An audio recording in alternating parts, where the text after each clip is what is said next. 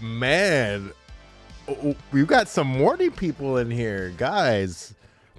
Welcome in. It's your boy Vladis here at Vladis Gaming. Man, there's so much to talk about, and you'll notice my voice is very kind of hoarse. I'm trying not for that to be hoarse. I talked a lot. I was playing a lot this weekend. And I know some of you guys that were watching other people's streams. I was playing with our boy Richie, Royer, Phantom X. Germany, man. Oh man, that's awesome. I love all the people that show up from the other side of the pond, from all my Europe boys. Good to see you, man. Love to see some EU people, man. Thank you so much for the support. What classes and content did you jump into this weekend? Oh man. I leveled my fighter up to 10. Spanish. We got Tokyo. Oh my god. That is crazy. Let me take out my fighter up to 10. Did a lot of exploration.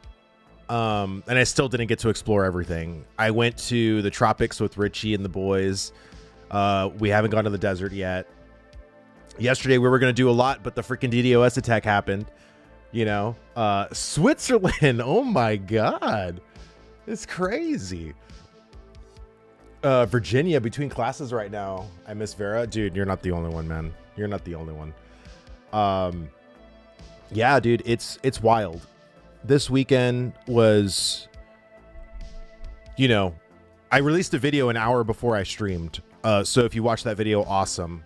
If you hadn't watched that video, let me just give you a TLDR of my first impressions of Ashes of Creation.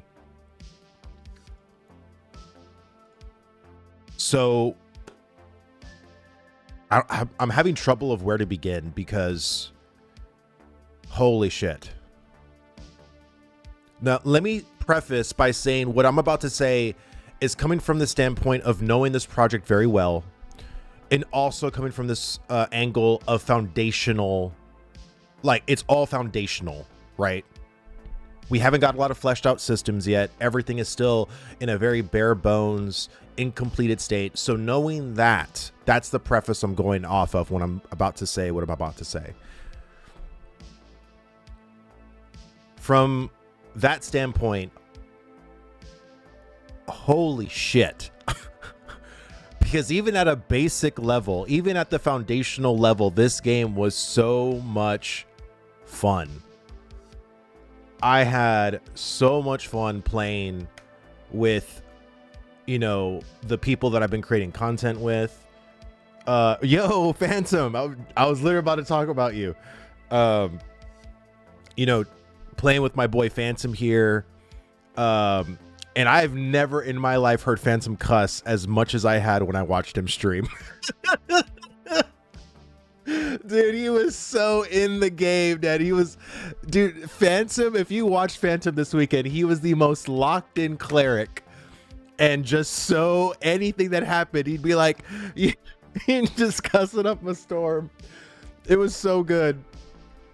I think the one thing that this game brought out in a lot of people was their passion in MMOs. That was the thing for me, man. Just seeing people's passion come out, the revitalizing. Muay Thai Force, dude, thank you so much for the follow, man. Thank you. Welcome to the stream, dude. That was the thing that got me a lot, actually. Hearing, you know, when I heard Richie, you know, roar, and, you know, just a lot of the people, just, you know, people in chat, you know, just talk about certain things.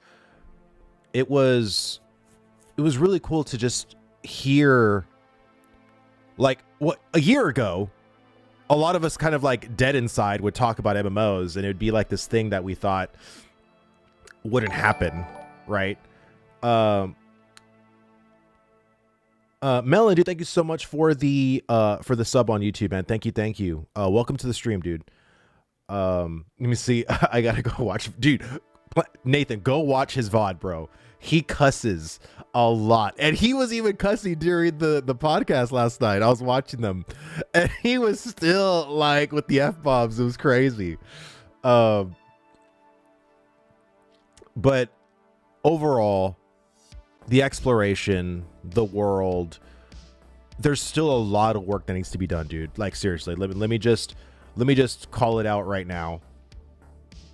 And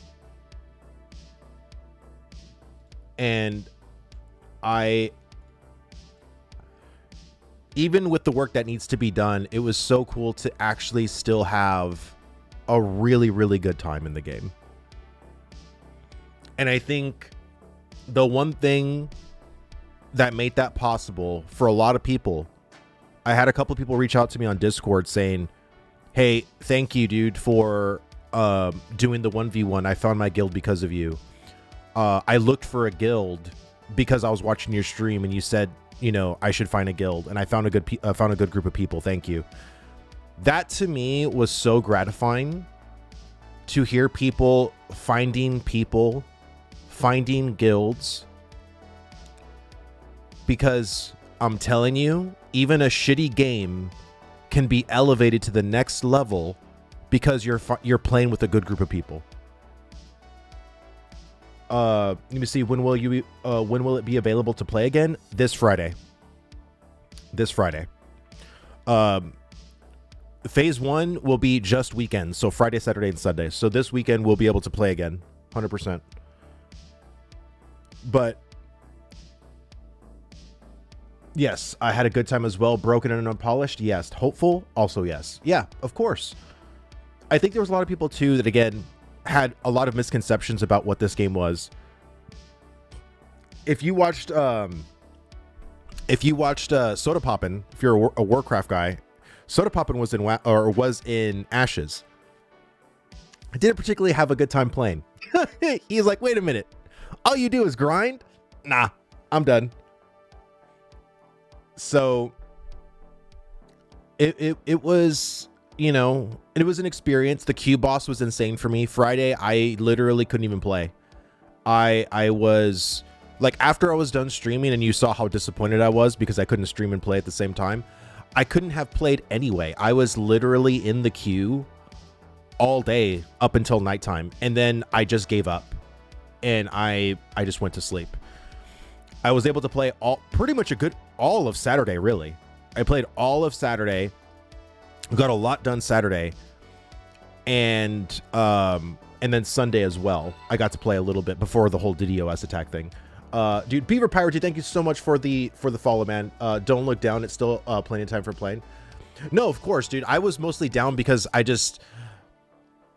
was truly hoping my computer was going to be able to handle and work up until the launch of Ashes, because I was just trying to push it off as long as possible. I'm Agus, dude. Thank you so much for the follow, man. Thank you. Welcome to the stream, dude. Reserve, good to see you, buddy. It takes a team. Hopefully I'll get good data. Appreciate you all, dude. Well, that was the thing that I was the most appreciative about, was seeing Intrepid and how they updated us and how they kept us informed, didn't keep us in the dark. And that's what I was trying to stress to you guys, of how they are as a company.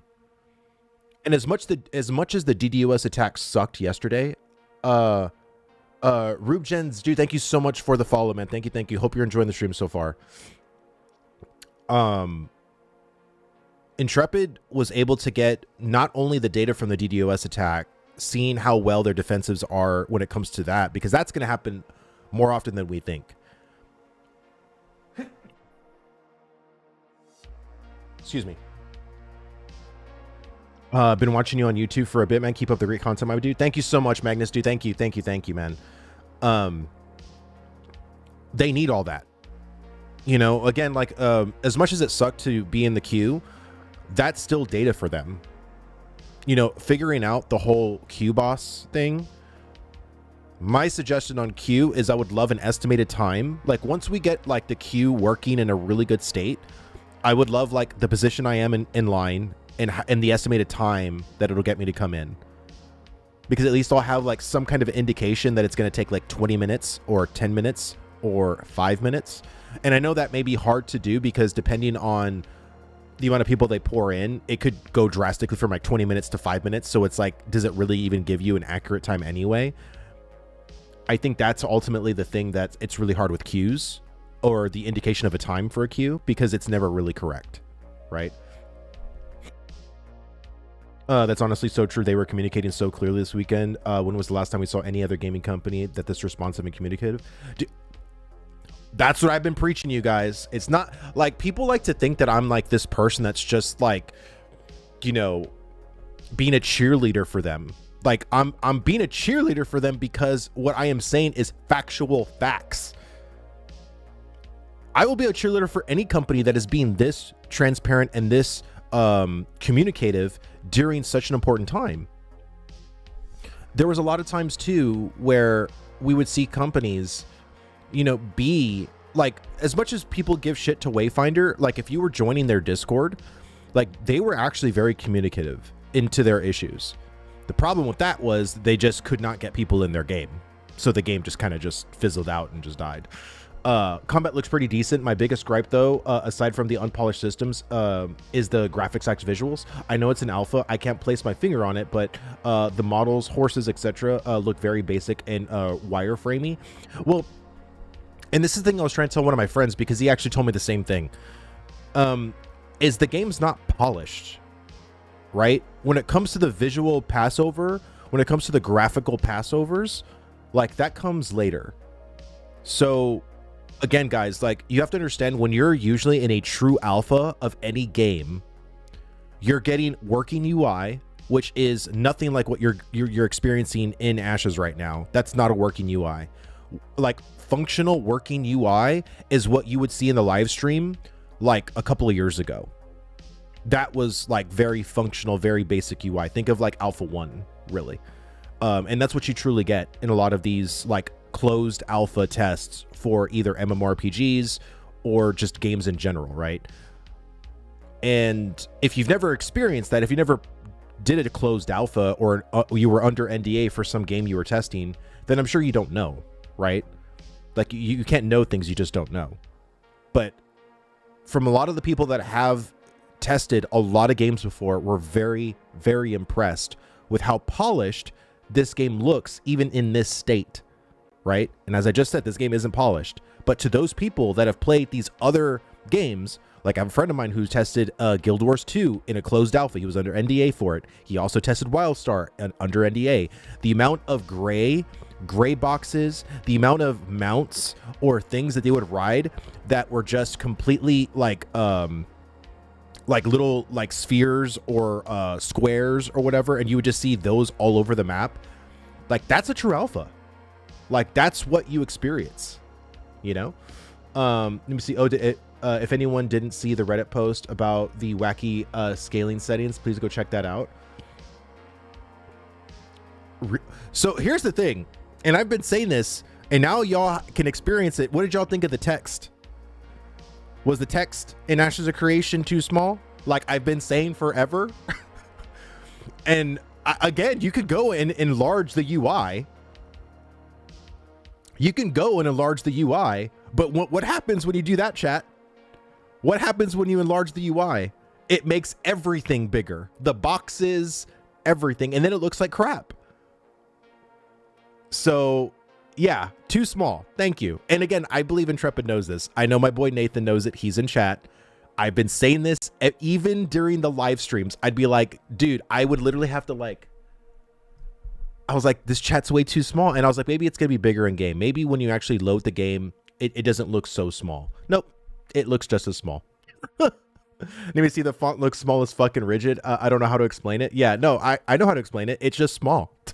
Like you just got to make it bigger. Just make it bigger. Just the text though. Keep the box sizes the same. Let me see. At first, I thought, holy F, I'm getting more blind. But then I remembered what you said a week ago. Yeah. Let me see. The UI needs several iterations, but it works for a test. Bro, let me tell you, I don't want to like crap on the UI. Text is one thing. Text can be enlarged. Larger text coming in the cash shop, dude. Thank you, Nathan. That's what we've been wanting.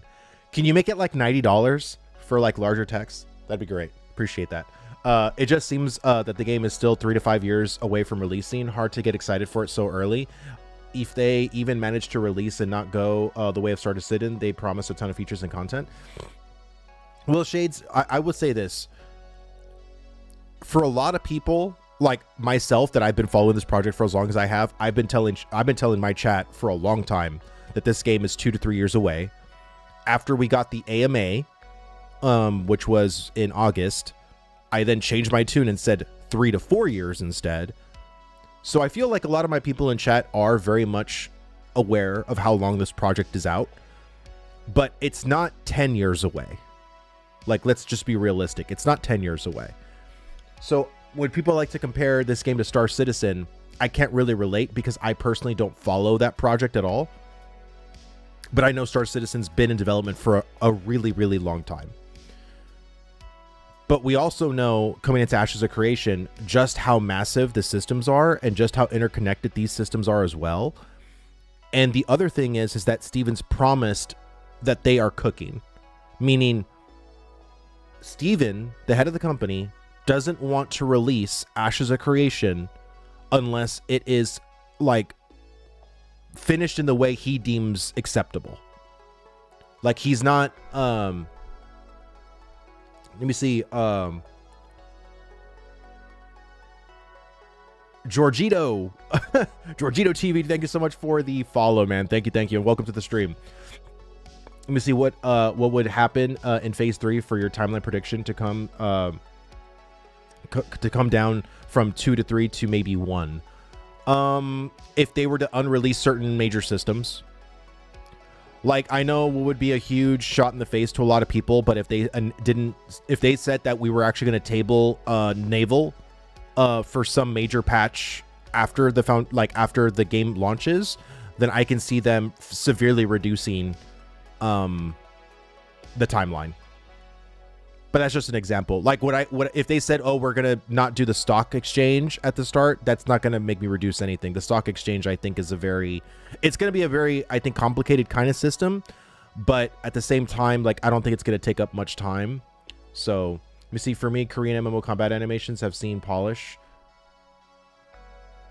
Let me see. Korean MMO combat animations have this polish that Western MMOs should take note. Well, again, the combat, as much as we've been praising, if you look at any of the content creators, we've been praising the combat because we know, again, prefacing that this is the foundation. This isn't, with walls up, ceilings up, 2 stories up, like, very much still foundational combat. But at a foundational level, it still looks really good. It feels in game really good. Like, as a fighter, I'm telling you, Maim, Whirlwind, some of these abilities just feel really, really good to play. But again, I'm not... Like, how can I really stress it to you guys? Like, I just want them to keep cooking. Keep hearing combat, keep hearing the little issues and quirks with combat, and they're going to keep working on it. Let me see. Happy to be here, man. Let me see. In my humble opinion, I see the combat and the fun there, but I see the full release on 3 to 4 years. I don't know how they're going to make it though. They're going to make it by just keeping their heads down and working. Like, that's literally how they're going to do it, man. Like, and just by this weekend alone, and how much updated they've done. And I know you guys can't see the majority of it because if you're not in the pre-alpha testing where you have PTR access, a lot of the problems and a lot of the things that they've encountered, the PTR team has been helping them fix. And again, when you're in game, I was severely thinking that there was going to be a lot of things in game where it was going to be super rubber bandy and not a flow experience. Let me see. This week will be a massive eye opener for them for sure. Oh, absolutely. Absolutely. Like I said, this is the data they needed because I don't think Intrepid has gotten thousands of people, tens of thousands of people pinging their servers trying to get in. And this is going to be really good data, so that way when November 8th happens and all the phase 1 people come in, hopefully we have all those issues fixed. Yeah, hopefully in a good way. No, of course in a good way. I know what you meant. Let me see. Dude, Steven said that has enough money to bankroll them for launch without any outside help, and they're going to get a lot of outside help. Yeah, 100%. Let me see. On one hand, I like leveling being slow and not just something you rush into to get to end game or real game, but mob/WoW style questing gets old real quickly for me. So right now it's super sandboxy. Let me just be very clear, but there is an intent to have a golden path. It's not going to be similar to World of Warcraft where you're just going to go quest after quest after quest after quest. But there is going to be more quests. There is an actual story chapter quest line you're going to go through with the Riverlands and with the overall story narrative in general. They just don't want to spoil that stuff right now. So far for me, class design has been the standout, with weapon attacks being important for every class that makes the abilities feel really impactful. Yeah, I think, again, with the fighter for me that I've been playing a lot, I really haven't gave any other class right now a fair shot because I've been having so much fun with the fighter. The fighter kit is so good to play.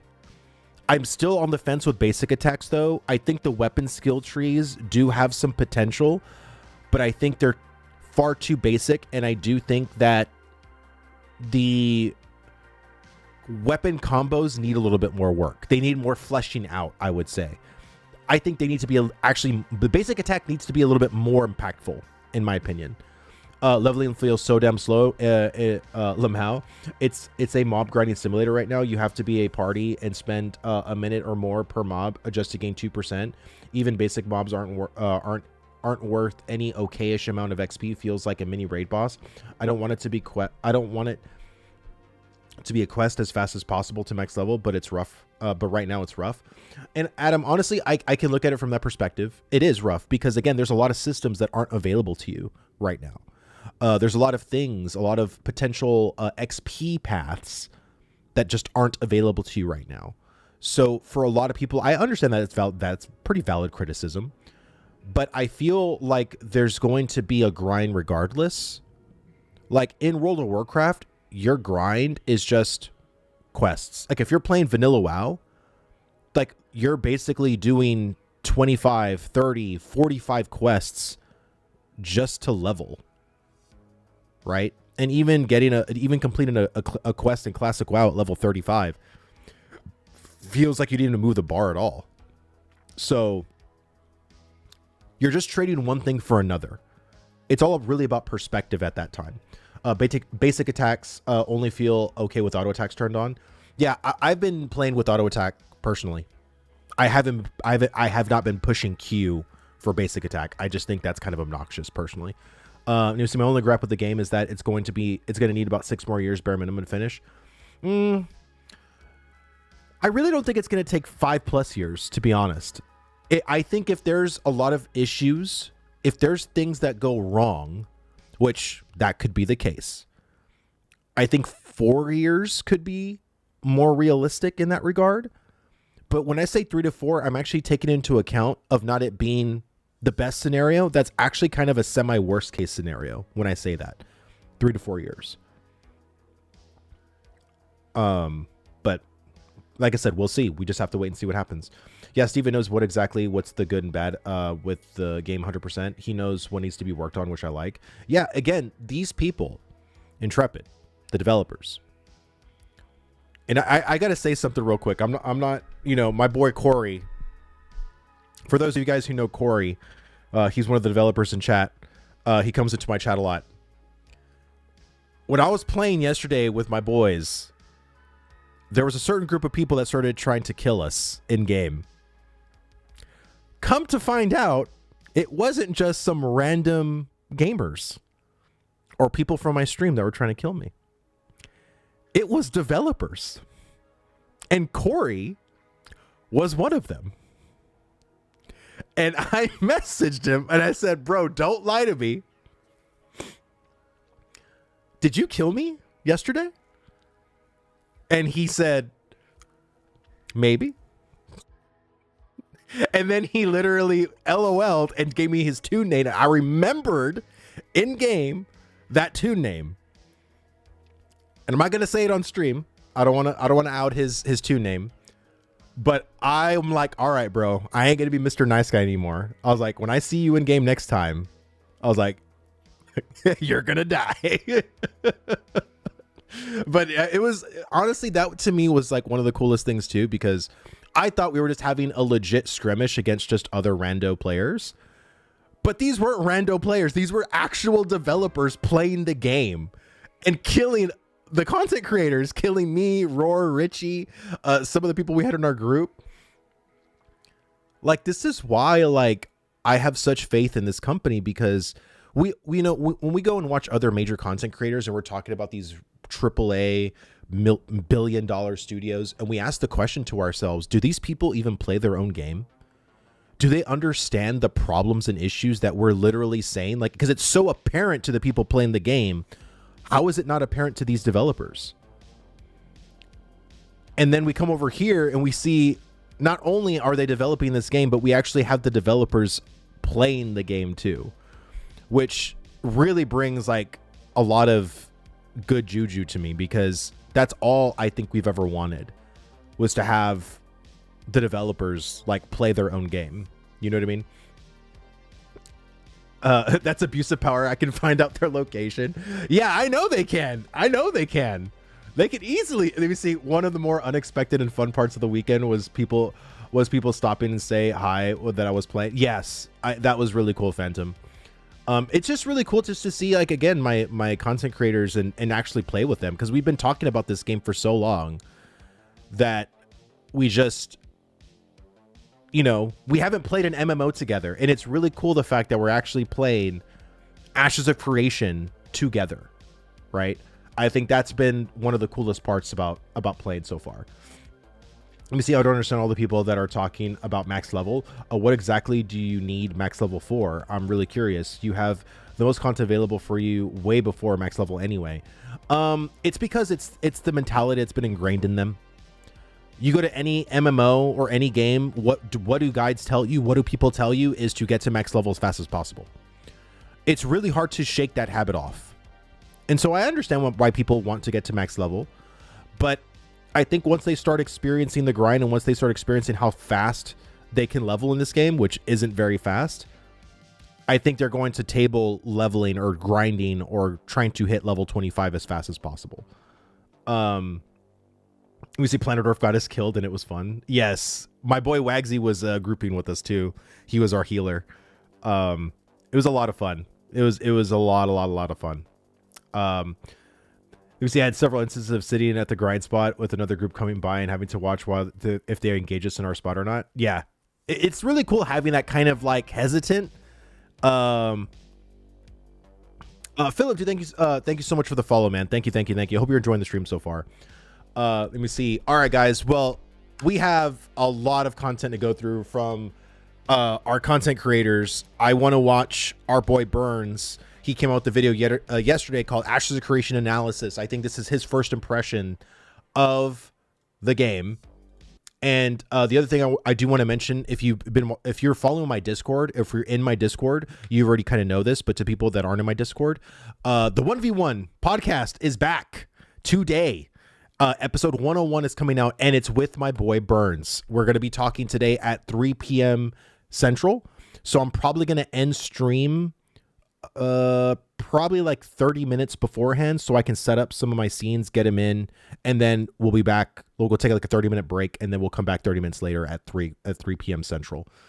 Have a lot of stuff to talk about. I really would love to talk to him about more in-depth stuff. He only has an 8-minute video, so I don't know how in-depth he's going to be with some of his opinions, but a lot of stuff to talk about, man. This is going to be really exciting. And I'm going to try to do my 1v1s every week. I'm going to have a different person on giving their thoughts and opinions on the game, about the weekend, like the weekend test, how they felt about testing, how they felt about, you know, the updates and communication, their class, the exploration, just all the stuff, like all the things we need. So really, really good stuff. A lot of good stuff coming. Just another little small announcement. My computer's coming in on Thursday. I just did the tracking this morning. It is It is literally being worked on and processed, and it should be shipped out today. So I should get it on Thursday, which is really nice. All right. Before I start this video, let me do that hydration real quick because my throat is killing me already. Hopefully I can make it through this day.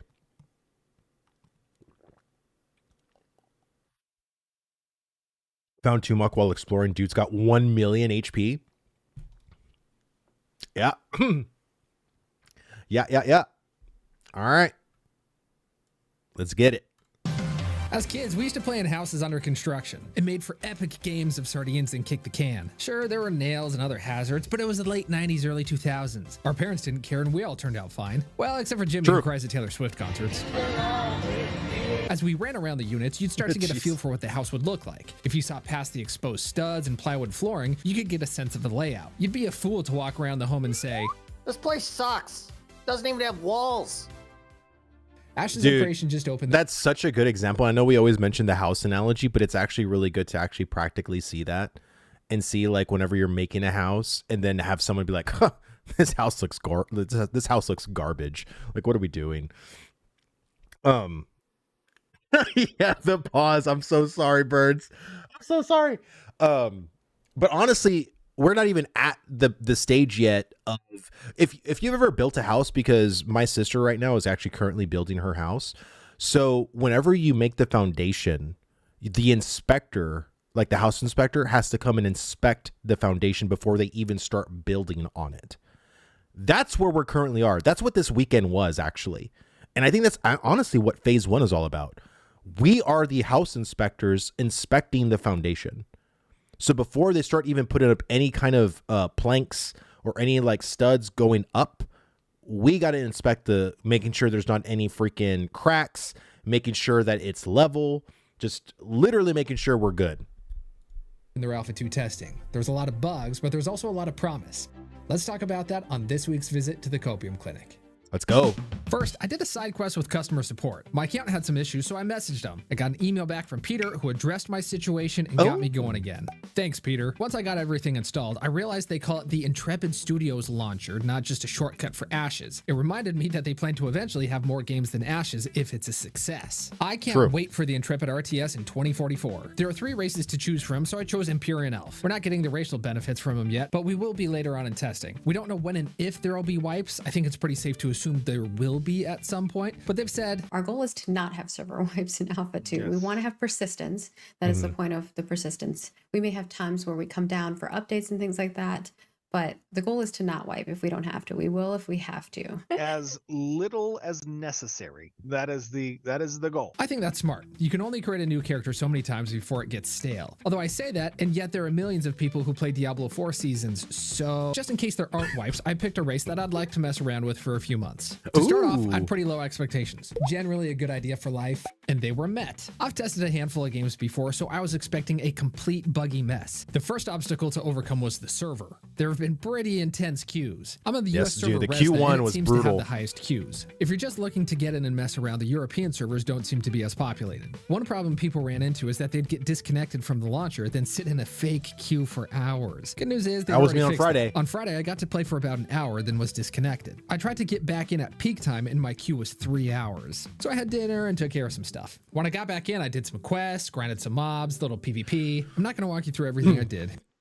Before, I do want to give some feedback, because I know if you've watched my interview with Steven, I asked him this question about spawning or having the starting areas be a single spawn point that everybody comes through the gate at the same time, which I always thought was going to cause a lot of congestion for server queue allocation.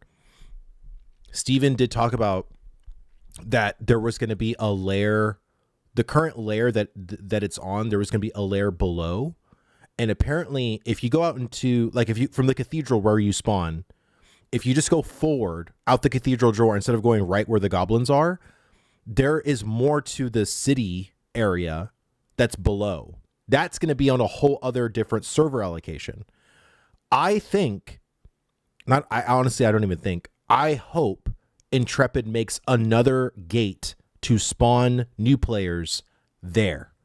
Because then we'll have at least 2 spawn points that are on different server allocations, so we can actually get more people like in the game. Like that would be huge. Really, really, really huge. And what you can also do is potentially give us another way. So instead of us going to Lion's Hold, you can potentially like funnel us in a completely different direction, right? So that way we have people like if you want to go in this direction, like if you spawn here, you can either go to Lion's Hold or you can go into this completely other direction that has the same sweat on your brow quest or whatever. Oh, and let me also give another suggestion too. I think the sweat of your brow quest, as soon as you go and talk to the guy about the necklace and then you bind your essence, you go back and talk to that guy, and that guy should start you the quest for sweat on your brow. And the whole sweat on your brow quest should not even be in Lion's Hold at all. When I was talking to Planetdorf, who's in chat right now, he said that they were doing like a poor job basically of trying to get people out of Lion's Hold to let more people in. So in my opinion, what you should do is you should make Briarwood Farms a place to either complete the entire Sweat on Your Brow quest or the location to the west where you actually complete the quest completely, where you go and turn in and actually complete the quest. Either have both of those locations be the start point and end point of the entire quest line. So that way you have two different spawn locations or two different like server grids that you can complete those quests on. And that not only will you get more people out of Lion's Hold, but you'll literally, so as soon as you get to Lion's Hold, you'll get the whole neck, turning it rare. You'll talk to the mayor person.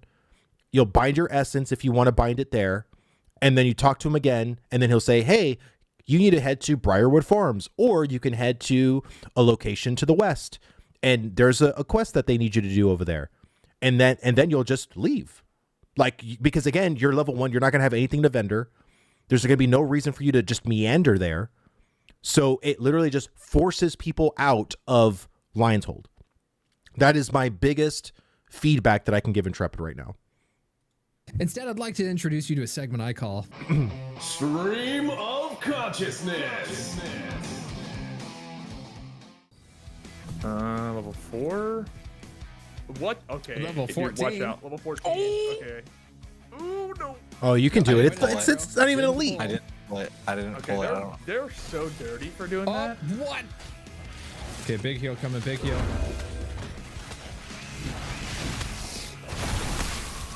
There we go. Got you, Okay, we broski. actually have to like really play. We're gonna like. Oh, and he explodes after. Oh, wait. Oh, he's What? coming up. Yeah, they respawn. Get the fuck out of here. The skeleton, that kind of makes sense. These god rays look good.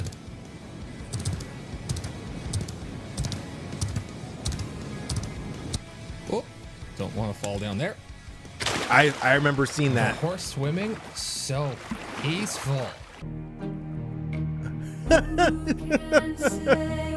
No. Oh my gosh. Oh, I haven't learned how to fly yet. Go to the old Whomping Willow tree at the top here. The Whomping Willow. Is that what it's Is there- called?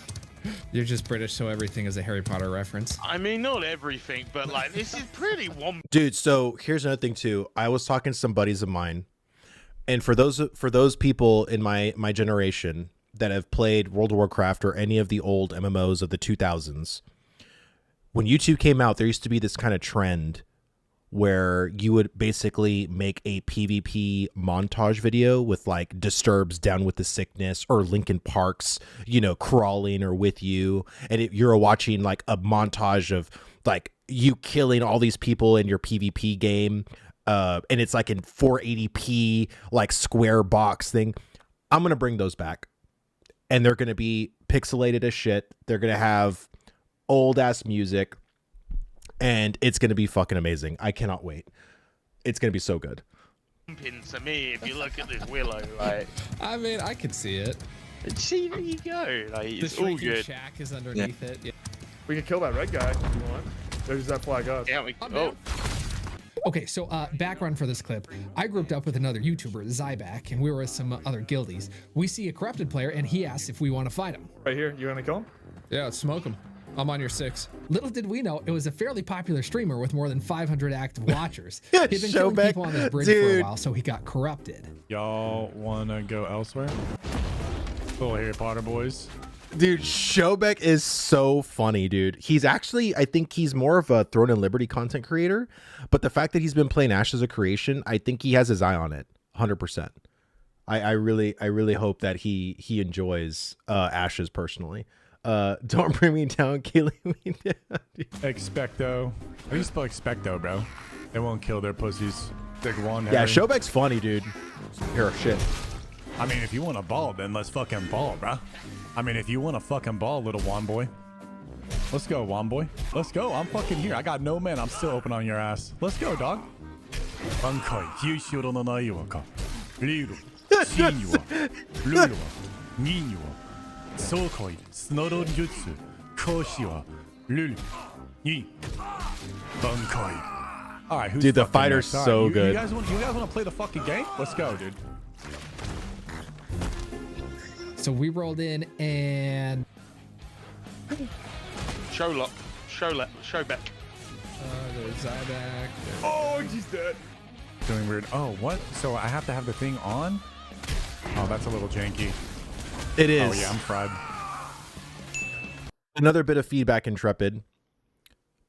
I understand the whole Alt F to flag yourself, but I think we have the technology that if someone attacks you, you should be able to hit the attacker without, like, they hit you first. So now that they hit you first, you should just automatically be able to attack them without flagging. Like, not saying that you should stay green, of course, still change to purple when you attack them, but I shouldn't have to hit Alt F and then start attacking. I think that's so janky. Like, I understand like where that comes from, but I think we have the technology to understand, you know, the little nuances of like, hey, this guy just attacked me. I want to start attacking them now instantly. And what's funny is that when you try to attack somebody that's attacking you and you're still not flagged, you just don't attack them.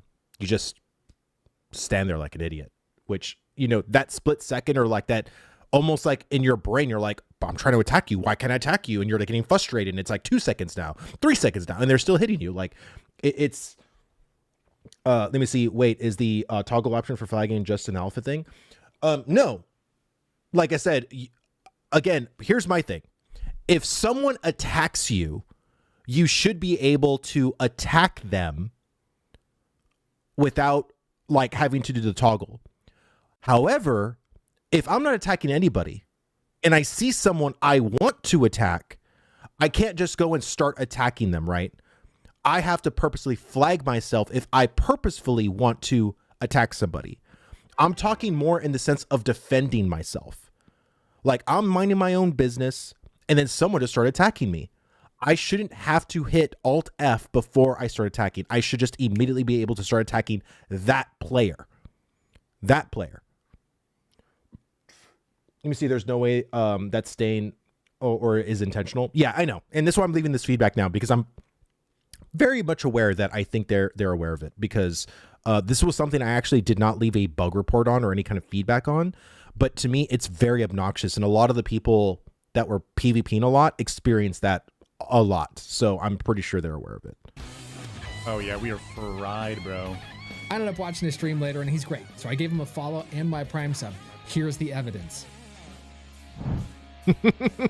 Switching gears, let's talk about combat. The general consensus is that it's very good. What makes it good, though? It's fairly similar to Guild Wars 2, but that feels floaty and disconnected. New World felt like you were fighting in mud, a little too sticky and grounded. Ashes is somewhere in the middle. While swinging a weapon, it slows your movement speed for a sec. This can change depending on your weapon. Two-handed weapons slow you down more. The abilities are well done and responsive. The targeting in action mode could use some tweaking, but even that's serviceable right now. I really like how looking down in action mode targets yourself. I remember watching Asmongold react to a live stream. But it's getting better. Like, if you compare this, like, do y'all remember the first Ranger showcase? Think about how much better this showcase is versus the last one. Good. Like, that's what I'm comparing, right? The most important thing to watch for is the rate of improvement. I remember playing the New World beta and thinking about the game's potential. The problem was that we were only seeing the tip of the iceberg. It was an omen of things to come. The speed that they handled bugs and added new content was atrocious. We fixed more than 700 What up? defects. Wow. Okay. For this build alone, there were 225 tasks that were improvements. Okay. And that's a good bump. Yeah. That's almost like an Significant. entirely different game. When they'd fix a bug, they'd always introduce more bugs. This likely had to do with the spaghetti bowl, which was their programming. Lack of vision and changing directions a million times made it hard for their engineers to work toward a cohesive goal. Another thing to look for with Ashes is This game looks years away. It is definitely years away. 100%. This game is probably like 3, maybe even 4 years away. But I would say for being 3 or 4 years away, it looks good in that context. Because it's not saying that they're finished. Like, this combat is no longer being worked on. We're working on other things. This is the final product, or the final finished combat product. Not anywhere close. So the fact that we're still 4 years away and it's this good at this point just shows the evolution of how it's going to be, right? Let me see. Sorry for the repeat question, but the point of the corruption system is that if you attack someone first, then you turn purple rather than just toggling a fag status. Yes. Again, I want to be very clear. If I'm a green player and I see another green player that I want to attack, I should have to hit Alt F. I should have to do that and then start attacking that player. But that player that I just attacked, that now was either probably gathering some flowers, probably wasn't aware that I wasn't even going to attack him. That player that's trying to defend themselves now shouldn't have to hit Alt F because I already engaged in combat with them.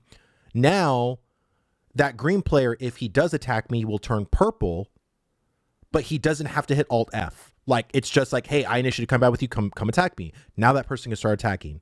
Like in a very seamless way.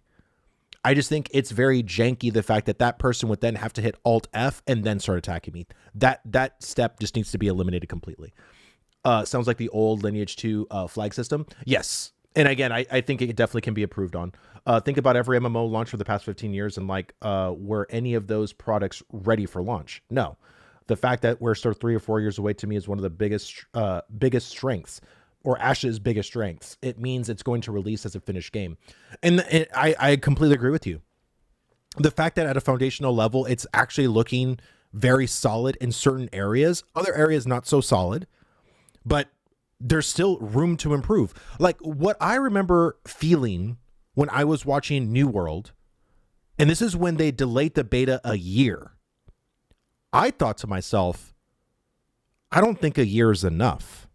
Like, I remember feeling very, like, I wasn't, like, super excited for that project anyway, but I was thinking to myself, like, as an MMO, as someone who wants a good MMO to come out, a year isn't enough. And then, of course, a year went by, we went into beta again, and we did beta for, like, a month, up until, like, the month for the launch. And it still felt the same. Like, I was thinking to myself, what did y'all do in a year? Like seriously, I remember having that thought come in my brain. Y'all took a year to cook. Where did y'all just not show up to the restaurant? Like what were y'all doing? You know? To me, it was very strange. Thomas, dude, thank you so much for the sub on YouTube, man. Thank you. Uda Devil, dude, thank you so much for the follow on Twitch. And then DK Max, thank you so much as well. I completely missed you guys. I apologize. You see, have the PvP system work like in WoW. Once you toggle on Alt F, you're toggled on for like 5 minutes and you're attackable by anybody else purple to them and able to be attacked back by you targeting them, auto pressing them. Well, that's how it currently works. Like that's literally, I mean, to an extent, that's how it works. To an extent. Zelane, thank you so much for the follow. Thank you, and welcome. Like when you hit Alt F, you are then attackable by players. If you yourself are targeted. Like if I am purple and you are purple, I don't need to hit Alt F again because we're both purple. I'm more referring to the green players. When you are green, you're not flagged. So that to me is the janky part of the system right now. Gaz Wally, thank you so much for the follow. And then we have Allowed Sound. Dude, thank you so much for the follow too. I hope you guys are enjoying the stream. So for me, when you're purple and another person's purple or you see purple players, like you can attack them. Like everybody then is attackable at that point. I'm just referring more to the green status. The green status still needs a little bit of work, right? Like that's my point. You see, but is the toggling part of attacking just an alpha thing, or is this going to be in the full game? Again, sorry for the repeat since I'm confused on this part. Toggling is a part of the game. So right now, the intent is if I want to attack somebody, I had to hit Alt F, which is then I flag myself as purple. So I go from green to purple. Let me bring, because I know we do have some new people in chat. I know this is going to detract a little bit, but I know there's some people that aren't familiar with Ashes of Creation. And there is a flagging system, and I want to kind of explain this. So this is the flagging system. So right now, like this is how the flow chart works. If a non-combatant attacks a green player, that player becomes a combatant. If a non-combatant attacks a combatant, a purple player, that person becomes a combatant.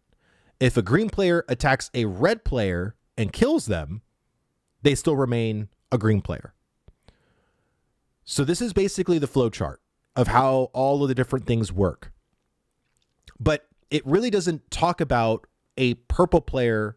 Like when a purple player attacks a green player, then they become corrupted if they kill the green player without the green player attacking back. But if the green player wants to attack back, they have to then flag. Because if I don't flag myself, I can't attack anybody. Like, even though they're attacking me and killing me, like, I just can't attack them. Even if I'm hitting abilities and buttons, like, I can't do anything. Like, it doesn't work. So that's pretty much like the little, like, kink in the armor, so to speak. Go Vibe, dude, thank you so much for...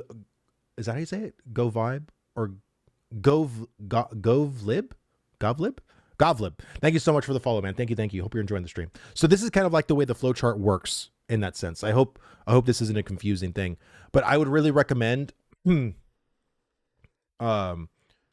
you want more information, because I want to keep watching the video, that's the Ashes of Creation wiki site. This website has everything you can possibly need to know about Ashes of Creation. This website has been updated throughout the years with a ton of information. We can't see bottom color first. Sorry. So basically right here, can you see this? This is basically the flow chart that it had. I just linked in chat right now the wiki. So if you're interested in looking at the flagging system, it'll explain literally how everything works. It has a lot of really, really, really good information. It gives you differences in the game, talks about corruption, player corruption, the whole 9 yards. Okay. Let me see, but should the green player being attacked fight back, then turn purple, rather than them toggling to flag to attack back?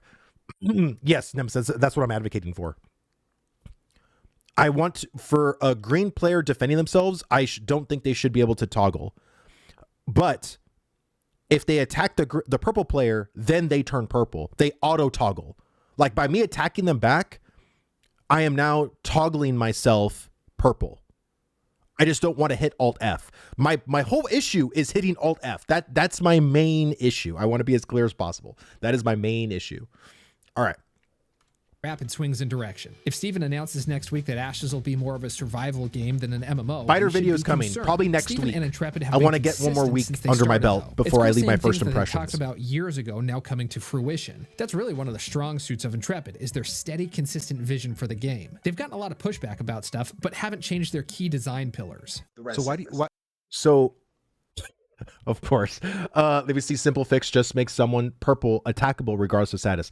You can't do that at Adam, because if a person is in your party, right, and they were trying to defend themselves, and now we're doing AoEs because we're grinding mobs, now we're attacking the purple player, like that's not fair, right? So there's a lot of nuance when it comes to the flagging system in this game. There just is. There's a lot to it because there's so many scenarios that you can put your player in. It's not just as simple as just, oh, we'll just make them attackable like all the time if they're purple. Like you can't really do it that way whenever this game also has PvE attached to it too. And honestly, grouping. Let me see. Straight up fat dude. Thank you so much for the follow. Thank you. And welcome to the stream. All right.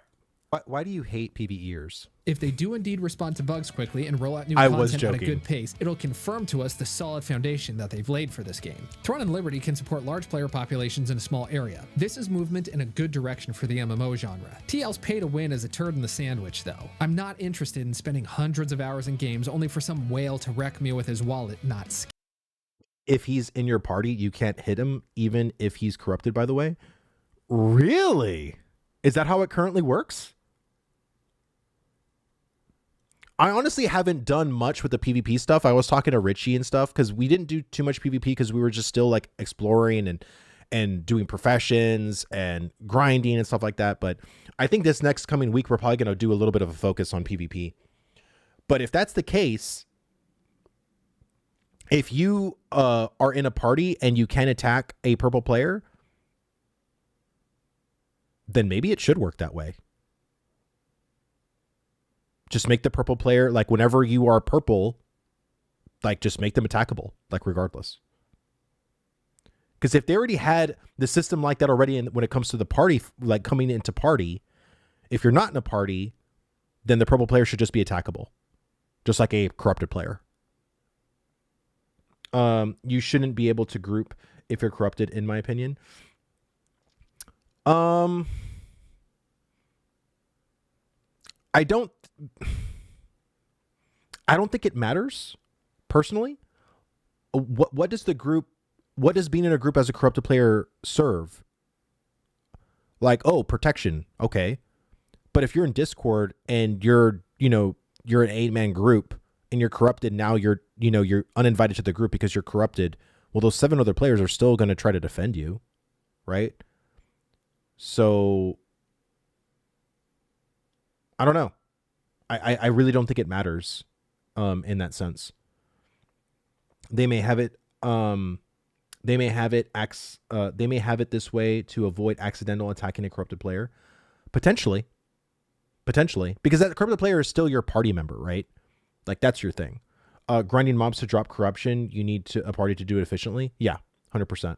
You need to be able to be in a group as a corrupted player with other corrupted players and not have your AoE hit other players. I used to say this, but I think honestly, if you're in a group, I used to think this, and I honestly would love to see if Intrepid would even try this out.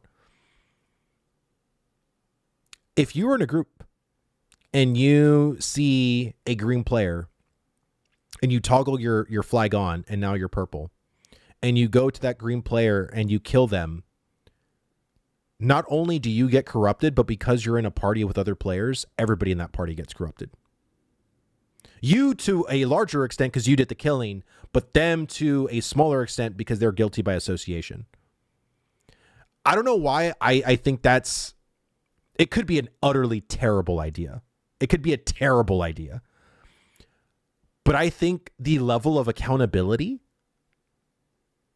like knowing that you killed somebody while in a party with us, now we're all corrupted. Like, I don't know. I think it could be interesting, right? It could be interesting. So then you would have to like leave your party, go kill that green player, and then get invited back to your party. So that way your team people don't get corrupted, right? Like that might be the meta. That might be the way to do it. Yeah, I mean, it might be cool. It might be terrible. Yeah, I agree, Nate. It could be a terrible idea. It could be an utterly terrible idea.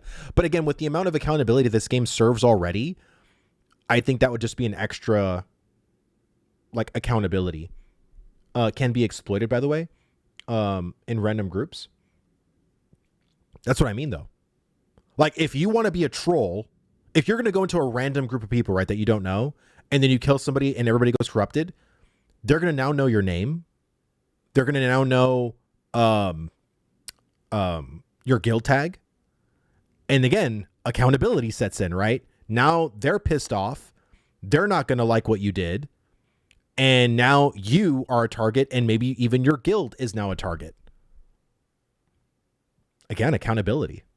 But what would happen if someone is corrupted in your party and the healers aren't, and they are green and can just heal the corrupted guy while he keeps killing them? No. If you If you are a cleric and you heal a corrupted player, I think you should go corrupted.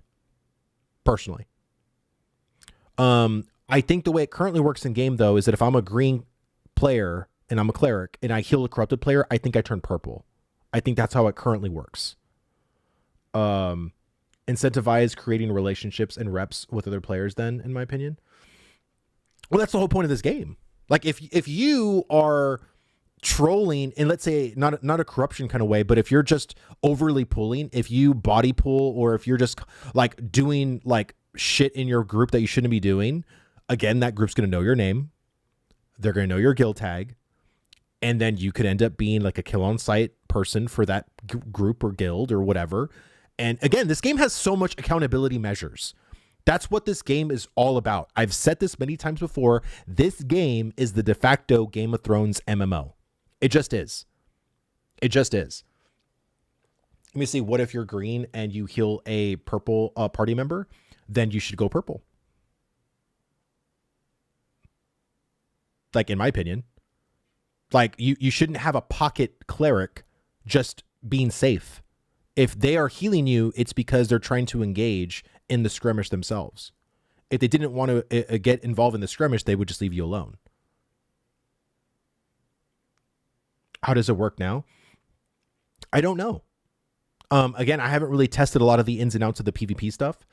But in my opinion, I think that if a purple player is in your group and they're fighting, and there's a green cleric in your party, and you heal the purple player that's engaging in PvP, then you as the cleric should then be flagged in PvP too. You know, you should be purple. But still, in my personal opinion, there shouldn't be a toggle for flagging, and let both attacker and defender flag naturally. Like the attacker hits the green player, then they turn purple. And once the green player hits back, then he turns purple and becomes contextual PvP. Yeah, that's exactly what I'm advocating for, Nemesis.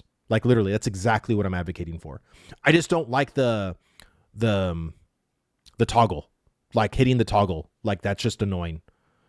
Vlad hates healers. No, I don't hate healers. I want it to be fair.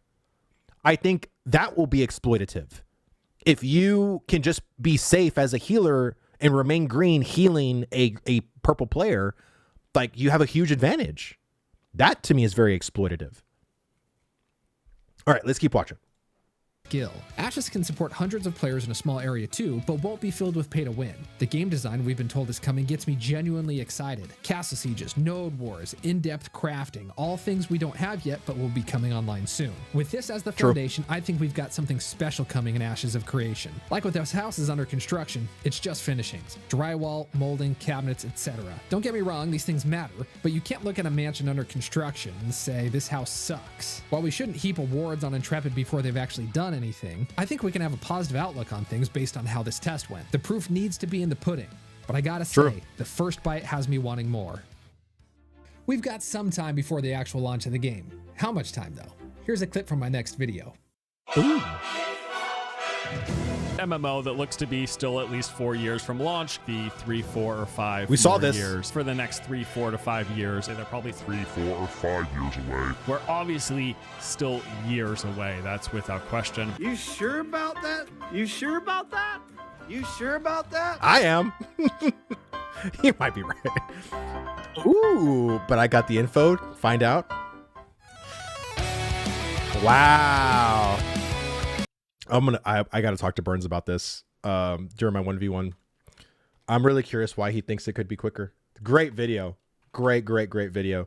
If you haven't heard of my boy Dr. Burns at the Copium Clinic, go ahead and give it a like, sub to his channel. He's been popping off lately. I think he makes some of the best Ashes content in the space right now. To me, I've told him this many times. He's literally the best content creator in our space. Just I don't think there's anyone that comes close to him personally, unless they suddenly become 300% more productive. That's not going to happen. Well, the only way they can become more productive is by hiring, but hiring takes time. You can't just onboard somebody, right? And then once you onboard them, oh my God, Night Shift GG, dude, thank you so much for the follow, man. Thank you, and welcome to the stream. Welcome. You can't just hire somebody and then they just know the work and they just go straight to work, right? There's definitely a thing of getting caught up, right? Let me see. Scholar? Schaller, thank you so much for the follow, man. Thank you. But again, hiring is going to make them more productive, right? Down the line. The tool sets that they're trying to create is going to make them more productive. Crudo1, dude, thank you so much for the follow, man. Thank you. And welcome to the stream. Welcome. So that's going to make them more productive. Wolf86, thank you so much for the follow, man. It's great. Thank you so much for all the support, guys. Seriously, this is great. Thank you. But I do think, again, it's not, and there's some people that want to say that this is so bad, like having 3 to 4 years, this terrible thing. I think, again, the fact that they have this time to really cook would say a lot about what they want to release. Sorry for interrupting. No, dude, you're totally fine. Thank you so much for the support. I personally believe that players will find a way around the deterrence Intrepid is putting AOC to stop grieving. And if we do, we have time to leave feedback and Intrepid could fix. Again, just to look at all the fixes that they did this weekend. For me, the amount of fixes they did from Sunday of last week to yesterday was insane. They probably patched the client at least 7 times, 8 times within a week. It was great. It was so good to see that. Let me see, what's the last MMO you thought was great, and what years did you play it, please? So for people that don't know me, I've been playing WoW for 17 years. I was exclusively a WoW player. So to me, WoW was one of the best experiences for me when I started playing. But a lot of MMOs that actually were great to me was Final Fantasy 14. I played that for about 8 months, almost a year. I played all the way through the beginning, all the way to Shadowbringers. Shadowbringers to me was still one of the best expansions, some of the best MMO music in my opinion, some of the best boss fights, one of the best stories too. I've never been so invested in an MMO story since Final Fantasy 14. SWTOR definitely was a great experience for me too. I am not a SWTOR guy. I'm not a Star Wars guy, to be more specific. I like Star Wars, but I'm not a fanatic. I am not like one of these people that is like all crazy about Star Wars. But I honestly thought, in my opinion, the SWTOR storyline was honestly better than the entire episode 7, 8, and 9. 100%. Like loads, like 1,000% better, in my opinion. So good compared to 7, 8, and 9. 7, 8, and 9 to me was hot garbage. Like, and I know people like, you know, the old cast coming back and stuff like that, but to me it felt very pandering. It didn't feel earned, and it just felt shallow to a huge extent personally. So anyway, yeah, those are kind of my MMOs and stuff like that. Let me see. WoW, best combat MMORPG. Final Fantasy 14, best story MMORPG. Yeah, I could probably agree with that. I didn't play Endwalker though. I did buy Endwalker. I didn't finish Endwalker. And yeah. So, but I would say Shadowbringers to me, I cried several times. I'm a huge anime guy, so I love anime. I cry a lot during anime. That's I mean, you can see here I have all my anime posters. I have posters all. If you were in this room, you would see like I'm a fucking weeb. Like I am a huge weeb. But yeah, I love anime. I think Shadowbringers, the music, just everything about it was just so peak for me.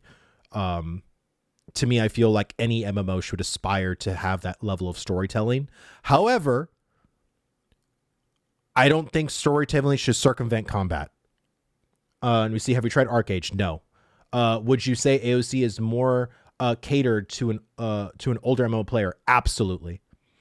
I think younger people can enjoy Ashes of Creation. What's crazy enough, the guild Burns is in comprises of a lot of people under the age of 30. There's a lot of 20-year-olds in Ethereum. A lot of people that are young are actually enjoying this game. Crazy enough, Classic WoW. I was shocked when Classic WoW came out in 2019 of the amount of people that were under the age of 25 playing Classic WoW. So I personally think that Ashes of Creation, yes, is catered towards the older generation that has, you know, played MMOs back in the early 2000s. But that doesn't mean that the younger crowd or the younger generation can't enjoy Ashes of Creation. I do think they can.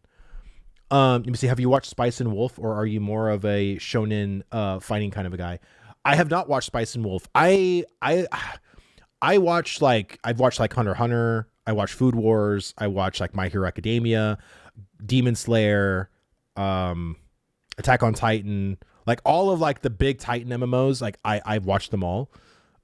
But I think right now I watch Mashal. Like Mashal, if I'm not even a Harry Potter guy, but if you haven't watched Mashal, holy shit, you got to do yourself a favor and watch Mashal. Mashal is fucking amazing. It is so good. Oh, I love Black Clover. I didn't love it at first, but man, did it grow on me. I really love Mashal. Dude, you guys have you not seen Mashal? Bro, let me show you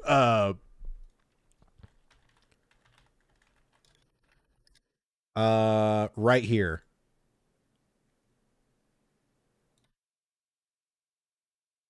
Mashal is literally on Crunchyroll. It's Mashle. If you love Harry Potter, it's literally Harry Potter, but anime. The spin on it, though, is in Harry Potter, Harry has the scar, right? And he's known as the boy with the scar or whatever. In Mashal, everybody has a scar. And if you have a scar, that means you're indicated as a magic user. But Mashal, the main character, doesn't have a scar. He doesn't have magic. He has zero magic. So it's kind of like Black Clover in a way.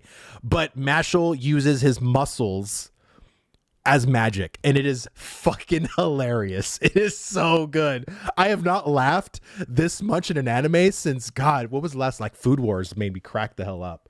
So that's my little weeb moment for you guys. I'll go back to Ash's talk, but yeah, if I can give anybody a recommendation that I just watched recently, Solo Leveling was amazing too, but Mashal was really magic and muscles. It's such a good anime. I highly recommend it if you love anime. I love One Punch Man. Me and my wife love One Punch Man. I've seen One Punch Man season 1 and 2 several times. I just finished the Hashira training arc. Oh, dude, I loved it so much. Yeah, dude. Demon Slayer, just goated anime. Freaking goated. All right. Let me see.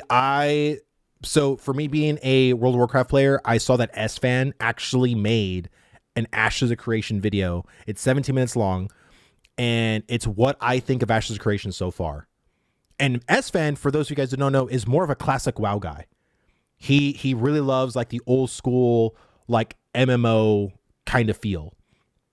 And I am really curious to see what his take is on Ashes, because I honestly truly don't know. This is going to be like a first time of me watching this stuff.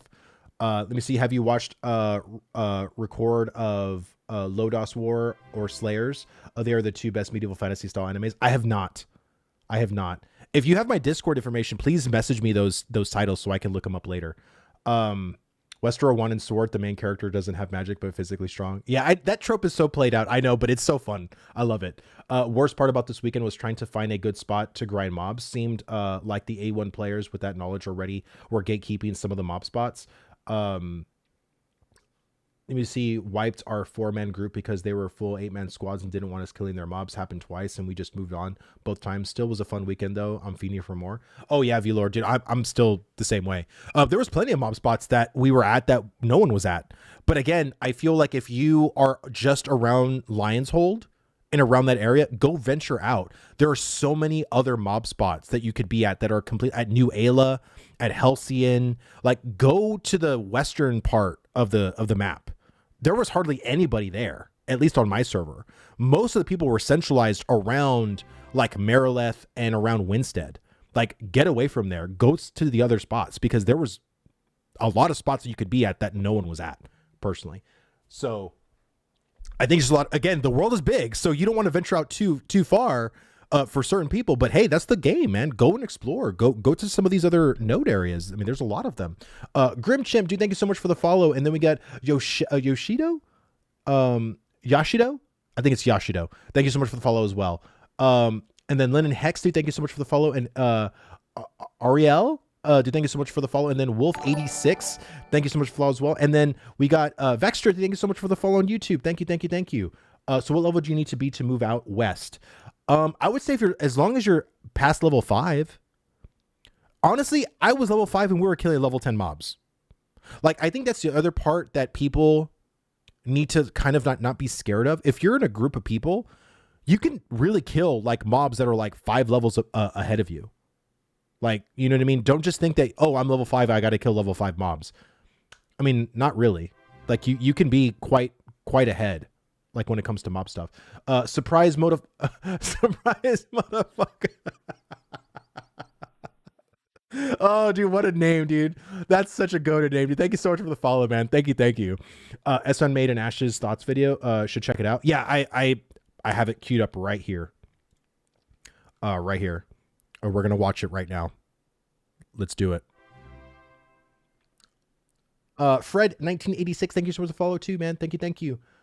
I don't know, dude. I think it's pretty good for what it is, for like an alpha. Like, I mean, obviously the game has like, if I had to guess right now, I mean, we're probably looking at another, I mean, this game might be 2-3 years, who knows, right? That's like, what I used to this game's say. got a ways out. I just have no idea, right? Like, I've only played for a few hours, but it definitely needs more time. Oh, he's playing Bard. Yeah. Here, I'll talk about it a little bit here.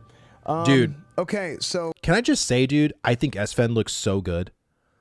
Bro, when I watched Sven, dude, he had some weight on him, and now he looks really good. Like, you can tell he's been working out. He's been going to the gym, dude. He looks so good. Like, I'm sure he's freaking proud of himself.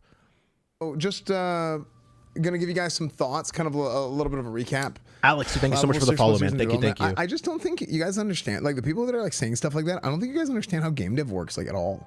Especially not for like an MMO. MMOs take a very, very, very long time to develop.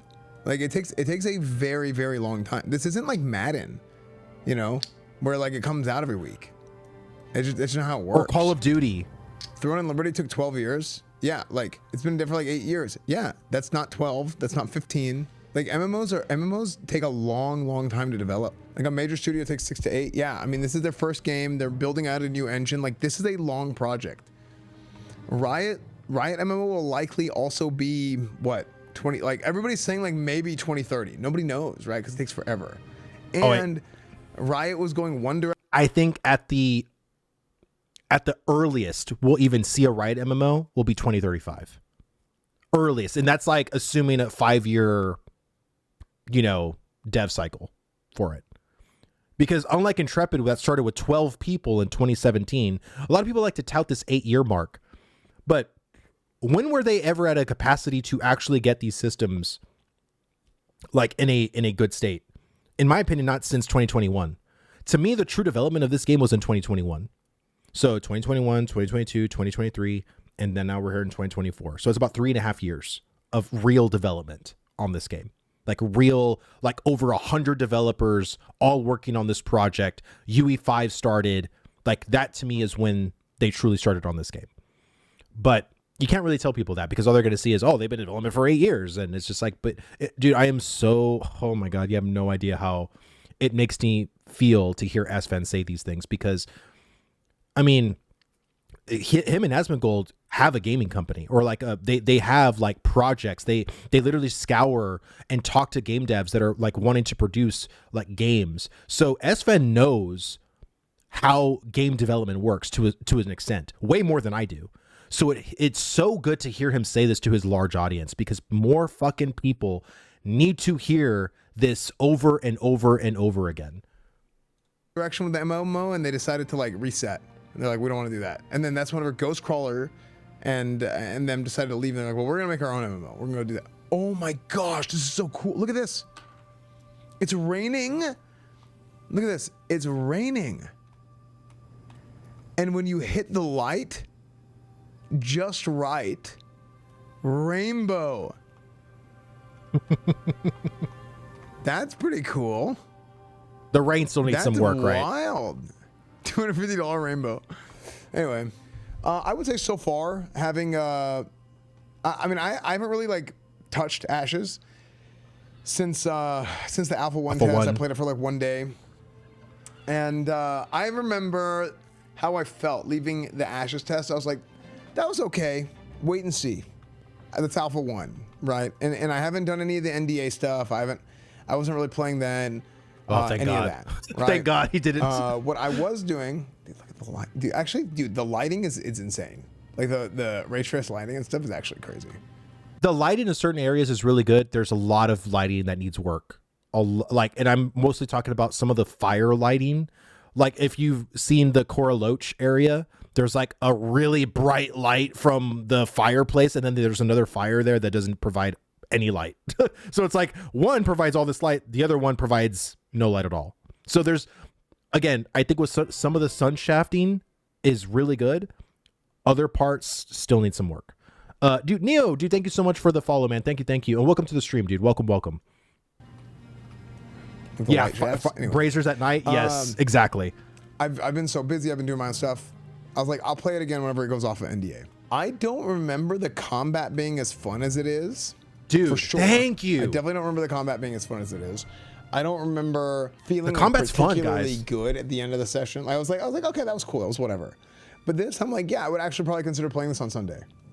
Like I had fun doing that. That was enjoyable. Obviously, the game is nowhere close to ready, right? Like graphics, polish needs to happen. Needs a little bit of work, but it's not so much about the graphics. Like you saw, like the lighting is amazing, right? The way they do the light shafts and the ray tracing, beautiful. Even these, even just building out this like, I mean, just look at this. This looks amazing. Look at this mountain. Dude, and I had a fucking footage, dude, of me looking out into the mountains, and you could literally see Carfin and see the Citadel of the Steel Bloom. And it just like, there were so many parts where I was just looking at everything and I'm like, holy fuck, dude, this game is crazy. I had so many of those moments, dude. And it felt so good. Like I've never felt that way in an MMORPG, ever. There was never a point when I was in WoW that I felt that way. Now, when I played Mists, I was thinking, man, this place is really beautiful. There's a lot of beautiful, like it was beautiful architecture. But I remember being in classic WoW or even vanilla WoW back in 2006 and being blown away by like areas. Like I truly don't. I've been blown away several times in Ashes in that regard. Right? The way they have some stuff set up. What are a few things that make MMOs take so long?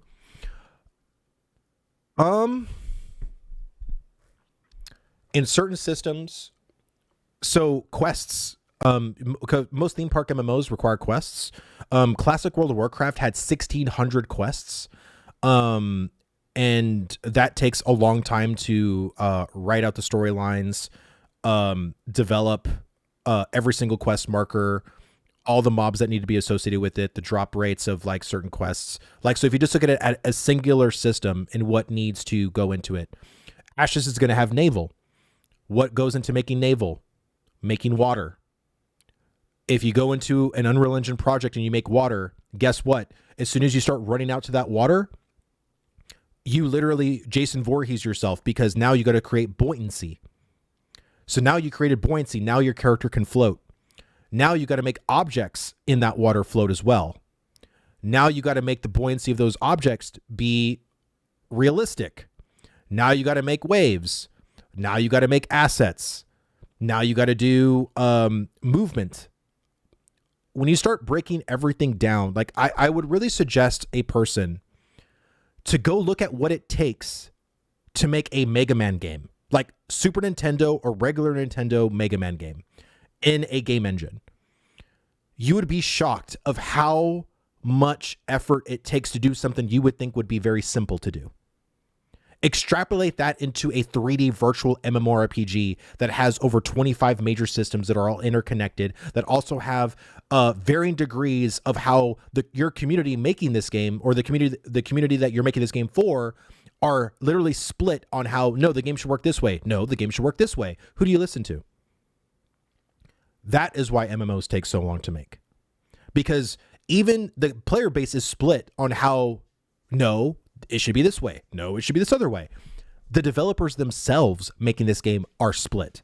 How many times have you heard Steven, when he's talking in stream, when I asked him about leveling, and what did he say? Yeah, we have a lot of chat in our development team that are split on this too.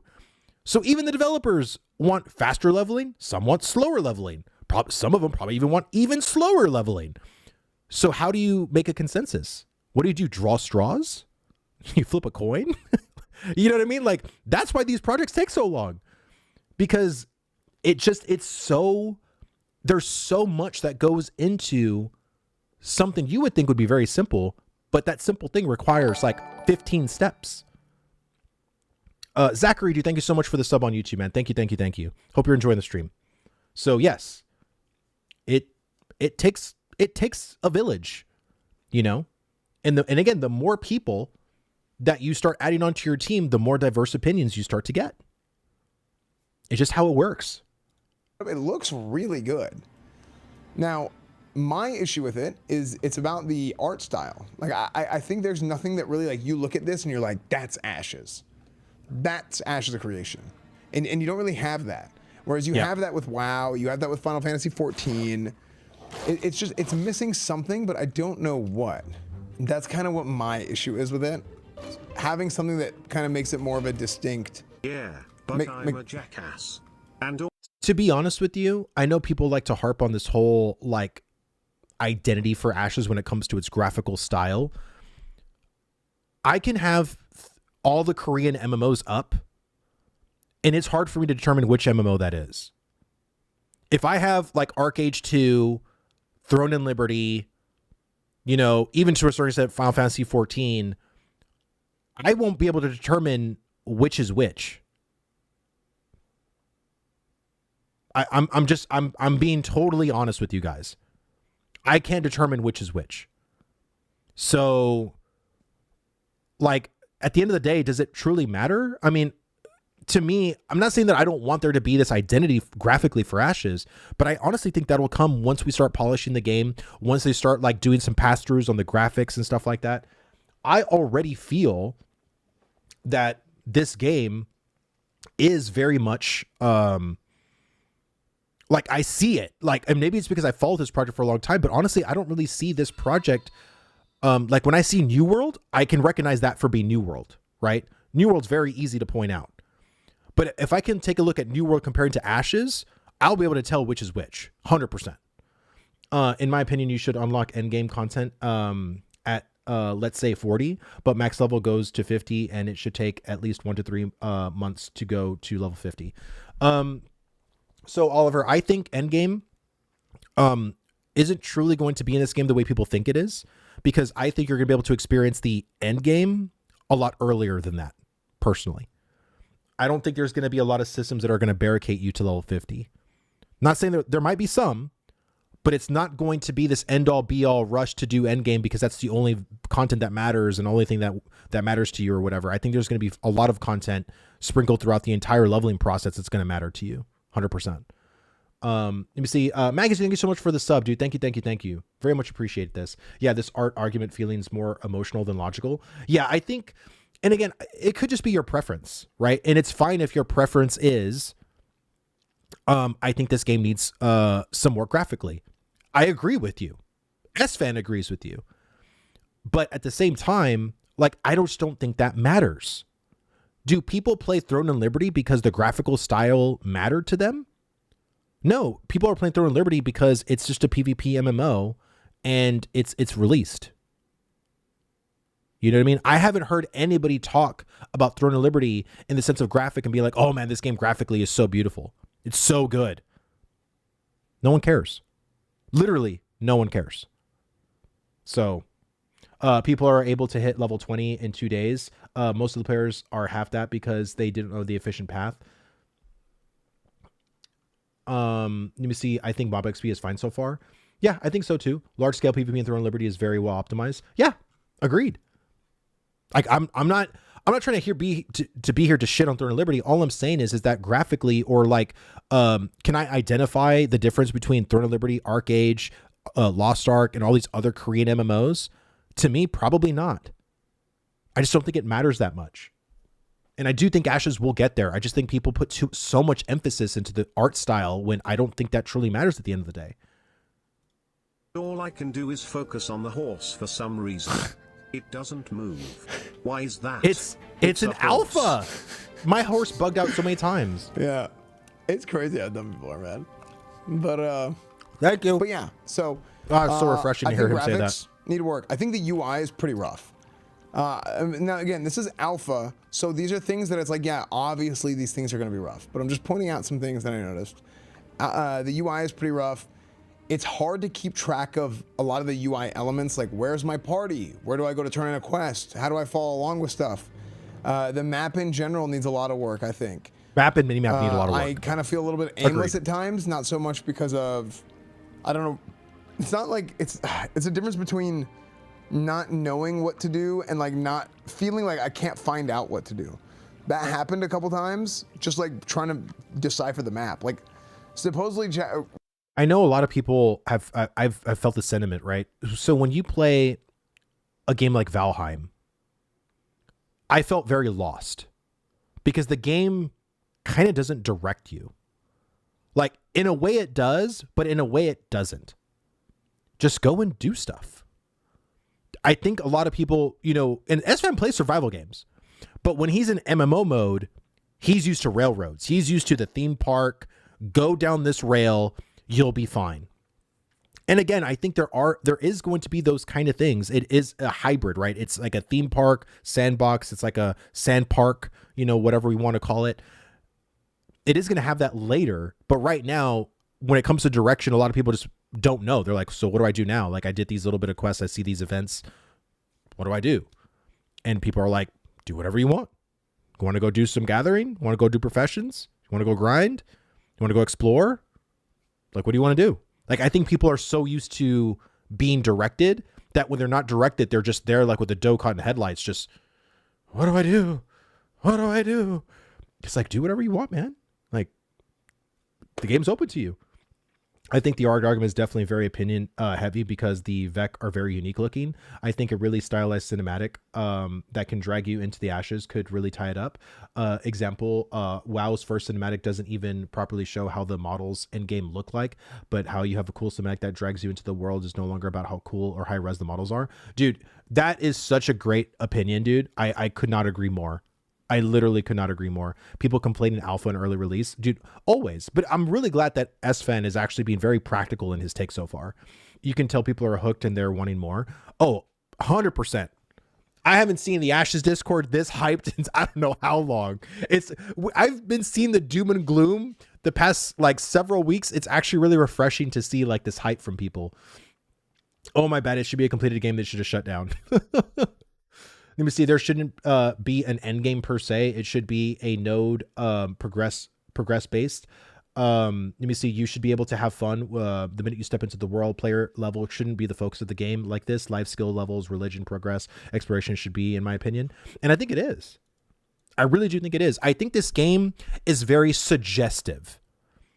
Could you go on the golden path and do some quests and level in that fashion in events? Absolutely. My whole thing is that I kind of miss the fog of war. I really hope that Intrepid adds a fog of war to the map because I really do like the explorative nature of like Guild Wars 2 and like actually getting really good experience from like just exploring, going to different points of interest and getting experience from that.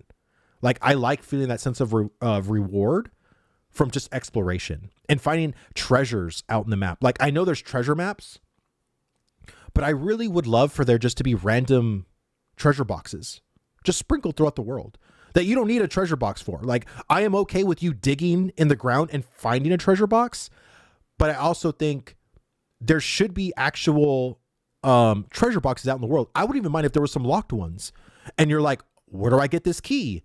And then, oh, if I grind mobs in this area, I get a darkened key. Maybe I can put this darkened key in that treasure box I found. And then it worked, you know? Like, I think that kind of stuff, like, adds so much personality into the world.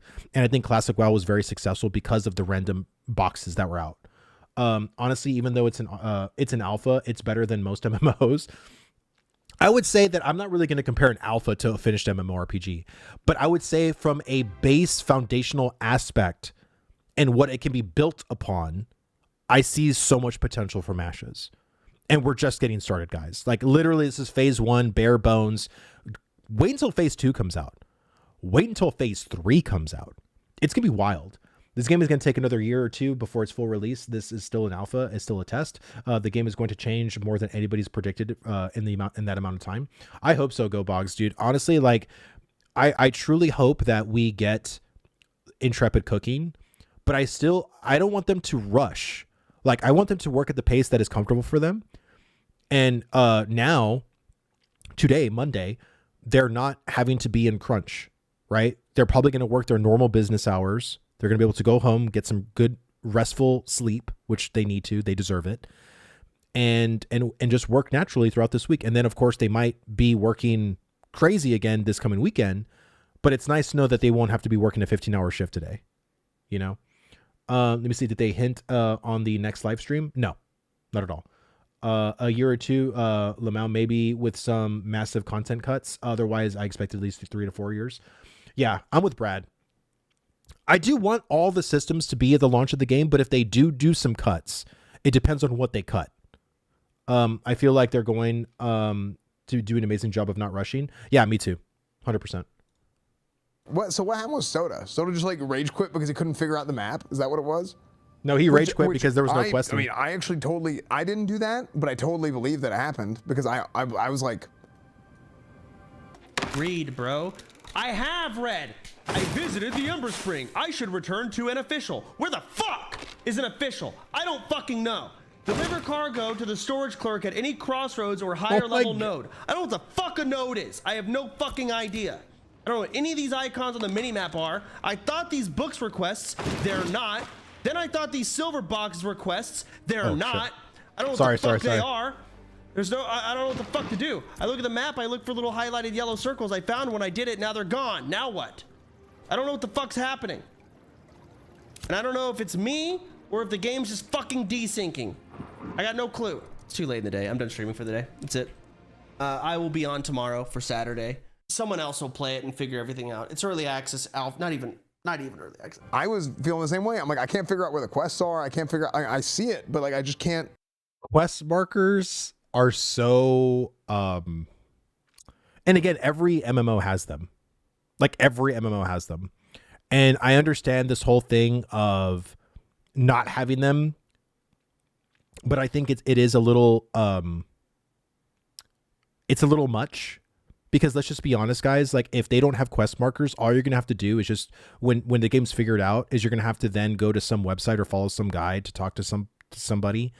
I'm not saying that I want the World of Warcraft experience of having exclamation points and question marks everywhere, but I do think there needs to be some indication of you finish this, head here, right? And they did do that. Whenever they had the little yellow circles, it indicated to you like, hey, this is where the new processing station is. This is where the new mining station is, right? So, but I feel like once you've done that, you don't know that you need to go back to the person you just talked to, right? It could be a whole new person. You just don't know.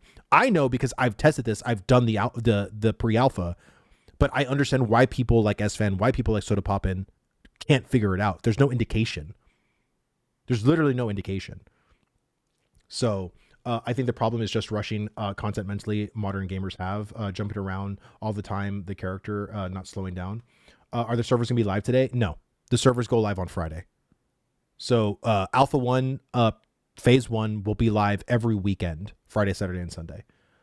So you're going to have a lot of quests. They need to be intuitive. Yeah, 100%. The like I said, the UI is rough. Like I think. When it comes to moving around like different objects and stuff like that, and you can like move your group frames, your raid frames, your character frame, your mini map frame, your ability frames, all that's really, really good in my opinion. But there's still a lot of UI elements either completely missing, like an indication of like, hey, come here to complete this quest or go over here to do this thing. Like that all still needs to be in the game personally. Let me see. It's sandbox versus theme park gaming. If you're used to sandbox gaming, you keep track on NPCs and what they talk about rather than skipping and then not understanding. But I just feel like a little bit of direction is still needed. Like what I think is a very big quit moment in an MMORPG is feeling confused and lost. If you feel confused and lost, you're probably not going to stick with it.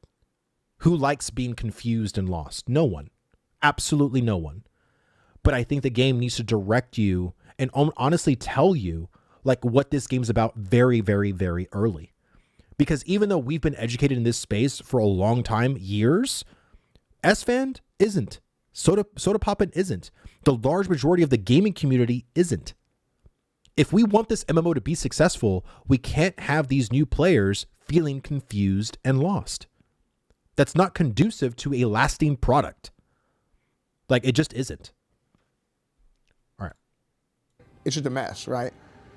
He didn't know where the quest. Well, I mean, the quest. Yeah, that's the thing. It's like the quests are right there, but at the same time, you read the quest and it's like it's just kind of a mess, right? Rage Quit. I mean, he probably was just like hamming it up because it's he's just streaming. Yeah, King Headshot, dude. Just very, very hard to agree. I really liked the drum bug. That's what set this game over the edge for me. That's what made this game fun. Bug? The drum bug. Talk to a KLAR official.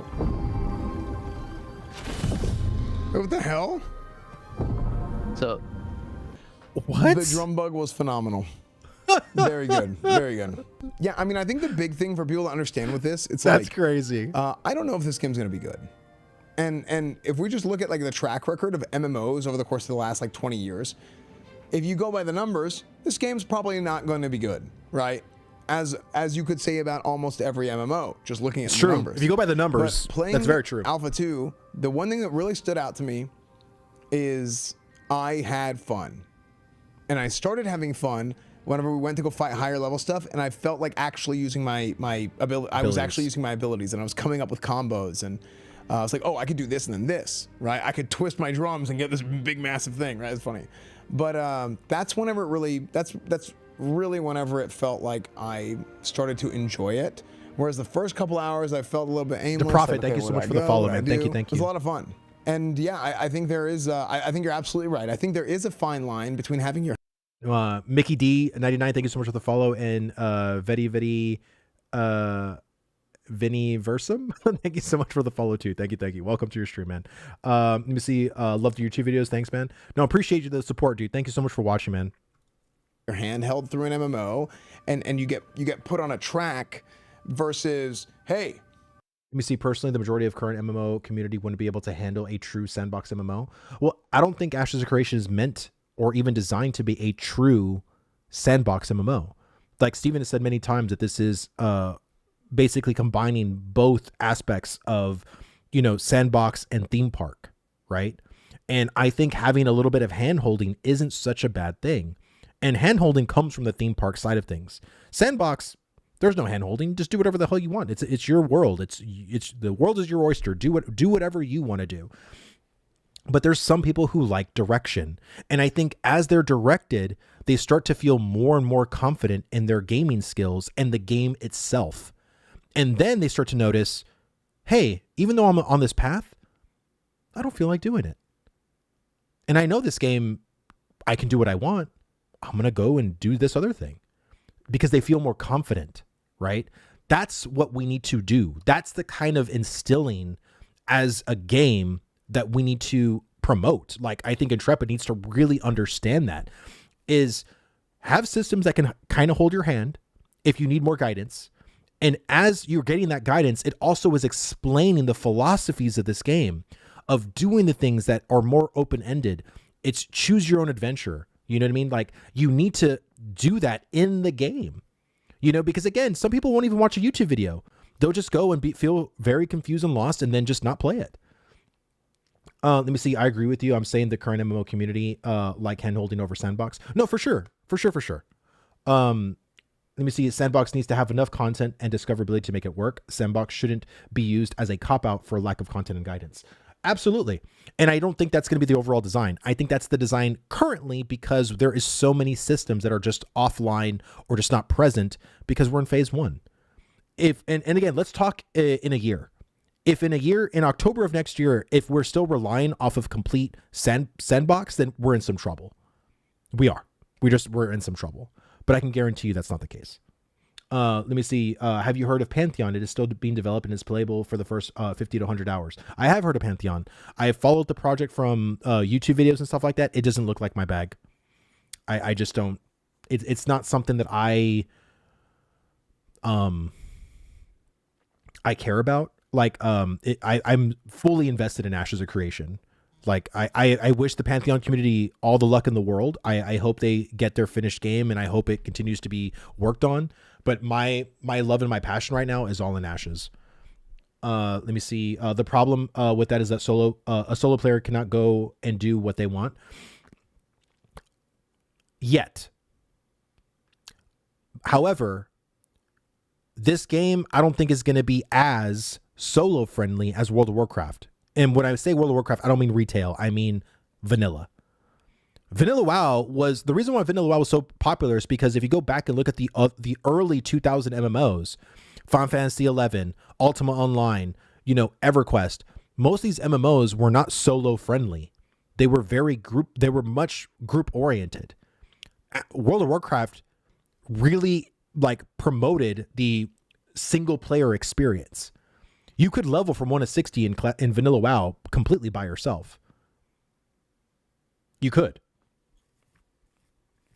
But I don't think Ashes is going to be that solo friendly. I think it's going to be solo friendly to an extent, but I think a lot of its systems are going to be very guild and group based. That's just what I mean. Combat is fun right now. They'll add more organic content in the Alpha 2 Phase 1. It'll be a blast. Yeah. You see Pantheon is meant to be EQ 2.0 and it looks like a fail. I mean, I looked at the project and looked at the systems and I'm not intrigued by it. Like, the project doesn't intrigue me. And again, I know a lot of the EverQuest people are in that project because, again, it is very much a successor of that. Let me see. You could have solo level in any MMO. It's all about the end game. It depends. It depends on the philosophy of the company. It depends on the philosophy of the game they're trying to make. I don't think that Ashes is making its content to be all about its end game. But let's keep watching. Instead of being on rails the whole time, just you're out in the field, You're out in the field and you're like, hey, what do I do? But at least you have some kind of an area, it's in this area. Yeah. And that was kind of like the that was kind of like the issue, Mm-hmm. To be honest, game looks so bad it's insane. I don't know why people say that. I can't figure it out. Start again? Smile. I got to level 9. 90% of that was solo. What games do you guys play? Yeah. It has to be Trolls. It looks like an MMO from 2008. No, it really doesn't. They heard somebody else say it. I mean, here's the thing, by the way. This is what you're going to get. At the end of the day, and I'm just being completely honest, I'm going to tell you how I feel about games, especially MMOs. I'm particularly passionate about MMOs. I'm particularly passionate about RPGs, right? So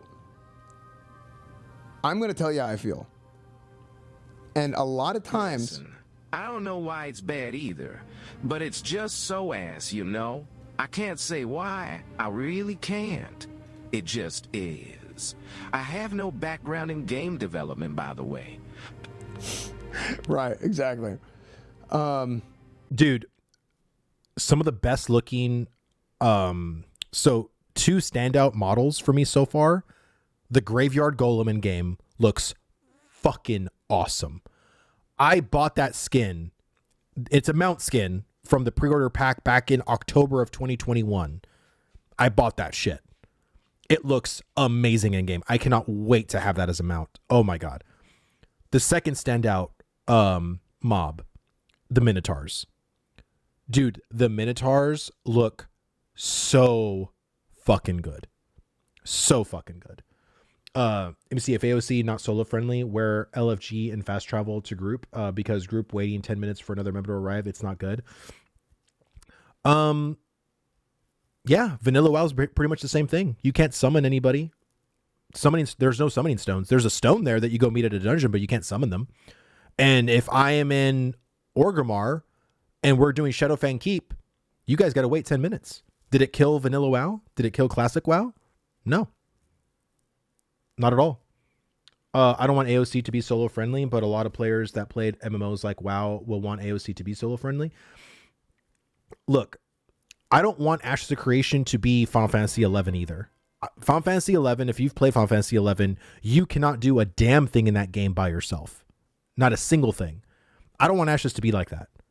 It needs to be It needs to have an extent of solo friendliness. Does it need to be all encompassing solo friendly? No, that's not what I'm advocating for. Let me see. Not gonna lie, I was really tempted to buy the package to try alpha, but I've been stung by other games before. Dude, Spiritualist, dude, honestly, just keep watching, bro.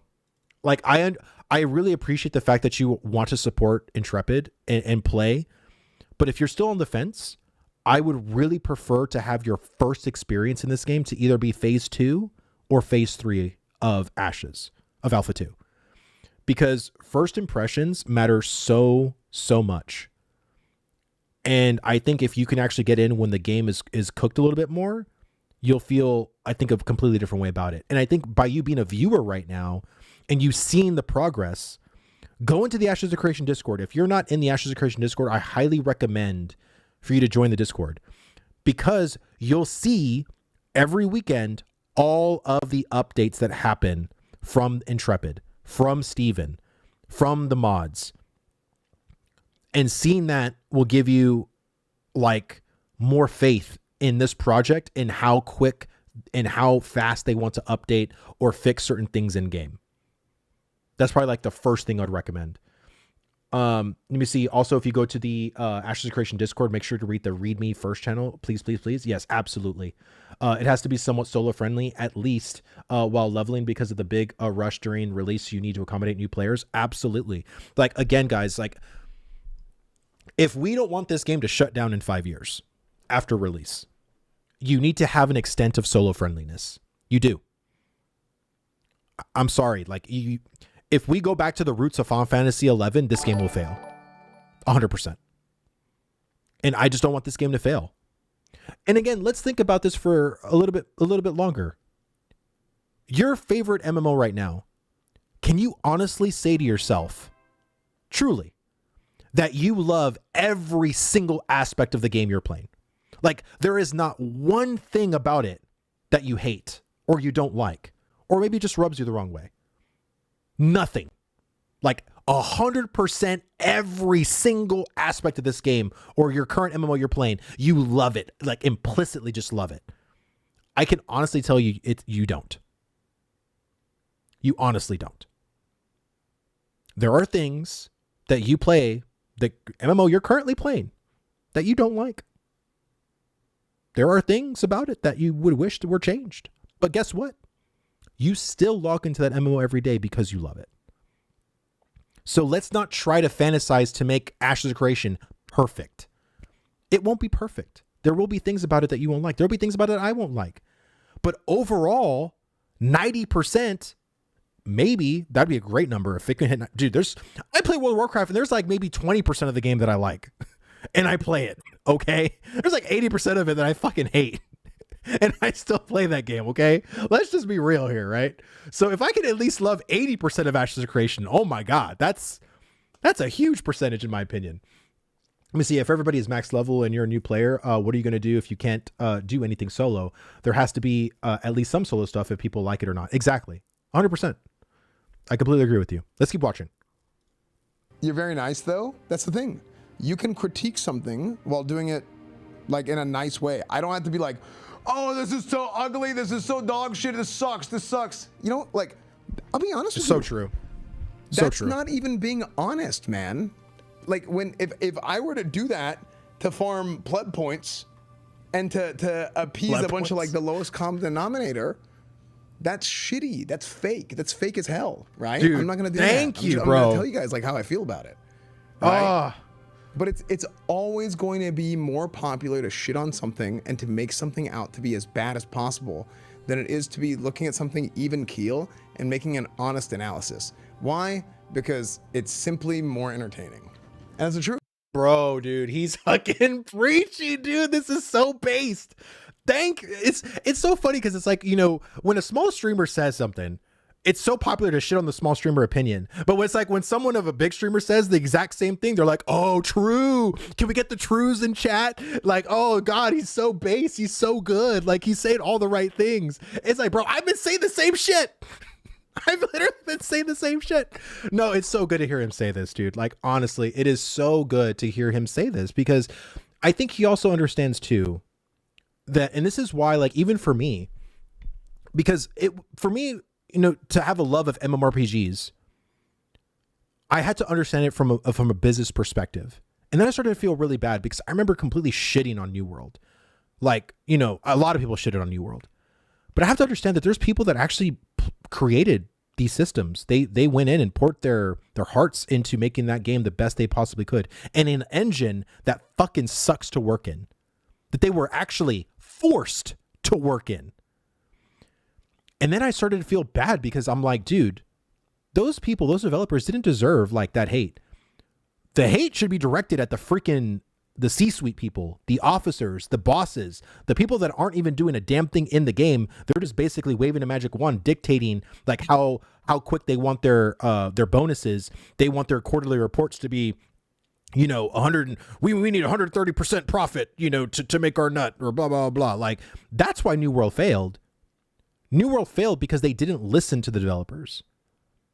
Like, again, in Ashes of Creation, there's real people that are making these sound effects, these animations, the graphics that people are crapping on. There's real people that make those things. And the crazy part about it is this is a company that's listening. This is a company that's actually doing the things that we have been asking for so long. If you've been in the MMO space for any amount of time, you have been yearning for a company to be like this. So why are we going to shit on a company that's doing exactly what we've always wanted? Like, I don't get it. Like, I think, again, it's so popular to shit on something, like S1 says. Like, even if the company's doing all the right things, taking all the right steps, we're still going to shit on them. It's like, then we deserve to have shit then. Like, we deserve it. Let's all be shit eaters together. Because it's like we want to shit on the bad. Cool. Okay. It's respectable to shit on the things that are sucky, but then to shit on the things that are actually trying to be good? Like, come on. Let me see, the low-end devs or the low-level devs are fine. It's the bosses that need the hate when the game is bad. Absolutely. Absolutely. Like, New World failed because of its upper management. 100%. New World failed because of the upper management. If the devs could have cooked for an extra 2 more years, I think New World could have had a really great launch. Was New World 2 years later still like needing some work? Absolutely. But it would have been a way better first time experience than what we got back in 2021. Or was it 2022? 2022. So yeah. Truth, right? People want they want to hear the polarizing take. They want to hear this sucks, this is bad. Oh, this is amazing. They don't want to hear, hey, this is pretty good and this is why. I'm going to tell you like it is. And I'm just going to be honest about it. Why? Because it just feels like there's not enough people doing that. And also, that's who I am, right? But like, whenever I look around, there's really not a whole lot of people doing that anymore. Compared to the level of hype that this game has gotten, it makes sense why people think this. But in reality, it doesn't look that bad. It just doesn't seem revolutionary compared to all the unique gameplay mechanics they have in the game. Oh, I 100% agree with that. Yeah, no, I mean, I completely agree with that. But it's alpha, right? Exactly. I mean, I think most people. I think the note system to a lot of new players seems very confusing.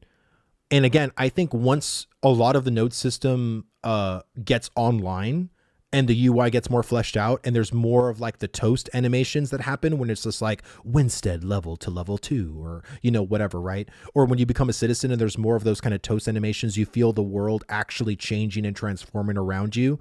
I think then people are going to be more blown away than how it currently is. I think the world's very stagnant. It doesn't change as much as what people thought, but we're also first weekend of phase 1 of Alpha 2. And we keep saying we're 3 or 4 years away because we are. Wait, let's give them time, guys. Let's give them time to release these systems and these things to start making those kinds of, opinions. I think toxic positivity is also a bad thing, though. We need to be very blunt. We need to have very blunt takes. We need to be toxic.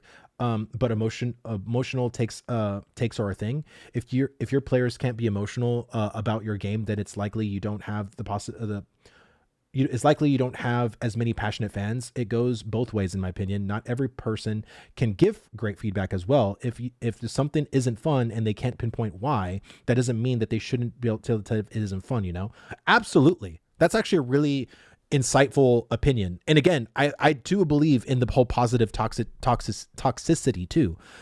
Like, there's a lot of issues in the current alpha. And I've left a shit ton of bug reports. I have talked to Planadorf. I mean, Planadorf knows. I've talked to him. I didn't try to bother him a lot, but with certain things, I just wanted to make sure he's aware of. Yeah. I don't believe in positive toxicity because I think both extreme sides are completely counterintuitive to making a good game. Because if there's nothing wrong with the game, then just release it as is.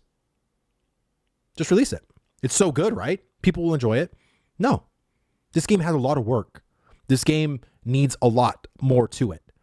And it's not just my sentiment that people might agree with. The developers agree with me. They still have a lot of work to be done. So I think, again, it's just like I've always told people in my chat, like, and my chat knows this, like, I mean, have a healthy perspective about what you're buying. I've said that so many times. If you're just watching me, like if you just found my channel, like I know you don't know like my takes or my opinions or like how I am as a person, but I've always been I've been probably very level-headed as far as trying to get people to understand where this project is, about, if you are curious about purchasing a key, I've always told them to wait. I've never been that person to be like, oh yes, buy it now. It's so good. Oh my God. Like, no, like I've always told them to like at least wait till phase 2, potentially even phase 3 if you can. What was the most interesting bug report you reported?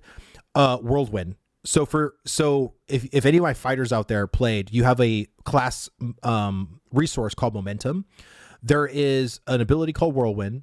There is an ability, a passive, I think it's called Cinematic Whirlwind, where you basically, after you do your full duration Whirlwind, you still keep spinning. And it basically is supposed to use your momentum to drain your momentum until your momentum reaches 0, basically. So if you have like 80 momentum, then you'll go and spin for like a good amount of time. But I was actually spinning indefinitely. It wasn't draining my momentum at all. I could literally spin for 3 minutes. But there was 2 major bugs with that one thing. It was a visual bug, it was a damage bug, and there was something else about it too. Because even though on my screen it said I was doing, like, at 3 minutes, I was doing 22,000 damage per hit. If I go to my log, which there's like a log that you do at the bottom of your chat, I think I was only doing 33 damage. So there was so many errors with that particular passive. But that was probably, I think, the most interesting bug that I've done so far. It was really fun to experience because other people would see me just spinning indefinitely, like, dude, Vlad, what the hell are you doing? Like, is that a bug? And I said, yes, it's a bug. So yeah, that was probably the most interesting bug I experienced so far. How does the alpha feel? Does it feel like it's heading in the right direction? Absolutely. It does. Again, if we're looking at it in the sense of stability, because that's what Alpha 1 or that's what Alpha 2 Phase 1 is all about, we are definitely heading in the right direction, because just in a singular weekend, the first day of Friday, when people passed the Q boss, people were actually experiencing a very fluid and stable client. Saturday, we had some issues. They patched those issues. It got fixed, and then it was good. Sunday was good. We just had a DDoS attack. So in a single weekend, people were actually able to play the damn game in a very smooth, in a very, I would say, like stable condition for the most part. And for me, that was in the pre-alpha. I didn't get to play in a smooth position. Like, there was so much rubber banding, there was so much stuff with it, but man, they really did a great job with providing a product that was actually very smooth. Although I believe in Intrepid, would you say it's fair for the people upset after 8 years in development that this is what we got? Again, I want to preface this. I have hope and see the positives in Intrepid. So that it's fair for people to be upset. I think it's fair to be disappointed. Upset, I don't know. Because if you don't know that they started in 2017 with 12 people and barely got to, I don't know, 100 developers after Alpha 1, then yeah, I could see why people could be upset, because they don't have the knowledge to know the project, right? They don't have the knowledge to know that they didn't just start with 200 developers day one and had 200 developers the entire eight years. If that was the case, I would have been disappointed and pretty upset too. Because I'm like, God, you guys had so many developers working day one. Why didn't y'all have more to it than what y'all have? But me knowing that they had to grow and start getting people, and a lot of their turnover happened within the first 3 years. So there was a lot of people coming and going and leaving the project. Jeffrey Bard leaving, I think, was a pretty big hit. We didn't have a creative lead up until we got Bill Trost. Currently, like that happened literally late last year, that we finally got Bill Trost as a creative lead. So I would say it's fair for people to be disappointed, but I think if you just did a little bit of research and actually started to go down like the factual information, like again, MMOs take a long time to release, and that's honestly even with a big group of people working right off the start, right? Like it is what it is, kind of a situation. Let me see. I agree, but 8 years of development MMO wants to be the big MMO on the block at max price point. Shouldn't be using the most cliched anime tropes or animation tropes. Is the max price point $15 a month with no box costs? Is that like a max price point? I don't consider that to be a max price point. I think that's, I mean, $15 a month is pretty, $180 a year for a game. But you don't, like, so what would you want? Do you want this to be like New World, where it's a one-time box cost? You know why New World did that, right? That's not very standard. It's not, to me, it's not standard to do a box cost of an MMO and never pay anything ever again. That's not standard. The only reason why New World gave you a $40 box cost and you didn't have to pay anything is because it came from a multi-billion-dollar company. That's why. I can literally guarantee you if New World was made by any other company, it would have been a monthly box cost. Or it would have been free to play with heavy pay to win and microtransactions. That would have been the other alternative. So, I can definitely tell you that box cost is definitely not the standard. Yeah, I think sub is the best for MMOs. Yes, 100% agree. Let me see. What's your opinion on cutting content in favor of a quicker release? Getting a good chunk of non-essential content and postponing it to expansion seems like a great option to deliver the game in a more reasonable time frame. I agree.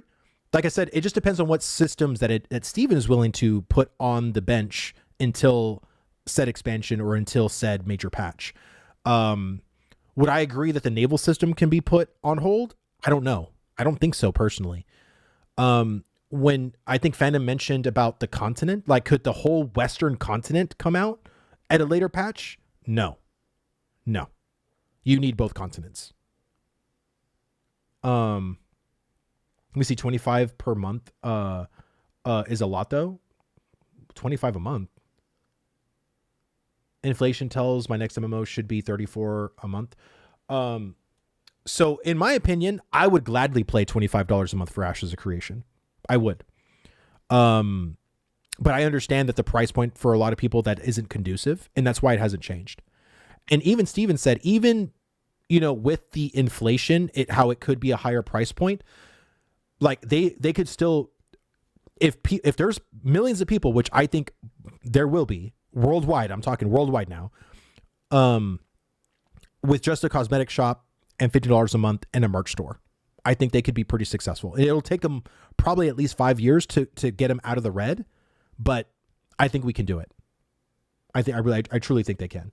Let me see. How do you think people will spread out from the starting areas or the starting zones? Right now, we are pretty much just one zone away from the starting zone. I wonder once it's layered more.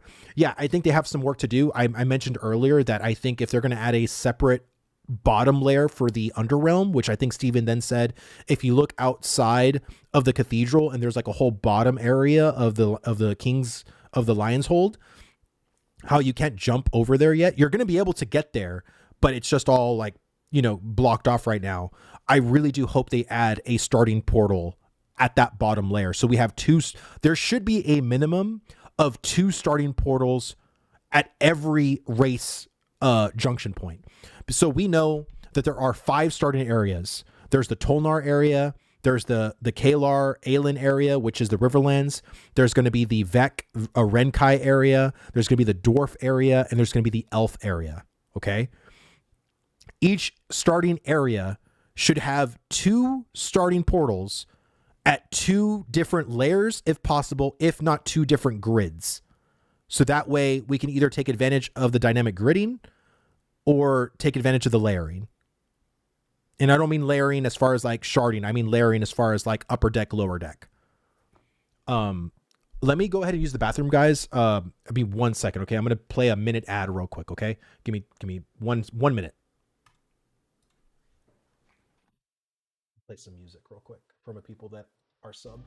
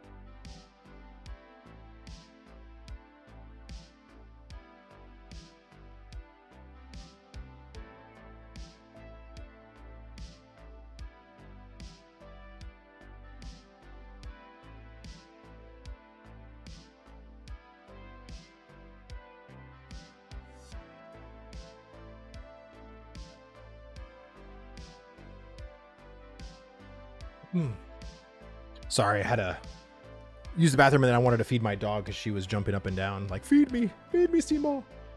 Okay. All right. Let's get to crack-a-lackin'. We're completely. Oh, crap. Sunny Loreforge, what is going on? My boy Rockta, we got Sunny, we got Etrog, we got Dark and Stormy, we got Proctease, dude. Thank you so much for the raid, dude. Welcome. It was JB, believe it or not. Oh wow, what up, JB? Dude, Jibs, dude, how's it going, dude? Been a minute since we've had a talk, dude. I hope, dude. So Black Talon Training Company, if you're in Ashes of Creation and you need a good guild to join, the Black Talon Training Company is a guild you might want to consider. Definitely some good peeps. My fellow owls in arms, they have some really good leaders over there with my boy Cash, Sunny, and our boy JB. So I hope you guys have been enjoying this weekend. This weekend was a wild one, super wild. Is the next wave on November 8th test period going to be the last for just the weekend? No, it's going to be weekend test up until December 20th, and then it'll be 5 days. It'll be 5-day testing after December 20th. However, I think phase 2 could actually be delayed. Personally, I think phase 2 could be delayed. I mean, not because, It's just par for the course. Like I've always, guys, I even said for Alpha 2 could be delayed when people are like, oh, it's third quarter. It's going to be September. And we got what in October. So, you know, it could happen. Realistically, I'm actually expecting phase 2 to start in January personally, like after the year, like after New Year's and everything like that. I don't know. We could get to the 20th. Maybe they'll be on course, but let's see. Completely agree with that. But it's alpha, right? So it's like Baldur's Gate sold early access from alpha well into development, became game of the year. You need to calm down. Yeah. And again, just by the numbers, this game probably by the numbers, looking at MMOs that like pop off, it's probably not going to be super good, right? I mean, that's I'm just glad Laughables. Just looking I'm glad. at the statistics. Yeah. But I know this much is that I had fun playing it today, right?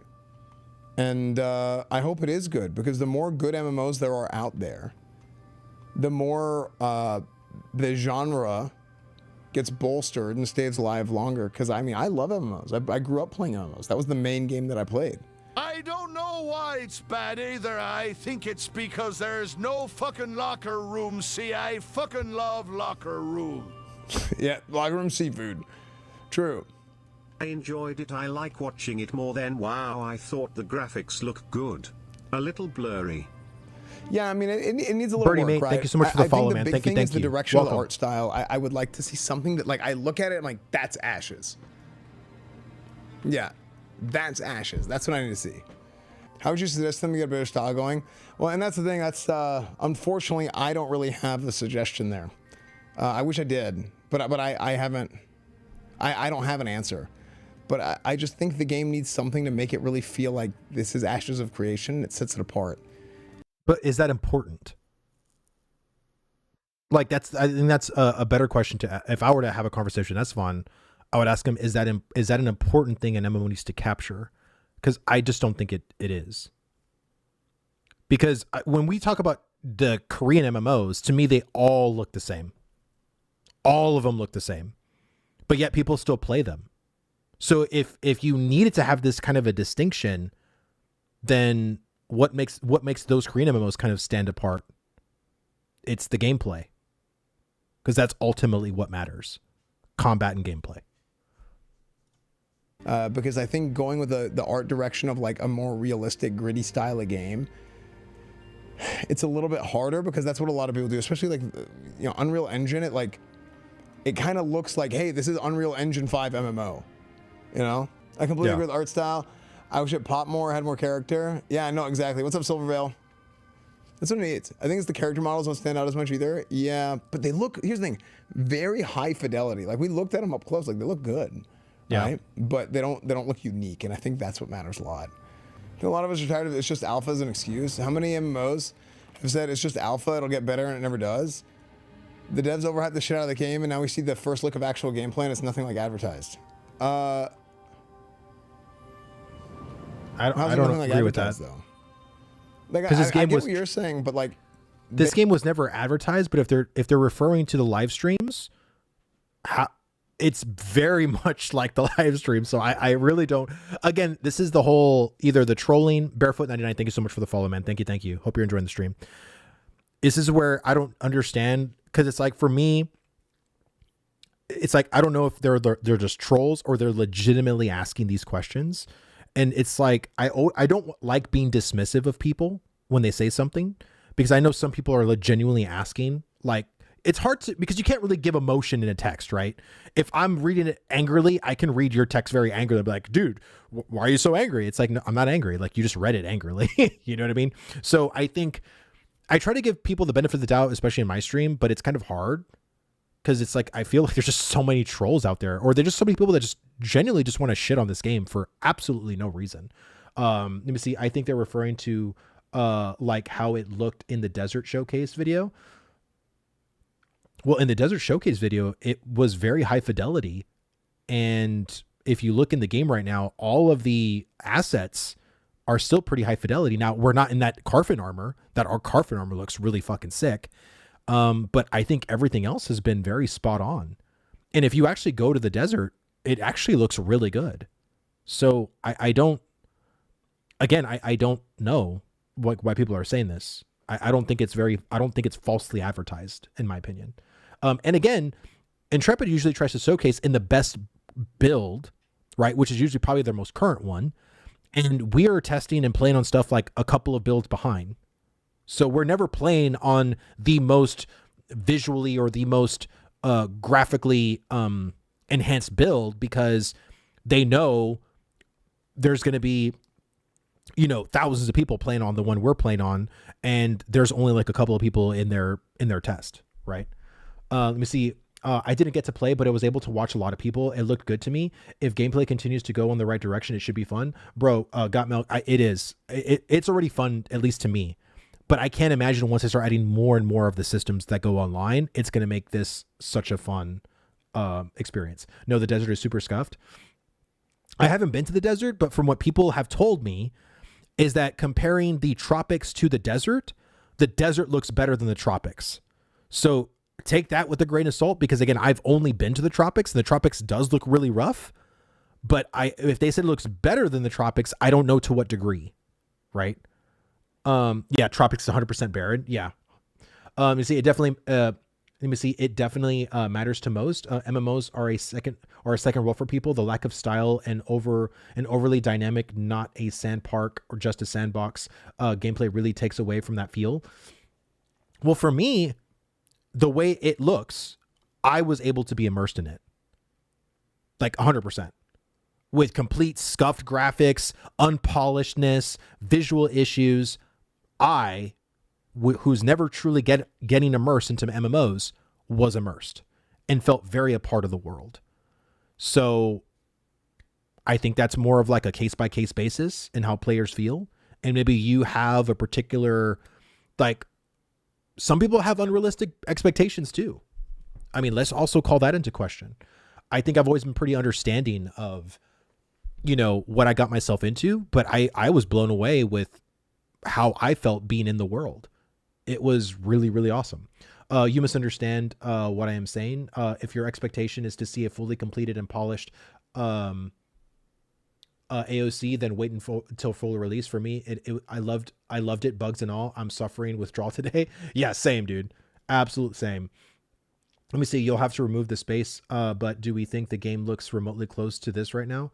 Adam, I can't see because you can't post links in chat. Let me see. I also think it's more of a thing you have to toe play yourself instead of just watch. Yeah, you basically have to just play it yourself. Yeah, because it does run way better and it looks way better when I'm actually experiencing it than I've ever seen it on YouTube or Twitch. Let me see. I think immersion and that homey feel aren't the same. Maybe it's just personal thing. I think it definitely is personal thing. I think for some people, they have a higher benchmark of how they want a certain style or a certain hominess to feel. But for me, I felt very much a part of the world. And I'm only thinking to myself, dude, and it's only going to get better, not only gameplay wise, but graphically and visually. So if I'm already this immersed now, I can't imagine how much more immersed I'm going to be in a year or even just a couple of months. Like, that's going to be freaking wild. I think getting into UE5 destroyed immersion aspect for UE games for me. I think UE5, there's basically a tone, a art tone that you can almost tell, oh, that's a UE5 project. And I think that's the thing that people can't pinpoint with Ashes, because it's not a problem with Ashes. It's a problem with UE5. And there's a certain shifting that I think certain developers need to take with getting that tone and making it their own. And again, I think it's going to take Ashes some time to get there. I think they will, but it'll take some time. Let me see, in your opinion, there are a few content creators out there saying the game is not a scam. However, by the time it releases, it may have been too late. What's your take on this? So Red, my opinion is this game is not a scam. If you go look at the scams that have been out there, Perfect World, Chronicles of Valeria, those were scams. The Day Before, very much scammy, very, very scammy, like MMOs, right? I don't even think you can consider The Day Before an MMO, even though they said that game was going to be an MMO, which, okay. But yeah, I don't think it's a game as a scam. I think for however long this game needs to be released, if you buy a key, You spend what, $120 for potentially 3 to 4 years of full access for free, right? You spend like a one-time $120 or $110 or $100 or $100, and you'll have years worth of content to basically test and do. And then when the game comes out, you'll just pay $15 a month. Like, I think that's a pretty good deal, and I don't consider that a scam. People that can't tell the change with UE5, then they should look at the game when Intrepid was using UE4. There were some people that I saw that said the UE4 ashes look better designed than UE5 ashes, which I don't know if I agree with, but, you know, again, everybody has different takes. Art is subjective. Do we think there's any concern with other larger companies now seeing what Ashes is striving to be and building a similar MMO more quickly to try to steal what hype around AOC? Well, New World did that. Literally, New World did that. They rushed out a product and did some things that were similar to Ashes of Creation. But anytime you rush a product out, you're never going to get to the kind of polish and expectation that the players are actually wanting. So that's why Steven and the team are just going to sit back and cook, do what they need to do, and make this game the best possible game they can possibly make with the systems that they intended it to be. Let me see. You literally said pay $120 and play the game for 3 to 4 years for free. Well, I mean, in a sense, right? I mean, you basically don't have to play a monthly sub. You pay a one-time $120 and you can play the game for 3 to 4 years, because that's how long it's probably going to take. So, I mean, again, you guys know I'm an idiot. Sometimes I say things that kind of don't make sense, but I'm just saying, like, you pay $120, you don't have to pay anything anymore. It's, you know, you're good. Let me see. Ashes was fully invested without the Kickstarter thing. It's not a scam. Also, what scammer would use open communication with the community like that? Show every progression in the development. Yeah, exactly. 100%. Okay, let's keep watching. Guys. They specifically said this is like a server, like technical test stability thing. Like it's exactly what they advertised. Visual identity is paramount. Valheim not great graphics, but one screenshot, you know what it is. The tone and vibe is also communicated. Most MMO alphas are already completed games being ported from Korea. True. Did you get any DC during the whole playtime? It was so funny. Like, in my opinion, Valheim looks like shit. It looks terrible. But it doesn't matter. It doesn't matter. That's it's kind of like proving my point. It's like he literally just said, like, oh, Valheim, you know, yeah, the game doesn't look good graphically, but look at all the things you could do. It's like, that's literally Ashes. Like, just say Ashes instead of Valheim, and it's the same argument. It's literally the same thing. Let me see. Have you played it though? Valheim looks completely different in game than in the video. No, I played it. We actually did Extra Life. We actually did Extra Life event. Was it last year? It was like me and a couple of the content creators that played the game together. And I mean, I had some fun. I was basically just trying to build the house that we're trying to build or whatever. But yeah, it's unique. But honestly, like, it's not graphically, it's okay. Like, to me, it doesn't look that great. You know? I don't know. But to me, also, Minecraft doesn't look good either. And I know to people that play Minecraft, they're probably like, bro, like, you know, it's like blasphemy to say that. But again, it's just not my art style. It's not what I prefer. You know what I mean? Again, that's why art is subjective. This is why it's so divisive, because when you analyze a piece of art, you could have every opinion under the sun about it. Even the most, like, beautiful art pieces to some people could look like shit to other people.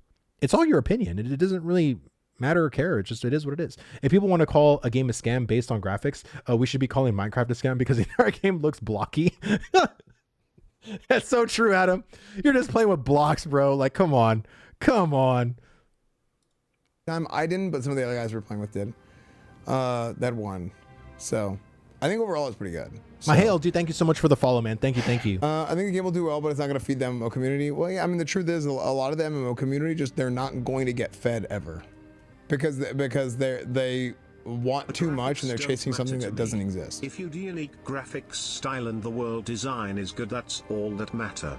Like Grizzly Hills in Roth is a good example of a zone that will always look good. Yeah, true. Now I hope that's not the case. but I think it probably is, right? There's probably a portion of the MMO community that will never have that, like, what they're looking for, because they're Merry Christmas. They can't get past their own like negativity about something. Now, don't get me wrong. That's also true, right? A lot of you guys have watched me for years, and you know that I'm so sorry I keep pausing, but it's like he says so many things that I just have to talk about. Like, I think the problem with the MMO community right now has been the utter downward spiral of people's mental psyche.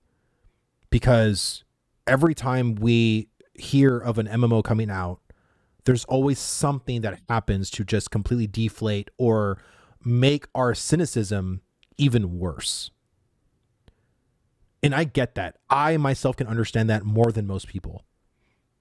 But you are never, ever, ever going to have your perfect MMO unless you create it yourself. So with that in mind, you have to just take certain bits, the most important bits of what is being offered to you, whether that's in Ashes of Creation, whether that's in Ghostcrawler's MMO, whether that's in any of the legacy MMOs, or whether that's in any future MMO. You're always going to have to take some good with the bad. And I think people have forgotten that. I think because we've been so jaded and so angry for so long because of what these multi-billion-dollar companies have been just producing, that you're never going to have your perfect MMO. But man, like, there are things about what Ashes is doing that is very innovative, that is actually bringing back some very old school principles with some new school principles. And I think if you can just stop being angry for a couple of seconds and look at stuff with a level head, I even think even the most skeptic person can actually look at this and be like, yeah, there's some good things about it. And I think just starting from that small little platform, that small little feeling, and working off of that could actually get you in a more healthy state. You know, I blame WoW. Yeah, no, for sure. I mean, I've been a slave to that freaking game for years, man. I know it better than most. Favel00, thank you so much for the follow, man. Thank you. And the one Shiki, thank you so much for the follow as well. Let me see. I'm not perfect, so I don't hold that degree on anything. Yeah, I know. Me neither. I am probably the most lovable idiot you will find on the internet. I make a lot of mistakes. I don't read very well. I don't know a lot of big language. I use the word like and basically a lot. I understand that. Those are my flaws. Those are the things that make me imperfect. Those are the things that kind of make me annoying to certain people. But I'm a kind of take it or leave it kind of guy. You either like it or you don't. And if you don't, like, I wish you the best. There's other content creators that probably talk more eloquently than I do. But I mean, I feel like I'm at least slightly entertaining to watch, at least. Let me see. Nice flex, bro. Even if the game were to release in its current state tomorrow, with how well Intrepid listens to and acts on feedback, they'd improve it. People complaining don't seem to realize that if the game is in a bad state, it will get fixed. Yes, but even New World has gotten fixed, and look at the people that have not gone back to that company. So, Concert 41, thank you so much for the follow, and Darthisism, thank you so much for the follow as well, man. Hope you guys are enjoying the stream. You can't start off with the bad product, and let's just be honest. Even though Ashes of Creation in Alpha 1 right now is at a good foundation, if you were to release this as a release candidate, it is a bad final product. Let's just be realistic, guys. If they were to release this tomorrow and say this is what you're going to pay $15 a month for, it would be a utter calamity. It would be, if this game would fail so fast, it would make your head spin. Right? Let's just talk realistic here. But, and I know Intrepid would continue to improve it, but you need to release to an extent of where the community can feel like it's ready to, you know. Let me see. Final Fantasy 14 started with a bad product, but look how long it took for the goodwill of the overall gaming community to actually even consider playing that game. It took over 10 years. 10 years from a failed 1.0 launch to the rebooted 2.0 launch, which was Realm Reborn. It took a long time to get people to try Final Fantasy 14 again. Long time. I will be as critical as it gets about something, but I'm also not an idiot. I am. Even though like I role play and I put on the show, I don't do performative bullshit. right? Like I don't do that well. I can't act like something is something that it's not. It feels too inauthentic to me, and it makes me uncomfortable, right? I think that the game has potential. I don't know if it's gonna be the guy. You don't know. And this is something I am very, very, like, I believe in a lot. Something I believe in a lot is when you're critiquing something, when you're giving feedback on something, you want to attack the points that are, you want to attack the most amount of legitimate points as possible, because every time you give feedback on something, every time you complain about something, every time you critique something, these are cooldowns. You're burning cooldowns. Oh yeah. Because people 100%. only can listen to a certain amount. They can only listen to so much before they tune you out. So like, if you're trying to critique something and say, hey, this is bad, you need to be like precise on what you're giving feedback on and why. Because if something is like, oh, this sucks, oh, this is bad, and then you don't really expand on it, it's just, you're muddying the water, you're clouding things up, right? It turns into a mess, and then the good feedback falls by the wayside. But yeah, that's how I feel about Ashes so far. I think that there's potential there. I think that it still needs a lot of work, and I actually did have fun. I really had fun jumping around and using my abilities and playing the bard. Interesting, he's playing a bard. He's such a paladin player. Creation. I thought he I hope played you guys fighter. enjoyed Ashes Creation. Like I said, I had a lot of fun playing it the first day. I think the game needs a lot of work. I think the game needs a whole lot of work before it's ready to go. But it's just Alpha 2. In this phase of alpha testing, they're gonna crank it up every weekend and do different things. They said at least for this part of the phase, they're not really focused on the content too much, more so than server stability. So, yeah, I had fun. I hope you guys enjoyed the video. If there's anything specific that you guys would like to see me try and test out, or if you have specific opinions on, yes. if you have We're gonna specific watch Lucky questions Ghost. let me know. Leave a comment. I'll try and test it out in game. I'll let you know what I think. I'll talk about it on stream. And if you're new here, I'd appreciate it if you guys would sub to the channel. There's a lot of new things happening here on the channel. I stream primarily on Twitch, but I've also started multi-streaming on YouTube. The reason for that is so that there can be a VOD archive forever. Yeah, absolutely. Yeah, there's going to be a VOD archive forever, so you can click on the live tab and you can go check out whole VODs, which is cool. And I also stream on Twitter as well, X, whatever you want to call it. So, yeah. So everything is SFanTV, YouTube, Twitch, Twitter, Instagram, Discord, Reddit, TikTok, Blue Sky. Everything is SFanTV, and then I have 2 new YouTube channels called SFan Daily and Coach SFan. So I hope you guys enjoyed, and we'll see you guys next time. Also hit the bell and like the video and leave a comment, please. I'm begging you, please. Well, I'm gonna subscribe to SFan. I usually don't. I've never subscribed to him because, you know, I have like other WoW content creators. But if he's gonna actually do more videos on Ashes of Creation, I'm gonna sub to him on that. This was actually a really, really, really good video. I'm actually really happy that SFan said the things that he said. I'm glad that he was actually very practical and very realistic in the comments and the things that he's mentioned regarding Ashes of Creation. It's literally like what what I was the most nervous about, to be honest with you. For people that have watched me, that was one of my biggest fears, was content creators having either very unrealistic expectations or also just having misinformation.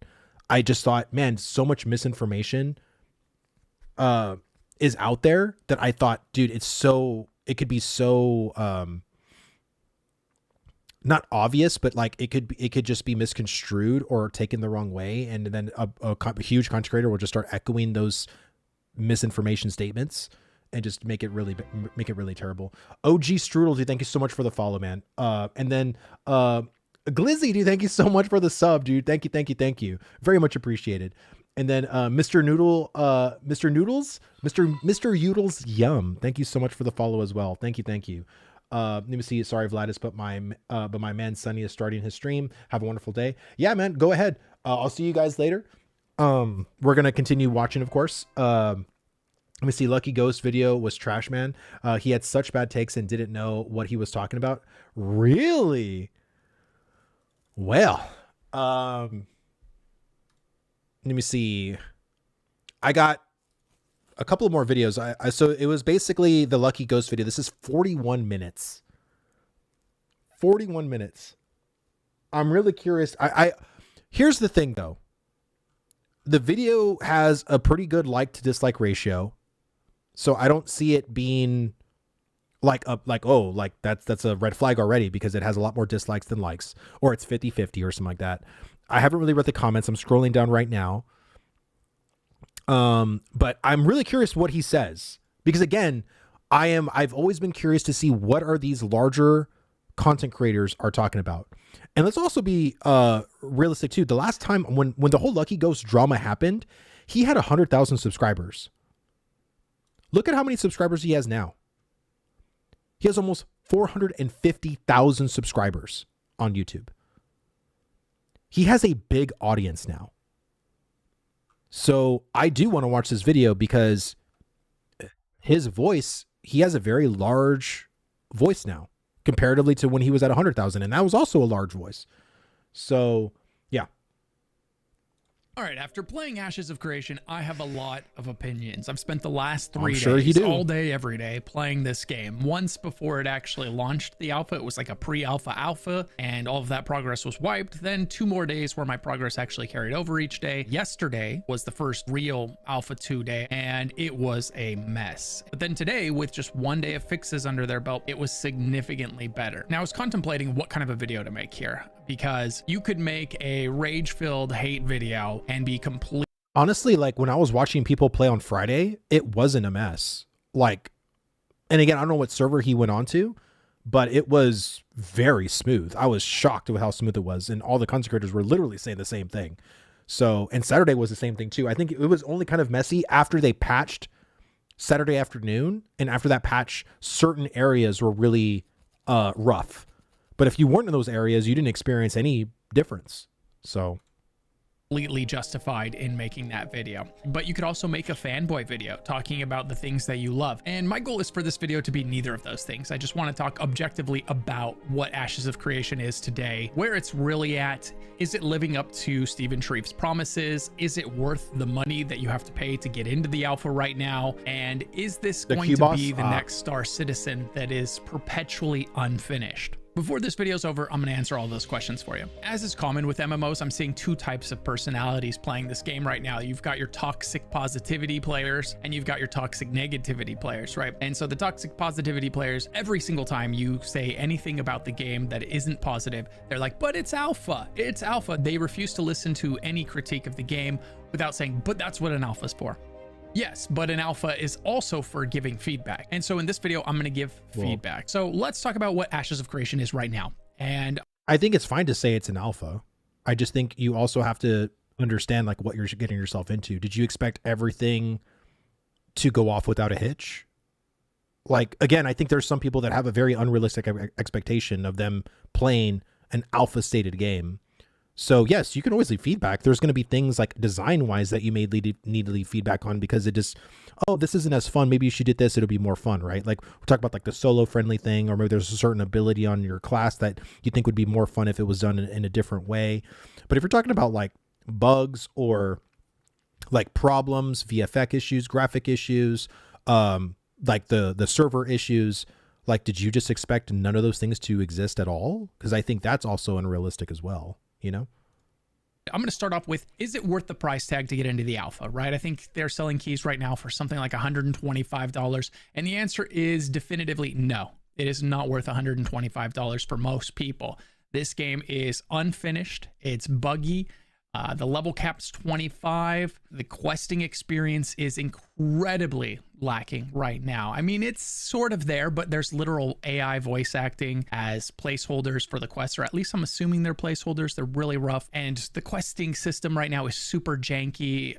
In fact, most of the game is super janky. It is not a $125 game right now. In fact, I can't really think of a single game that is a $125 game, right? So it's easy to say. But it's not a game. Like if you're like, my whole thing is, if you're going to be transparent, you're not going to be toxic positivity or toxic negativity. This isn't a game for you to purchase. This is a test for you to take part in and participate and leave your feedback in. So that's like my first, like, critical thing I can say to Lucky Ghost is the fact that like you're judging this as a game when it's not a game. This is to test. So like I think that part is being transparent on that part to your viewers, I think is very important. No, this is not worth the money to get into it. It's also not worth $60 right now, and it's definitely not worth $30, right? It's just not close enough to being finished to justify charging someone for this experience. I think most players are going to get in. We see too many people think that because the game has been in development for 8 years, they think it should be more polished. There should be a state of how grateful the MMO community is. Yes, and Strife. I 100% agree with you. The fact is a test that it is a test is even worse. I don't know why this argument exists. Let me see. The fact that it's a test is even worse. I don't know why this argument exists. Trying to see how I can respond to that. Let me see. I paid $375 3 years ago to get in. I have no regrets. I am investing in this game development and excited to have my testing feedback heard. Lucky Ghost doesn't have many brain cells. Forgive him, please. Look, I know he's trying to be objective here. I'm not trying to bash him at all. But I think if you're trying to be transparent, like it's not, is alpha access worth buying? Well, again, it's subjective to the person. But to label this as a game, I think is a little disingenuous because it's not a game, right? And this is something Steven has said on his streams multiple times. Like as a game, do I agree that this is worth $120? Absolutely not. I agree with Lucky Ghost in this regard. As a game, don't buy it. And this is why even for me, when I even knowing the prefacing of testing, I still suggest people to either get phase 2 or phase 3, because I think that will be a better first time impression if you have already the mentality of wanting to test this game, not play, not do game loops and have a whole robust experience. I'm talking like leave bug reports, go to the forums and leave your feedback on certain game design decisions. That's what I'm suggesting you do with that money. But if you think you're going to sit here and actually play a whole game for a bunch of hours, like, I'm sorry, that's not what it is. And play it for a weekend, maybe 2, and bounce off of it. Now, like I said, that's true for most players. There is definitely an audience for this game. If you liked Lineage, if you liked Arcade, a lot of what was great about those games is here, and I can see it. It's not all functioning the way that it needs to, and it's certainly not functioning as smoothly as it needs Crypto, to. But thank you so much for the follow, man. Trying to do here, I can see, in the you are not a cat. I Thank you so much for the follow as well. Thank you. Now, if you're watching this video, you love MMOs. So here's another MMO that's completely free to try and is the sponsor of today's video. Tarsland Season 1 is released. New players can complete quick series of quests to catch up to the community in no time. This helps all the new players get into the brand new content right. This is such a great example of having a very stylized art, and I give no shits about this game at all because the gameplay is not fun. So ultimately, does it matter? I say the question again. Does it matter to have a style? And even truly does it? Because most people can say, I can look at Tarsland and look at World of Warcraft and it almost looks identical. Because this is just like the Chinese knockoff, right? So gameplay is king, guys. I know we have this whole thing on the whole graphic stylization, whatever, but it's gameplay is ultimately king. That's what is going to win people over, not stylization. Right away. And if you're new to the game, don't worry. It features a fantastic mentorship system and guild system that makes teaming up anytime, anywhere easier than ever, so that you can always find someone to jump in and adventure with. This season brings with it brand new ultimate scenarios solo and player 5-player experience, dungeons guys. and 10-player raids. In Tarsland, each class has a flexible and extensive talent tree system that can be freely customized for all types of battle scenarios. Create a build that's unique. Bro, let me see. Gameplay is king. Look no further than RuneScape. Thank you. Even with how crappy the graphics are, the gameplay in RuneScape is why millions of people play that game. Millions.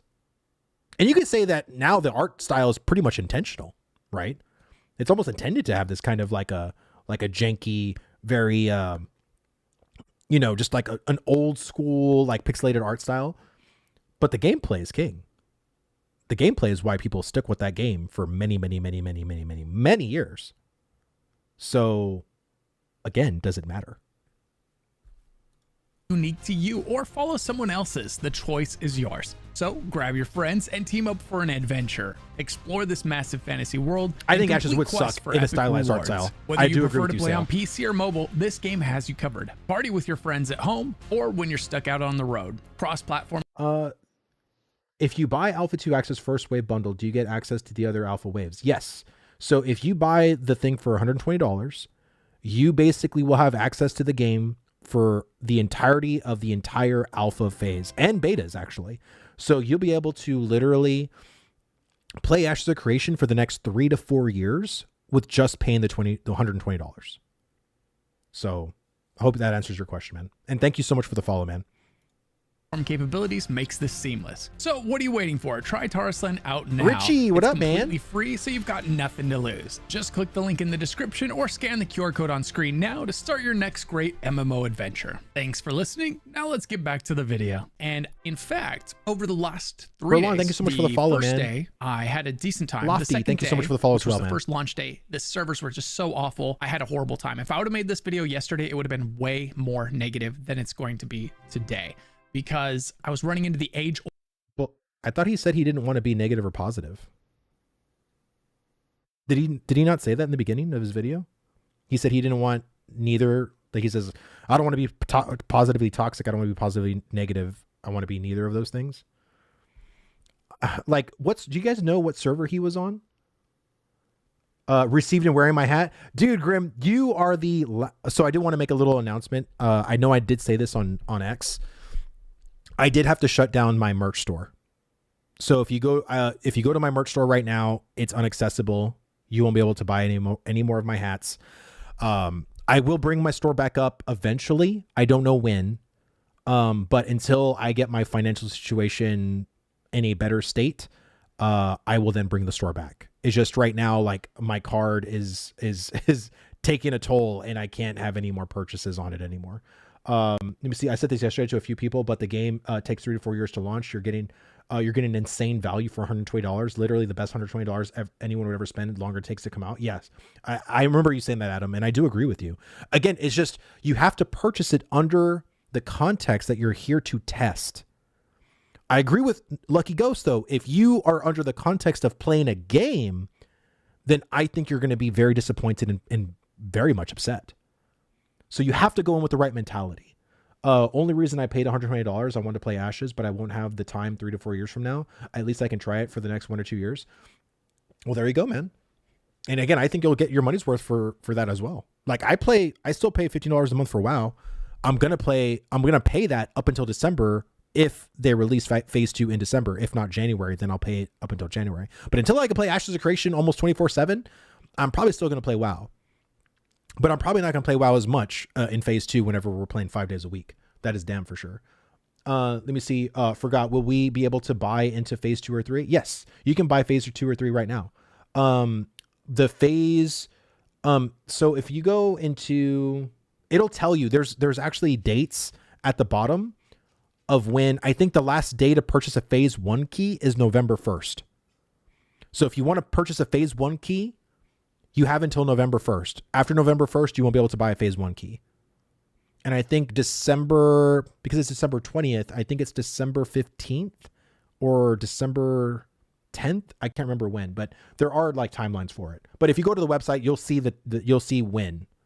Old problem that group-based MMOs have, where the developer says, no, I want people to group when they play this game, and therefore I'm going to make the single-player experience really unrewarding and really inefficient, right? So you're sitting there, you're grinding away, and you're making almost no progress as a solo player. And the first day, that's what I was doing. I got into a group for a little bit. Our group was making good progress. It was going well, and then the group disbanded. And for whatever reason, I was just having no luck getting a group after that. I was a level 5 bard. Bards are great for any group, but my shouts were just going into the void when I was talking into global chat. It was just happening that way. And I heard this problem for a lot of people, and it started to remind me of the negative experience of group-based games and why so many MMOs have chosen to move away from that. I was waiting for a group and I couldn't find one, but I knew this is a waste of time. I do. If you're watching on YouTube right now, my referral code is in the description. I can try to find my referral code real quick. Give me 1 second. If any people want to sign up using my referral code, I would definitely appreciate it.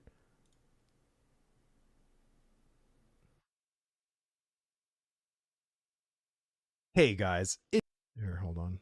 Here's my video right here.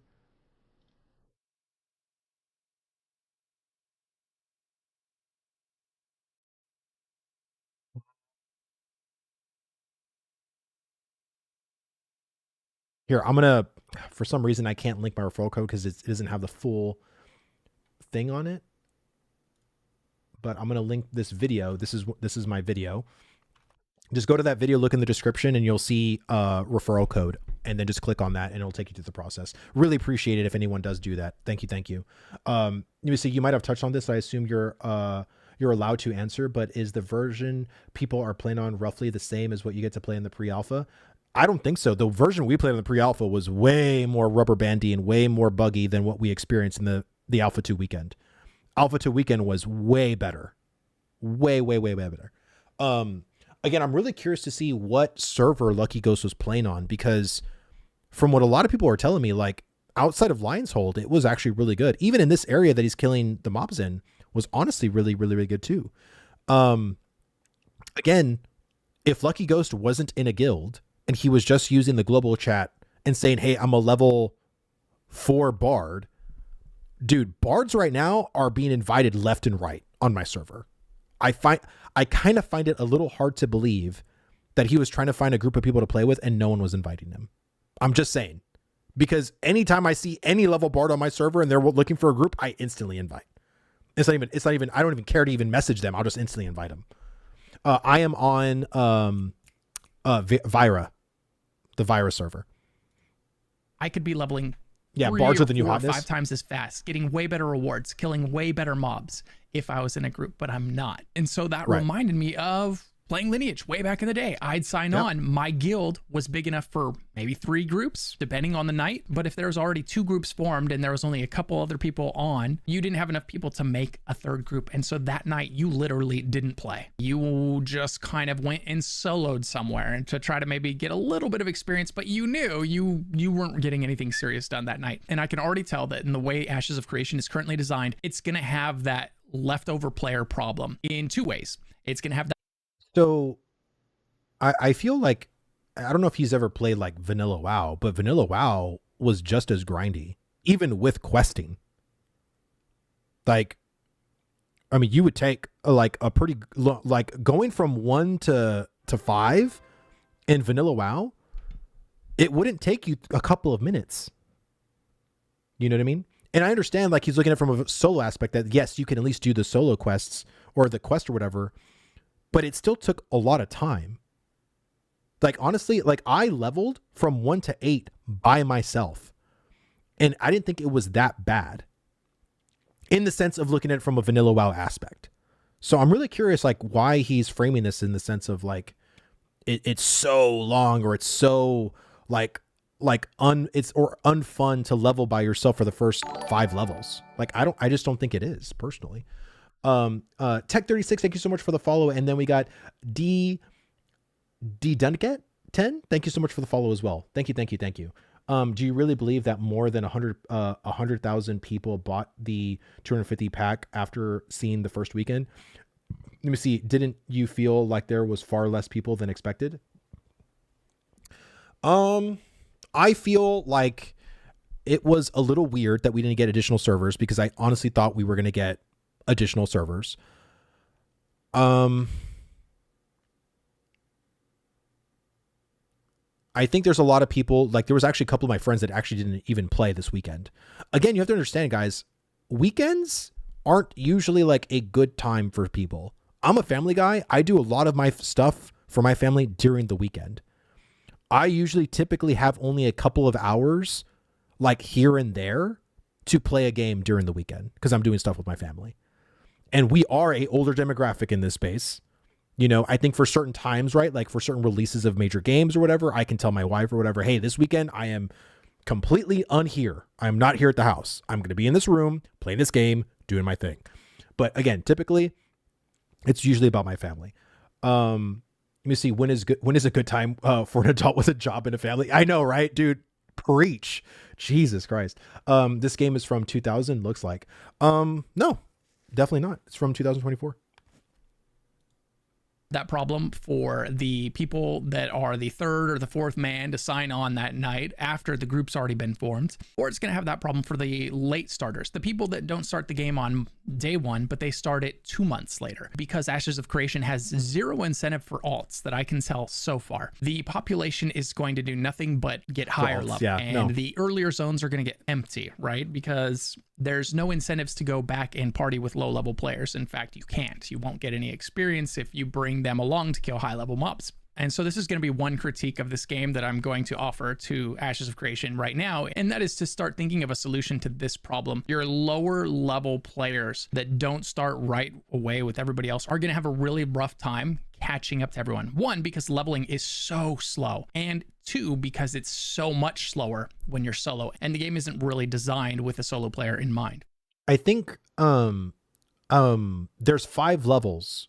After 5 levels, you won't be able to earn experience as a higher level. So if I'm level 10 and I'm helping a level 5 out, I can still help them, but the level 5 will be getting the experience. I won't be getting the experience. I think because of how slow leveling is, like in certain aspects, you won't be so far ahead of people usually. It's kind of crazy. Like, were there people that I saw on my server that were level 13, 14? Absolutely, but those were outliers. The majority of people that I saw were anywhere between level 8 to like level 10. Like 8 was probably on average the most average level of player that I saw, like on my server personally. Let me see. Wait, so I have to be in a party to level up fast? Go figure, right? I mean, and again, like I don't understand what the problem is in that. And I think more of his issue isn't in the current design intention. I think the fact that there's, again, certain systems that are offline. Again, the Golden Path narrative, the story chapter questing, is not currently in the game. I think for someone like Lucky, that's what he wants. Like I was saying earlier during the SFN video, is there's certain people that want a little bit of hand-holding. I think this is the problem Lucky Ghost has. I think he needs a little bit more hand-holding. He needs to go through a little bit of a rail before he feels like he can move on forward, right? People don't like change. Having a group equals change. People resist. Absolutely. Again, imagine if I was advocating in World of Warcraft, like in vanilla World of Warcraft, that it's like, you know, for me, like going into Shadowfang Keep, I think it's just a little weird, the fact that I need 5 people to go into that dungeon and do shit with. Like, I think as a solo player, like, because I can do solo, like I can do quest solo, like I should be able to go into Shadowfang Keep and be able to withhold my own. Like I should be able to do that. If I were advocating for something like, do you know how many people would completely shit on my opinion? That would say like, oh my God, you're missing the point. You're missing the whole point of this. And I understand comparing a dungeon to like killing outside mobs, right, in a sense of efficiency is probably not a good example or a good correlation. But it's all about the intent, right? There is a game intent. Like Steven said this, that the game is going to be grindy. He leans on the grindier side of games. So, but I really don't think that the solo player experience from 1 to 5 is lacking or is terrible. I really don't. I don't. And again, even with all these systems being offline and not present, I don't think it's bad. I've experienced it. Like I've done it. I've done it on 3 tunes, more or less. I went to level 8 in the pre-alpha. I went to level 4 on my mage and went to level 4 on the ranger. Like I didn't have like a terrible time. Like, again, that's what this game is. It's grinding. Like, and whether you're grinding quest in WoW or grinding mobs in this game, to me, it's still the same amount of time. Like, I'm not even joking you. If I were to go and grind in Ashes and do a stopwatch and to see how long it takes me to level 5, and then I go and play vanilla WoW from level 1 and go to level 5, it probably will take me the same amount of time, maybe a little longer, but roughly the same amount of time. And that's with quests. That's with quests in vanilla WoW. It would still take me around the same amount of time. So I really don't think it's that much of a bad thing. And if I were to group up with other people, I would actually level faster in Ashes from 1 to 5 than I would in vanilla WoW from 1 to 5. Let me see the Cosmic Result. Thank you so much for the follow, man. And Ground Bird Aircat. Thank you so much for the follow as well. Thank you. Let me see. Trying to get to level 20 solo. The game is railroading you into force groups. It sounds like levels 1 to 10 don't matter in most games. So again, when it comes to past level 10, I haven't had much experience past level 10, but this game has always, the philosophy around Ashes of Creation is a group-centric game. Now, is it supposed to be a group-only game? Or after level 10, like just like Final Fantasy 11, you can't do anything solo by yourself? No, that is not the intent. That is not the intent. You are going to be able to do stuff solo. Is it the most efficient way to do it? Also, probably not. If you want a single player social, or if you want a single player efficient game, this is not the game for you. If you want some assistance with it, then this game is the game for you. But it won't completely be the most efficient way to do it. That is not this game. People and developers obsessing over level cap endgame bothers me. I would prefer if the game were to give me an adventure from the character creation. And honestly, Arch, that's exactly what I've got. I felt like I feel like Bilbo Baggins. I feel like as soon as I logged in, I was out, setting forth an adventure. And that's what I feel has been lacking in a lot of MMOs recently, is that lack of adventure. So I don't know. I've been having a really, really great time with that personally.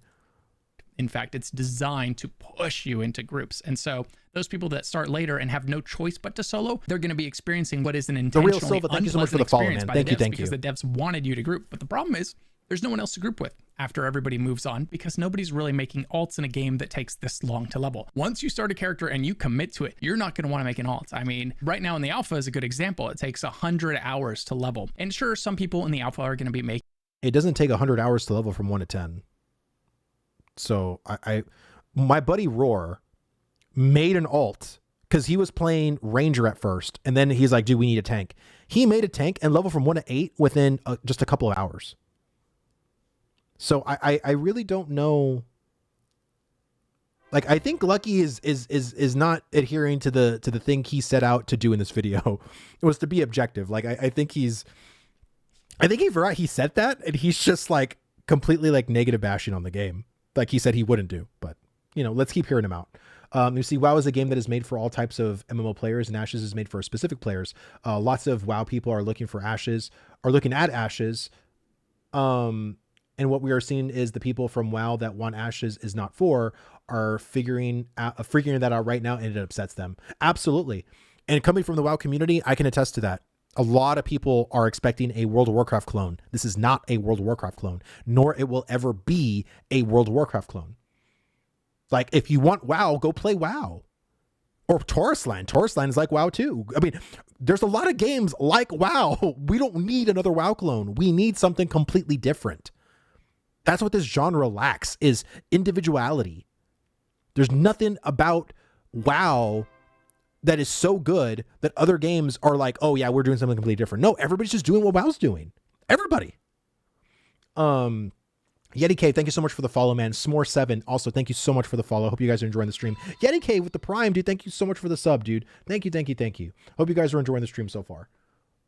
Making other characters to try them out, you know, because in the first 10 levels, you're not losing that much if you decide to switch. Well, I mean, you kind of are, because it takes I'm level 8. I mean, the leveling is, I would say it's probably too slow for alpha right now because of how temporary what we've acquired is. I know they're trying to stretch this experience out and try to get testing time on each level, but I still feel like the leveling is too slow. Like, I was actually having fun. Tonight, I got into a group and we were running around finding good spots to farm mobs, and it took me back to my old MMO days where you go, you find the spot, you post up, you pull the mobs, you get that rotation going, you see the XP coming in real nice and good, and we were having a good time. But after 3 days of that, I'm already starting to feel the burnout because I'm just level 8. I don't have nearly enough to show for my time invested, and I don't have nearly enough time to justify putting 100 hours into getting the last 17 levels here, right? I'm level 8, you can go to 25 right now. So I think asking people to spend 100 hours to get to 25 is way too much, but that's just me, and that's something that can be easy.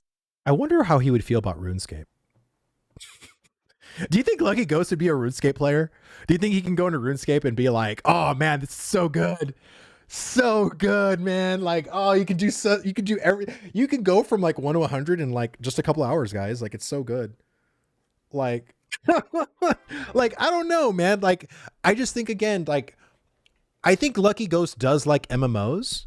I really do think so. I just think that he likes a particular kind of MMO. And I think Ashes just isn't his bag. If I'm really curious to see if I were to ever talk to him, if he ever played Lineage, Because if he played Lineage back then and didn't like it, well, then you're not going to like Ashes. Like Lashes is very much modeled after Lineage. So if you weren't a fan of that, like chances are you're probably not going to be a fan of this, right? It's kind of like a movie. There's a sequel coming out to a movie. You didn't like the first one. Do you think you're going to like the second one?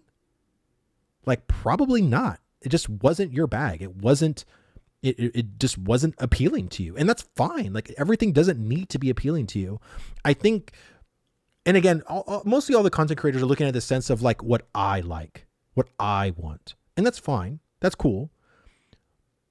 But there's a design philosophy that's very stringent in Ashes. And I think if you don't know about that philosophy, that's the kind of feedback you're going to give is like, oh, well, I like fast leveling and I like endgame and raiding and dungeons. And so you should do that because I like that. Well, again, knowing Ashes, you know that's not the philosophy of what Ashes wants to do. So I think, again, especially for a content creator, you know, I've always been of the opinion to like educate myself. And if I don't educate myself about a certain subject or a certain game, why would I be talking about it like I know it? I don't talk about Valheim because I've never really played Valheim. Like I played Valheim once in an Extra Life event. That's it. So why would I be an authority about how I think Valheim should be as a game when I've never even played it, nor do I even like survival games? So it's like my feedback on that is kind of moot. So I don't know.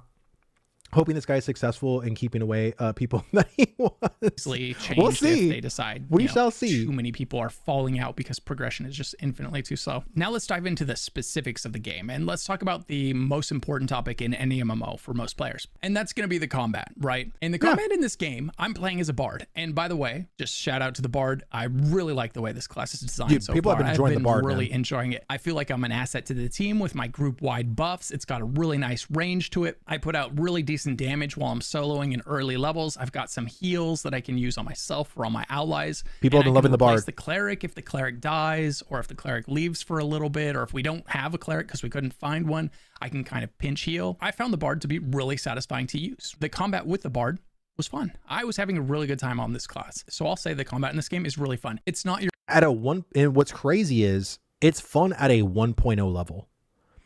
Imagine, like, here's the thing. Imagine the iPhone when it launched in 2008. That's what this combat is. I'm not saying it's revolutionary, because I know the iPhone was pretty revolutionary when it came out, but I'm talking in the sense of a 1.0, right? Now, iPhone's probably not a great example because I don't think it's really updated as much as people like to think it has. I think Samsung is far superior. I'm a Samsung guy. I'm not an iPhone user. But let's just make the iPhone an example. We are on the first generation iPhone as far as combat and as far as class kit, class abilities, passives, talents, all that stuff. We're going to go into iPhone 14. By the time Ashes of Creation launches, we will be so many generations ahead. It's going to be wild to see the evolution of combat and also the evolution of class kits. It's going to be freaking wild. Your high APM modern day MMO rotation. Like if for you, the funnest part about an MMO is memorizing a 2-minute rotation and then repeating that as fast as you can, this isn't the MMO for you. iPhone 25. This isn't going to be that MMO. It's more about deliberate strategic choices. I had an iPhone. There's It was a piece of garbage. movement while you're in combat. If you stand still while you're in combat, you're going to be punished for it. There's going to be a poison pool placed under you at some point. And these things don't hurt a little. It's not going to just take 5% of your health a second. It's going to take 40% of your health a second if you stand in it, right? So you've got to be moving, you've got to be on it. And so the challenge comes from positioning and from keeping group members alive and less from memorizing a 2-minute rotation of 17 different abilities. I'm someone that played Lineage 2, one of the games that this is very much based off of, and I loved that game. I loved the combat and the strategy involved in the combat for that game. Wait, no shot. There's no shot. So wait. So he played Lineage 2. He understands Lineage 2. He actually enjoyed Lineage 2. What is going on? I feel like there's something missing. Let me just Let me just keep hearing. It was fun. It was simple. It's a lot more similar to classic WoW than it is modern WoW, in that each skill has a place and a purpose, and it excels really well at that thing. And so you end up being highly rewarded for using the right skill for the right situation. And I'm going to try to mix the good in with the bad here so that this video isn't all the pros and then ending on all the negatives. So you might notice me going back and forth between items here, where I say a good thing and then a bad thing about the state of the game. Okay, I'm really confused. I didn't play Lineage 2, but correct me if I'm wrong, chat. Lineage 2 wasn't a solo friendly game, was it? Was Lineage 2 a solo friendly game? Because I don't think it was. And wasn't it long? Like I'm the correlations is what I'm missing here. Let me see. There was nothing about solo. You lost experience on death in Lineage 2. Yes, so you get XP debt. You don't lose experience, you just get a debt of it. So we don't have XP loss in Ashes, we have XP debt. You just got to pay that thing back. There's no de-leveling.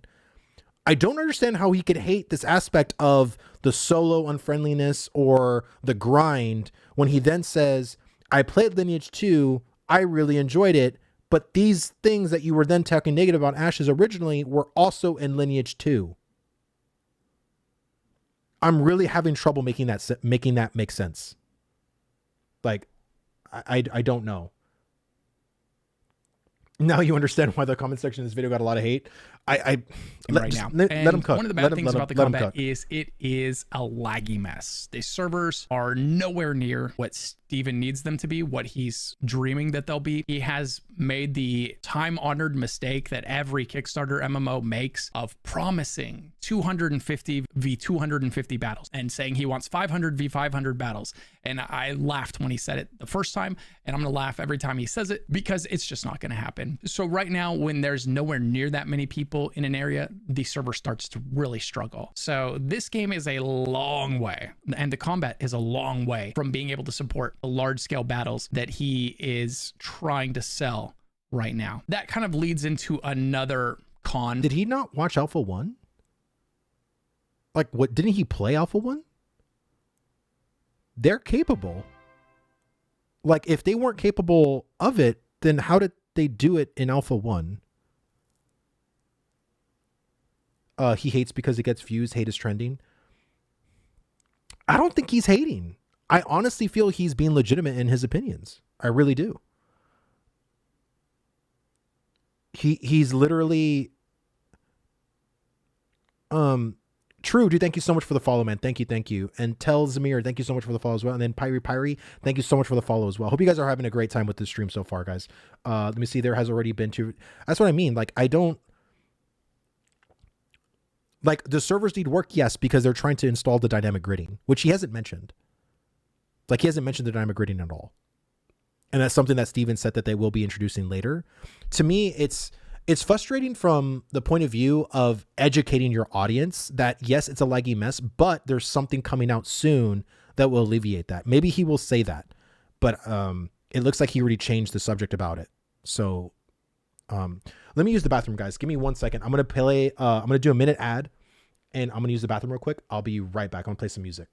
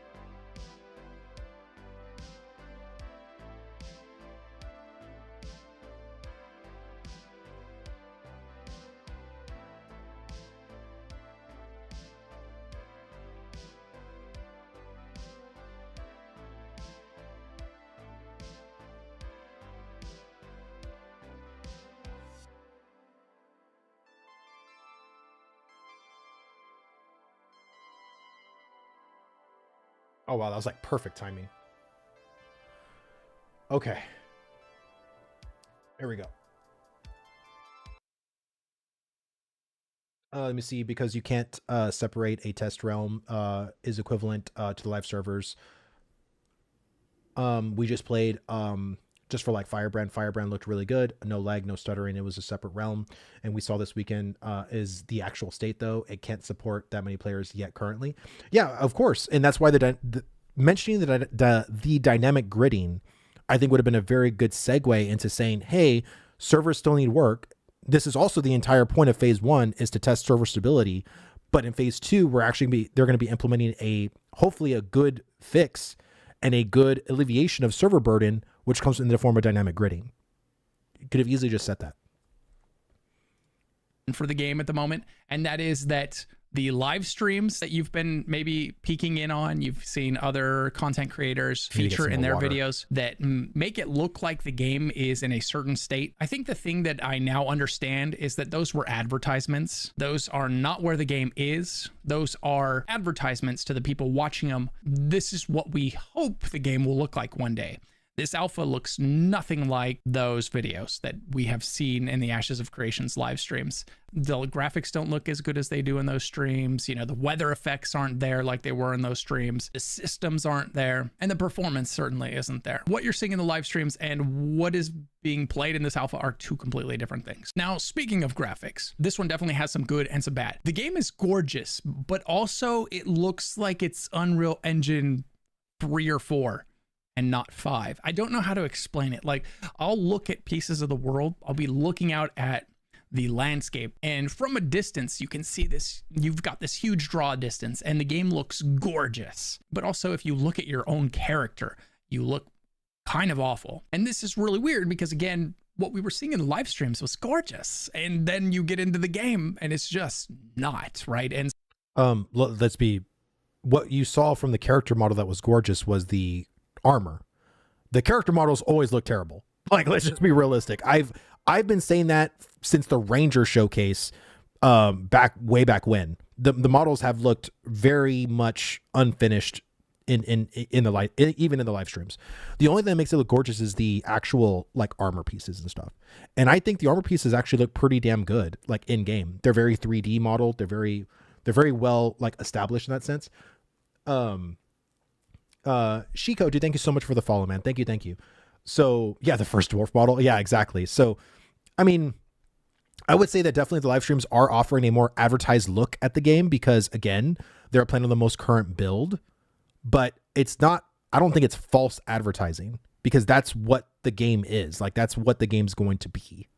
So they're building one version of the game that they're showing to us, and they're building another version of the game that we're actually playing here. The two just don't look the same, or at least make the model colors look like Lineage 2. At least in my mind's Hopefully. eye, they don't. I don't know if they've had to lower the graphics to try to make the game playable by more players, or if it's just the result of them being in development for 8 years now, and everything that used to look amazing is starting to look dated and less impressive because it was amazing when we first saw it. But now, all the other games are starting to leapfrog this game in terms of technology and graphics that this thing's offering. Or it could just be an alpha thing, you know, and that would make total sense too. I can already hear some of you guys typing on your keyboard, the graphics are bad because it's alpha. That's true. The graphics are the last thing that are going to get polished when you're making an MMO. They're the least important thing when it comes to testing all the systems. I get that. And my point is just that it doesn't look as impressive as what we were shown in the live streams.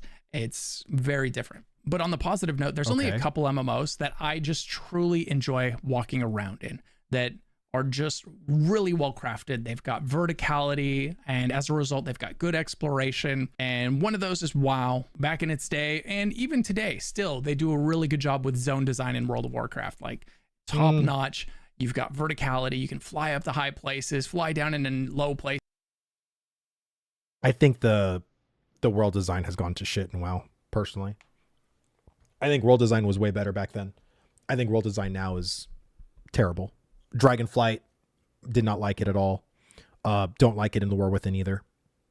I think it's, and again, like it seems like he's like a WoW Andy like me, but he's a Lineage player. Like, isn't that so weird? Like, I should be the one defending WoW, not bashing it.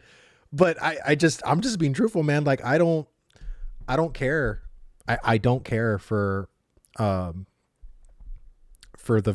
think the design as far as the world building in WoW is just terrible, personally. Places, their new expansion, you can fly into this cave system, and that's where the expansion actually takes place. Like, they do a really good job with zone design in WoW. They also did a pretty good job with the zone design in New World, in my opinion. It was a nice, big, seamless world. You could run across it from one end to the New other. World did look and you're great. going to be seeing Visually, pretty it looked gorgeous good. views, vistas, structures the whole way, right? Lots of memorable moments if you traverse that world. And to Ashes of Creation's credit, you can tell someone has been in there handcrafting every inch of this world. Like, this game is... Tell me how many places you visited in Ashes of Creation's Riverlands that was copy pasted.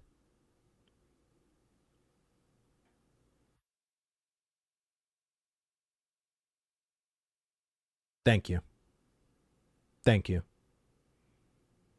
Compared to New World, that had a great design apparently, but was copy pasted to hell and back. So I do agree. There were some vistas, there were some landscapes and stuff like that, but when it came to like assets and stuff, let's just be honest, guys, they just copied and pasted a bunch of crap. Let me see all the nodes.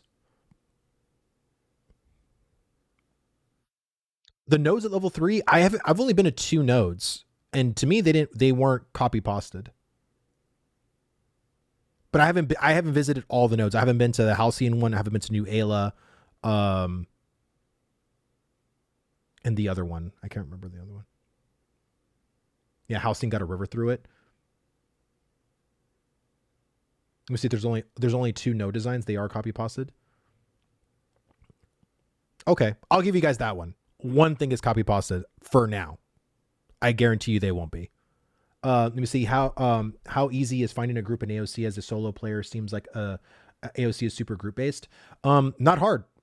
Again, right now you can go to the Ashes of Creation Discord. There are guild pages you can go into for NA. Tons of guilds you can join right now. Everybody's freaking recruiting. Let me see. You might want to clarify. I couldn't personally tell if you were talking about AOC or New World. I was saying as far as the copy pasted is, I was referring to New World. In the beginning of New World, when New World launched, there were so many points of interest and temples and maps and things in the game that were literally just copy pasted.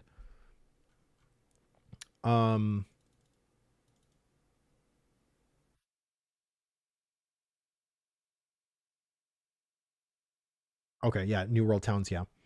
All right, let's keep going. So dense with beautiful moments, with rock formations, structures, just views, horizons, bridges, like, and they've put so much work into making the world beautiful. I really appreciate that handcrafted feel that this game has right now. I hope that we continue to see that. And we're right now, if we open up the map and we look at this map, Halcyon? which is also horrible, this map is just super it needs work. janky and kind of a mess. Like, what is this? Why does it look like this? And you hit this point and then it zooms in again while you're zooming out. But now, why does it look like that? It's because it's an alpha, dude. I know you don't like hearing that answer, but it's like, I don't know why you thought that every and everything that you're going to experience in this game was going to be in this like super presentable state. Like, I don't get it. Let me see. The map was the only thing that I had issues with. Everything else I had with a great time with. Yeah. And again, like, it's alpha, like, you know, and it's like, he doesn't like the criticism. Like, oh guys, you just keep telling me it's alpha, but you keep talking about certain parts of the game that you just expect it to be in this like super finished state. Like, there's going to be jank. If you've never played alphas or closed alphas of games, there is a shit ton of jank. And I think Lucky Ghost is definitely a person that's never ever tested an alpha game before. And I think I've never tested an alpha game before either. But I had to educate myself by talking to people who had. And I asked them a shit ton of questions about their experience. So then I educated myself in how these things are. So when I saw those things, I'm like, oh yeah, this is very par for the course from what those people told me. Now I know. And no one is half the battle. G.I. Joe. now it's a lower resolution. Like, this whole map just needs to be improved a lot. It's a horrible user experience right now. But if we look at this map, We zoom out and you look at this, and this world is really big. I haven't timed yet how long Like, it takes. I wonder if I go back, like, and again, you know, if I had to go look at Lucky Ghost's like first couple of videos he's ever made, and then I start critiquing as to like, this editing style, it's very jank. Like you used the wrong transition here. You did this, you did that. Like, bro, like you just got started. You know what I mean? Like you're just getting started. Like there's an evolution to things, right? You can't expect that just out of the gate, you're just going to start doing things at like a super end game level, right? Let me see. I've tested alphas for 10 plus years. This is the best public one, but also the longest private one I've ever been a part of, dude. And I've heard that from several people that I know that have tested games like Lineage 2 in a closed alpha, tested Wildstar in a closed alpha, tested Guild Wars 1 and 2 in a closed alpha, tested New World when it was in closed alpha. And they say that Ashes of Creation's Alpha 2 test was better than many of those alphas experiences. And the communication has been just the top tier communication. Because even when those people, like a couple of my friends that were in closed alpha testing, they didn't even get a fucking email from a developer or from the company. Nothing. You just tested and you left feedback and you didn't even know if the people were hearing the feedback, understanding the feedback, nor were they even leaving any communication about said feedback from the testing. And that's par for the course. That is typical fucking alpha development in a closed alpha state. Let me see. ESO beta was literally unplayable. I played it for 10 minutes and uninstalled. This guy has made so many ESO stand videos.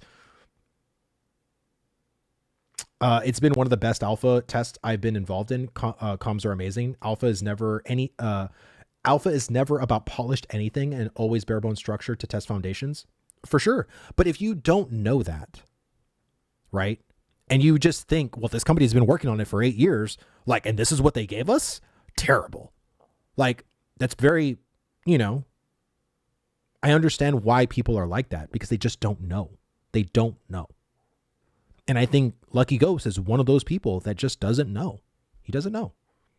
Takes to run from one side to the other, but it's a long run. It's really big. There's 1, 2, 3, 4, 5 different node systems right now. You can go into any of those and work towards them, kill mobs, try to level up that node. And there is a lot of room in there. You'll run into other groups of players trying to find mobs to kill, and all the best spots are starting to be filled out by the most active guilds. You know, they're finding them, they know where they're at, or they already knew where they were at, and they're posting up in those spots. And so you're already starting to see guilds claim leveling areas, and the more powerful people, you know, asserting their dominance, taking the best spots, and the more casual players then being forced to go and level in the inferior spots, right? But all that to say, this map is massive, and this is just a sliver of what the full game is supposed to be when it launches, which is pretty impressive. I can't wait for another alpha where we spawn into a different starting zone in a different biome and experience a new area. I don't know how many times I'm going to be able to come back and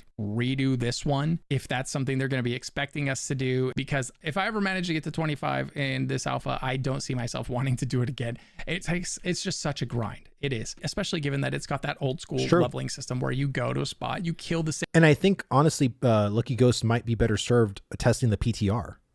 The PTR, I don't know if he has access to it though. That's the thing. If he doesn't have access to it, then he might be SOL. But if he does, that's where the PTR testing comes in, because you'll be able to literally focus on things, you know, to what you want to test. During the last PTR test, they basically made a majority of people level 25. Because they wanted people to go to Oakenbane Keep and just test a lot of the very problematic server areas. And again, it's PTR. It doesn't matter. I mean, technically, the Alpha 2 land doesn't matter either in the grand scheme of launch, but it does matter in the sense of a natural play loop. So if he has PTR testing, he should probably just test the PTR and then just do the Alpha 2 gameplay to convey his thoughts and reactions to what he's testing the PTR. Same mobs over and over as they respawn until you get enough experience to level. As for the questing, I kind of touched on it in the intro of this video. It is not great. It needs a lot of work. I don't know if they're gonna try to look at how, dude, we need bigger font. Like, I think honestly, like, If this is like 15 font, make it 20 font, 25 font. Like it just like that's all you need to do. Just simple delete 25, boom, enter, you're done. Just like super quick. Let me see. I don't understand why he wanted to play alpha if he didn't want to test stuff, grind over and over. I personally don't wanted it, so I don't play it yet. I am totally fine with my decision, but I am not hate talking on an alpha. Well, the thing is that he's a content creator. More specifically, he is an MMO variety content creator, so he has to play it for his content. But I think he was honestly, it seems like he watches the live streams, right? So it's not, I really don't think he's not educated. Lucky Ghost is educated. He watches the live streams. He clearly mentions them. He clearly knows that what's being presented in live streams isn't the final form of what is currently in right now. But if he knows the live streams, then he's purposefully he's leaving out information, which I think is very frustrating to people in the Ashes community, because you're purposefully leaving stuff out that you know of, that you're not educating the larger, like your larger audience, right? That may not know nothing about Ashes of Creation. You know what I mean? Like that's kind of bad, dude. Like, especially if you know. Tell a compelling story experience, but I think this world's capable of it. I mean, the world itself is beautiful. The lore that I've read on their Twitter sounds really interesting. And so I know this world is capable of telling a really interesting story. I'm just not sure if they're going to try. I think that the game would have a lot more mass appeal if they did, but then also I know they want to try to avoid the whole, here's your quest chain that you follow from 1 to max level as a solo player. Like, they really don't want to do that in this game. And I'm fine with that. I don't need every MMO to have that. And I kind of like the idea of this game not having that, because all the existing big MMOs already do. And I think they should stay.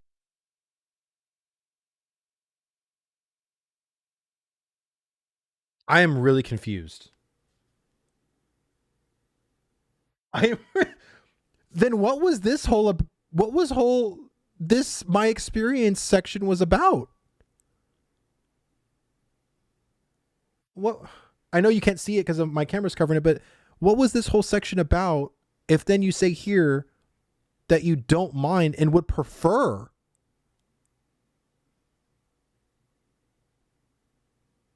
Whoa. Okay, let's just keep watching. Let's just keep watching. Stay true to their vision of making this the next Lineage, where, you know, it's more group centric, but I do think they have to go back and figure out, okay, but how do we fix the onboarding process for new players once the population has moved on? I remember going to Dion, it's a town in Lineage 2, and I think it was like a level 20 town, I want to say, and it was a ghost town. I mean, it was dead once the population had moved on from there. At the very beginning, it was littered with crafters, merchants, everything. But then if you went there later on in the game's life cycle, it was just dead. Same with all the leveling zones, except for the bots, which littered that game. There were bots everywhere, and you could see them in every inch of the game. But seeing all those bots never felt good. It felt awful, because it just kind of made you feel like, why am I spending my real life time, my most important currency in this world, my time, to level a character that someone else is just botting up while they're out having fun with friends or family or doing literally anything else. So the state of the questing in the game right now is not good, but I think they know that. I think everybody knows that. It's very much a placeholder. I don't think this is a surprise to anybody. So I'm not going to spend too much time talking about the state of questing in the game right now. I'm so confused because he said that was his issue as a solo player. There wasn't enough questing. But then he says that he doesn't mind it and actually preferred to be like Lineage. So which is it? Do you want like WoW leveling or do you want Lineage leveling? Because I don't know. I don't know. And I'm not memeing. I'm literally genuinely like,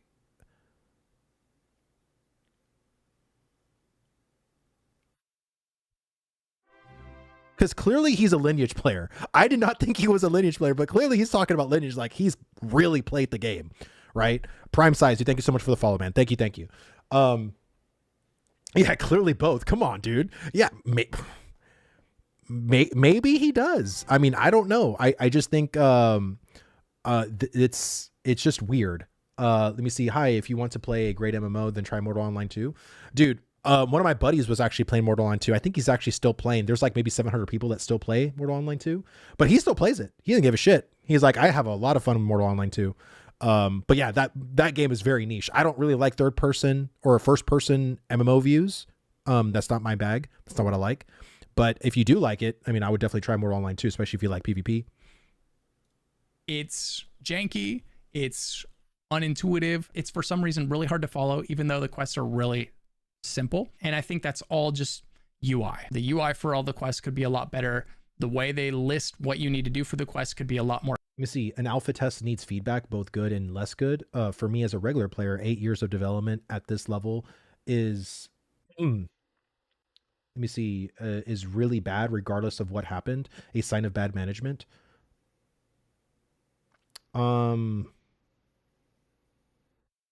don't know if I really agree with that, but I would say that Steven has made mistakes for sure. Steven even admitted that he's made mistakes during his thing. Steven's also never been the CEO of a gaming company before too, which is natural for making mistakes. I think the most mistakes he's ever made was in the first probably 2 years of development. I think APOC was a mistake personally. But there was good that came out from APOC from a systems backend perspective. So was it a mistake to release the game as a battle royale, like kind of thing? Probably, but was it a mistake to actually make the thing to find that flaw? Probably not. So, I can see it from that perspective. I was significantly less hyped Thursday than I am now. I'll say that. Yeah, I agree with that. I think honestly, there was a lot of people that were very skeptical, and then after this weekend, were very hyped. I appreciate you talking about the time to patiently address some of the takes. I understand people's frustrations that the game is not further along, so a lot of time, so much time development time. But as a pre-alpha tester, they have come so far and are awesome at addressing feedback and concerns. Dude, honestly, I sat on a call with Nathan, and I've sat in a call with another developer. And the amount of times that they ask me about my experience and then listen and then also be like, yeah, we know about that. We're actually addressing that, or we're thinking about doing certain things like in a future patch, or like maybe later on phase 2 that'll come online. But the amount of time, what was so funny to me, the amount of times when I was making a suggestion, how much they said, just wait for the next phase or wait for the next couple of phases. Like, it's like they already know, but that content is basically locked up until a phase. So that's why I keep telling people to wait, because I'm sure some of the issues that you may encounter, or some of the things that you may think are an issue now, may not be an issue in the later phases. You see, what many people refuse to understand is that this weekend test is not the full content that is ready for testing. They act like Intrepid needed 8 years for all of this, and we just needed to test the first weekend. Yeah, I know.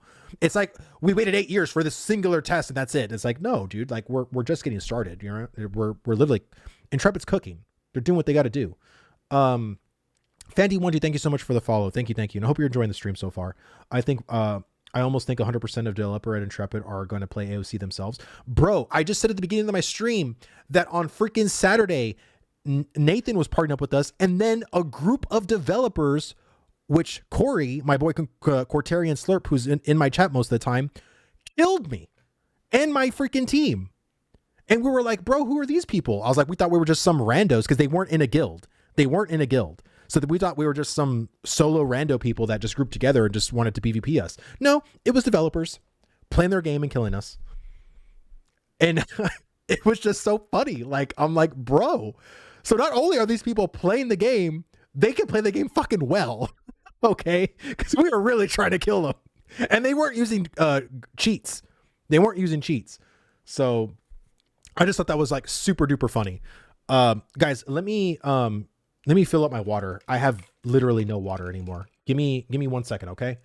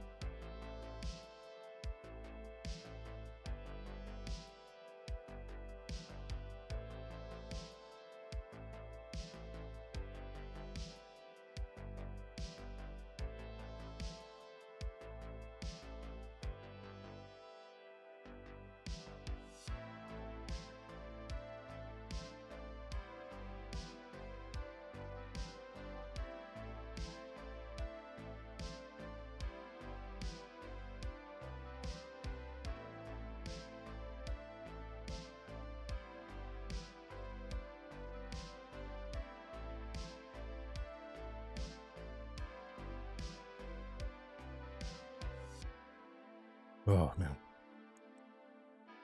Mm.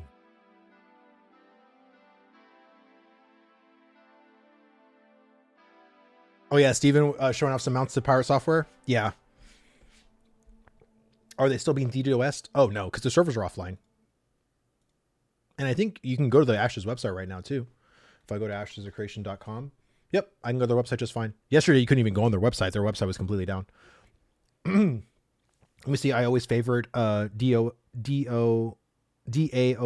type 3 faction RVR compared to open world PvP.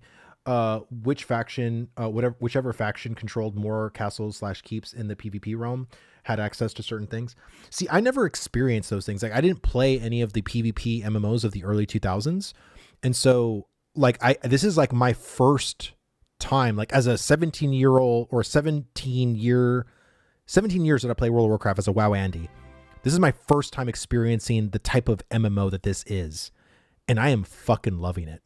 Like, I can't wait till more systems come online. It's going to be insane. I blame this instant gratification culture that has been pushed on people nowadays for the mindset gamers have. I think that has a lot to do with it. But I also think the lack of education or the lack of not wanting to be educated on certain subject is also have something to do with it too, for sure. Let me see. Lineage 2 PvP was the best PvP in any MMO, in my opinion. Well, I hope we can get to that level or even higher with Ashes. I really do. More clear and concise. And then the map. If this map wasn't so egregiously low budget, like it just feels rough, man. I hope that they put a lot of work into improving the map and polishing the map sooner than later, because it's such an important part of an MMO. There's a lot about it that I like. I like that you can see the terrain, the areas. I like how much detail is on the map, but also it's just, I don't know, something about it is also really just, I don't know. It's not great. Now let's talk about the group play. The group play, I would say, is one of... I really do like the fact that you can zoom in and out, because most map functionality in other MMOs don't have that. Like you can zoom out, right, and then go into a zone, right, and you can click this zone, but you can't zoom into that zone. It's just going to show you the zone map, because usually the zone map is kind of small, usually, so there's no sense in zooming in. But the fact that you can zoom in this game just again shows you how freaking big this game is. It's fucking massive. One of the shining spots in this game for me. Knowing what it was, I was fully expecting to get on, find a group, and fill a role in that group. And I chose Bard so that I could get a lot of time. You see, it's not that great. What kind of feedback is that? Yeah, no, this mini map, that's a finished product, guys. That's how the map's gonna look like. The UI people, they're totally satisfied with how that looks. Like, yeah, it looks great. Totally great. I'm in a group and have an informed opinion about what it's like to group up and play with other people. And it was fun. I had a lot of fun. In fact, this was my favorite part of it. I ended up finding some people to play with. They invited me to their Discord. We chatted about the game and our experiences in it while we were playing. So the map is functional. And this is why I kept saying this word to you, because this is what functional is. Functional is janky, but workable. It's not broken. Like, the map isn't broken. You can go and do and view and everything, but it's janky because it's functional. It's meant for you to still do the things you need to do that still is passable and servable, but it's not polished, right? The people, the intrepid people that are making the UI or making the mini maps and the maps, they know it's not at a finished state. They're still cooking. They're still doing things. They're still getting all that stuff lined out, working on other biomes and stuff. So to me, I'd say, like, feedback like that, like, to me is kind of irrelevant now, because I want to wait until they update it. Once they update it and it's more polished or it has a little bit more to it, then I feel feedback I can leave, because now after they've reiterated and they gave us a better version of it, now I can critique it a little bit more, because now you gave me a pass of something, right? I don't really need to critique it now, because they know it's jank.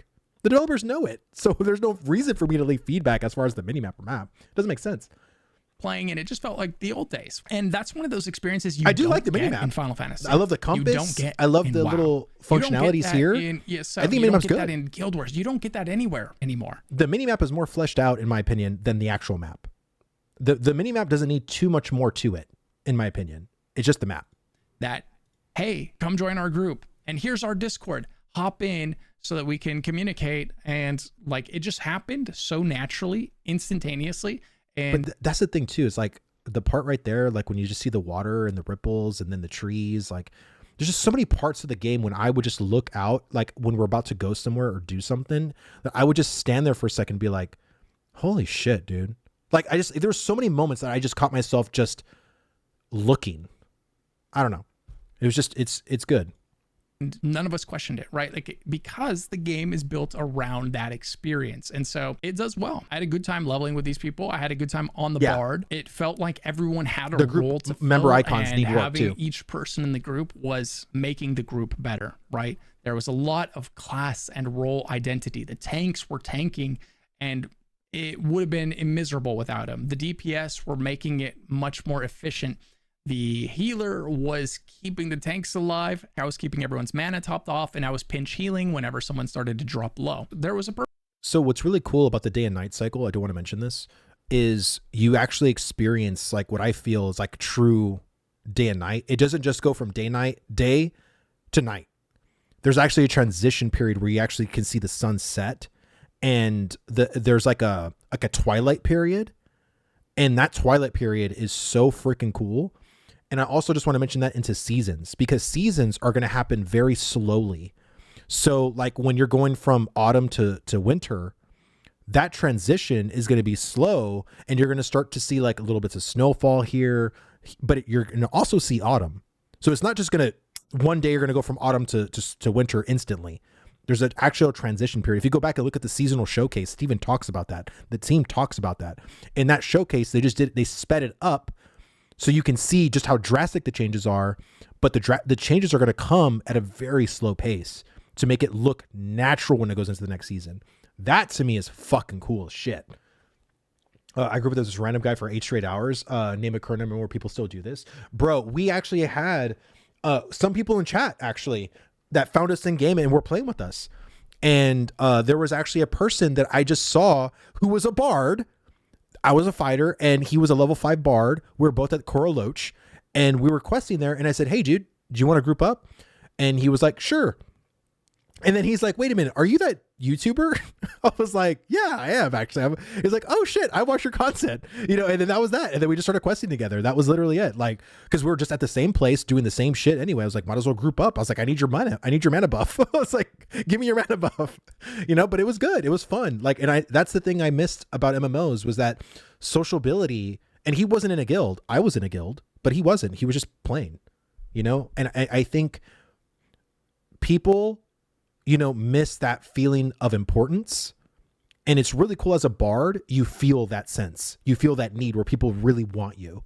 And it's nice to feel wanted in an MMO, right? Like, I think it's a great thing.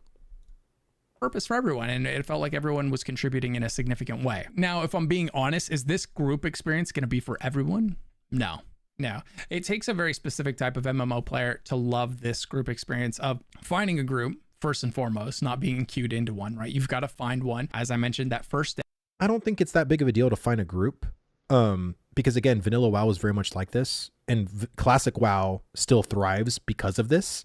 So to say that there's not a lot of people that don't like it, I can say that that's probably maybe true, but I think there's also a lot of people who do like it, right? So it's like to say, oh yeah, this isn't going to be appealing to many people. It was almost like implying that, you know, the majority of people like solo, the minority of people like grouping, but there's a lot of grouping activities that still are prevalent to this day. Like, you know what I mean? I wasn't having any luck, and it was really taking me back to all the downsides of the old school MMO. You can't find one. Now you've got a solo, but the solo experience is inefficient and unrewarding.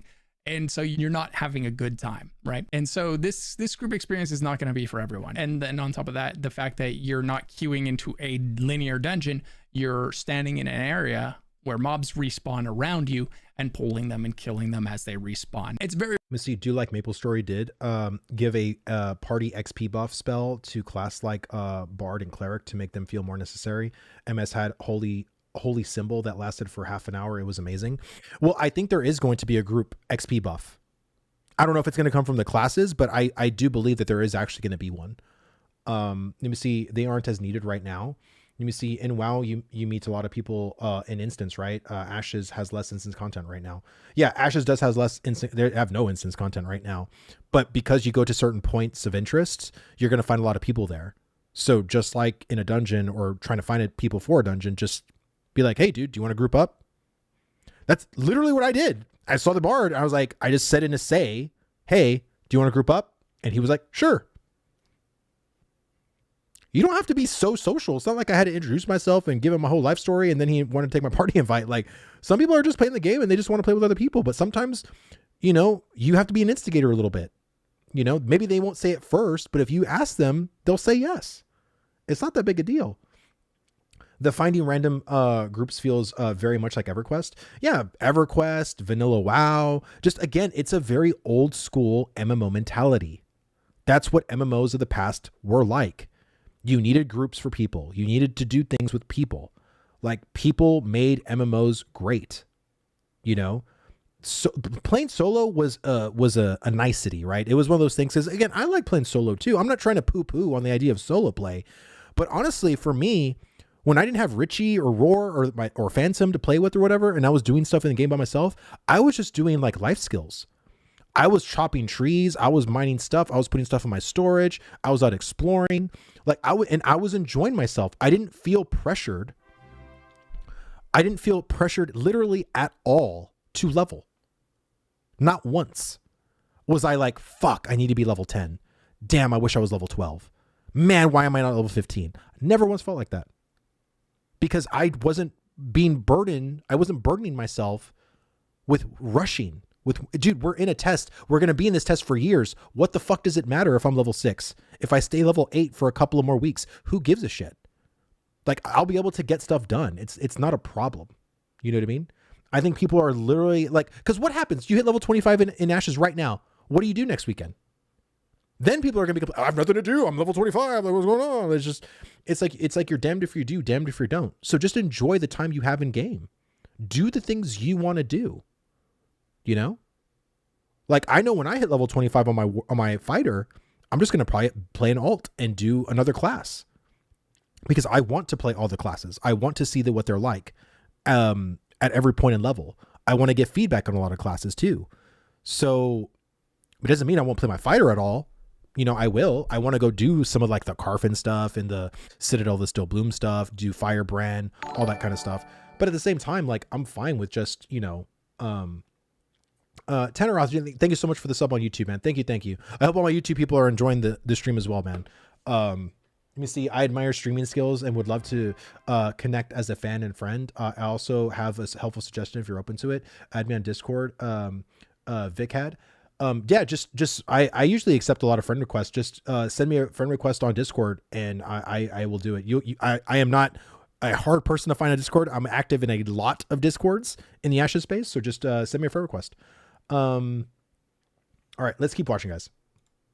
Very repetitive, and your group can make it as exciting or relaxing as they want to based on how fast they're pulling, right? And how many mobs they're pulling at a time every time. And that's one of the things I like about it is it's kind of a choose your own difficulty activity. You can make it as intense as you want. You can have someone chain pulling mobs while the group's knocking them down, or you can pull one at a time. As for the PvP, I think the PvP experience right now is going to be really try to sell you graphics for people. One, because the game's not I hope balanced. not. I usually don't accept stuff and on even that. if it was, the servers can't really handle that kind of interaction in a real good way. Like, it's just way too laggy. The people that are lagging the least, the people that who also high Z. and Hope you're having a good day. actually land, because that's the thing right now. Sometimes you cast a spell on a mob or you cast a heal on an ally, and the server just doesn't notice, right? And so it doesn't go through.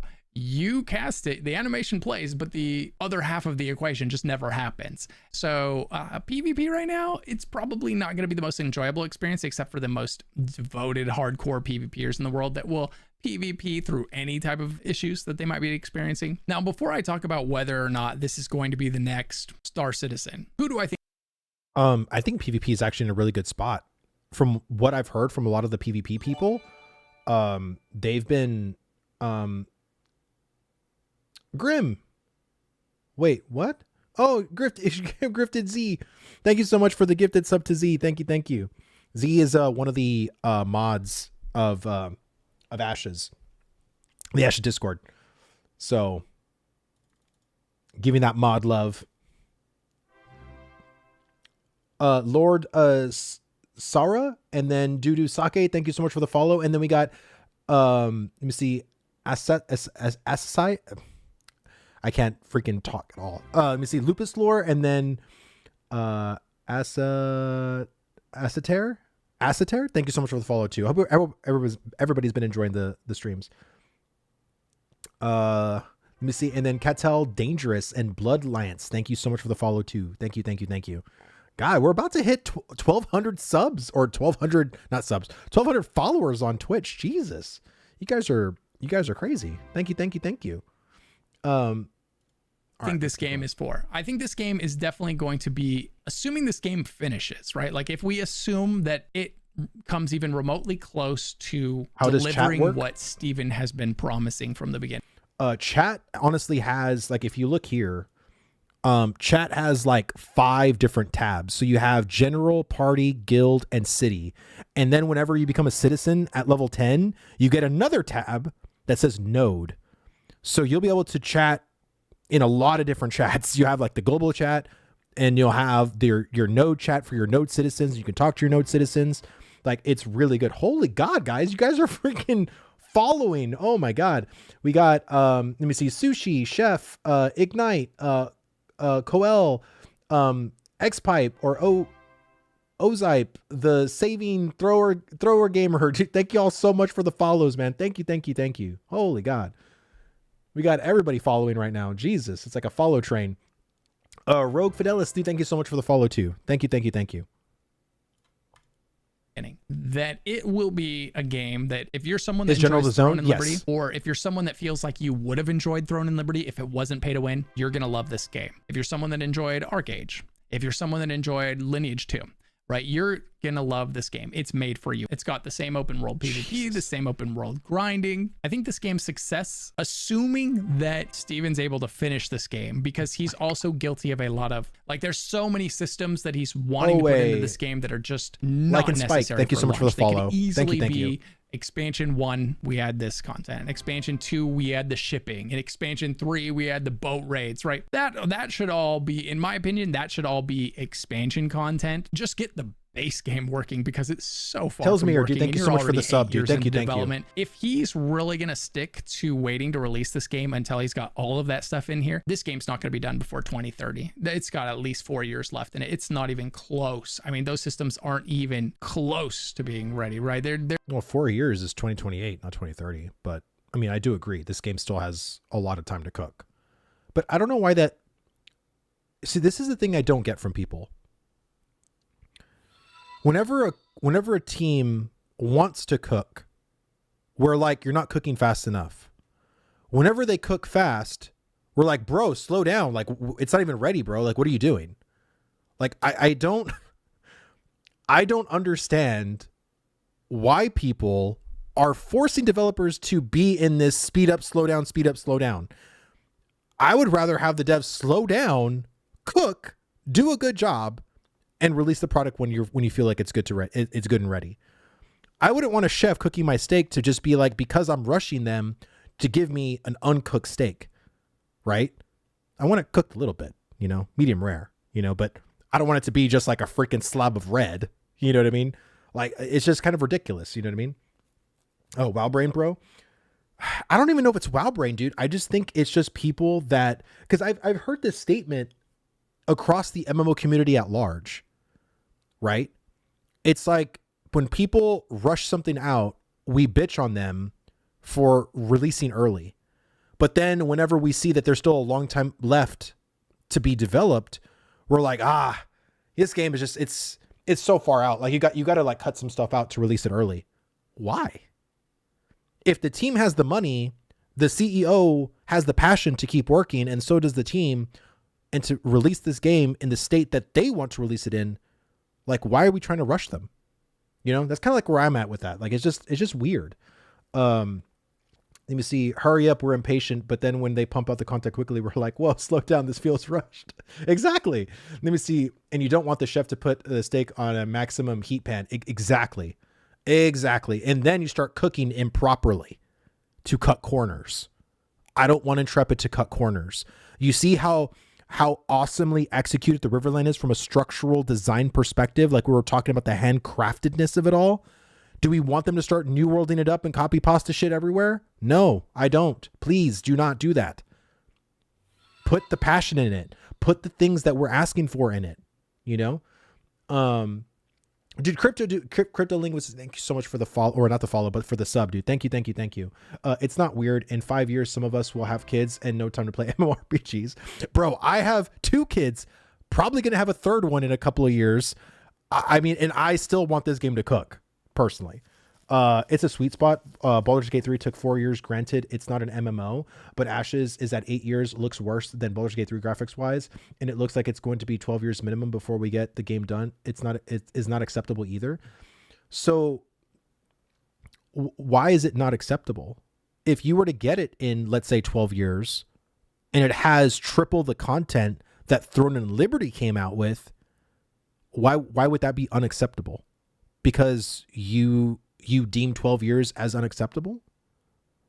Like, honestly, let's also say this too. I don't back Star Citizen, nor do I know the project of Star Citizen. But let's say Star Citizen actually comes out in the next 5 years, right? In 2029. And it comes out with everything that they promised. Would people bitch because it took almost 20 years? Or would people be grateful that they launched with everything they promised? I think they would be grateful. Let me see. Vladis is playing the long game. He wants the game to cook, so we're ready for his retirement. Exactly, dude. Then I can play the game in the retirement home. I don't have to deal with anything. My wife, kids, they're grown out of the house. Dude, it'll be the perfect scenario, bro. Perfect scenario. I might be dead in 10 years since that take too much longer. Oh my God. There's still a twinkle in somebody's eye. For example, this weekend, the queue wasn't even working properly. Like I mentioned, your basic attacks aren't even registering sometimes. And the most simple quests are bugging out. And a lot of the game just feels really janky right now, right? This game is still a long way from being done. But despite all of that, I'm having fun. Like I had a really good time today playing this game. And so I think that they are really onto something. I think they're doing a good job. I don't know if they just need more people or better people working on this game, you know, maybe rather than saying better, but more experienced people, because this game is just, there's some areas of this game is so far from being acceptable, considering that it's 8 years into development. Yes, it's alpha. And so we can excuse any problem the game has under alpha if we want to, but I won't, because it's also 8 years into development, right? You know what other game also the community says, oh, but it's alpha. It's alpha. They're going to fix that in the next patch. Star Citizen. How's that going for them? That game isn't out. That game's raised $730 million. It's not finished. It's not even close to finished. You still can't do basic quests in that game because they bug out. You can't fly a ship without. Okay, so you can't do basic quests in Star Citizen. Can you do basic quests in Ashes and not bug out? Then I would say we're further ahead. Like, again, it does have, we do need time to cook, but I don't think it's unacceptable. What's unacceptable is launching a product that is not finished. And any time before that unfinishedness would be unacceptable to me. And Star Citizen has so much feature bloat. Well, from what I heard, again, I don't follow Star Citizen, so let me be very, very, very clear, is that they had a lot of scope creep. Was that they had an initial promise back in like 2012, and then as development progressed, they were like, oh yeah, and we're going to add this feature, and we're going to add this new thing, and this new thing, and this new thing. It's like, that's happened throughout the course of Star Citizen's development, from what I've heard. Intrepid hasn't done that. Everything from the core design of 2017 is still the same core design now. There hasn't been anything extra that they've added system-wise that wasn't an original intent. Let me see. To play devil's advocate, most MMOs that have come out currently only took 4 to 6 years to fully release. And honestly, Strife, those MMOs that took 4 to 6 years to fully release, what do people say when they release? This game is unfinished. Where's the content? This game is boring. This game doesn't have much to it. This game needed a longer time to cook. So is really 4 to 6 years even a benchmark that we should aim for, when every single time we have a game that comes out within that time frame is so undercooked?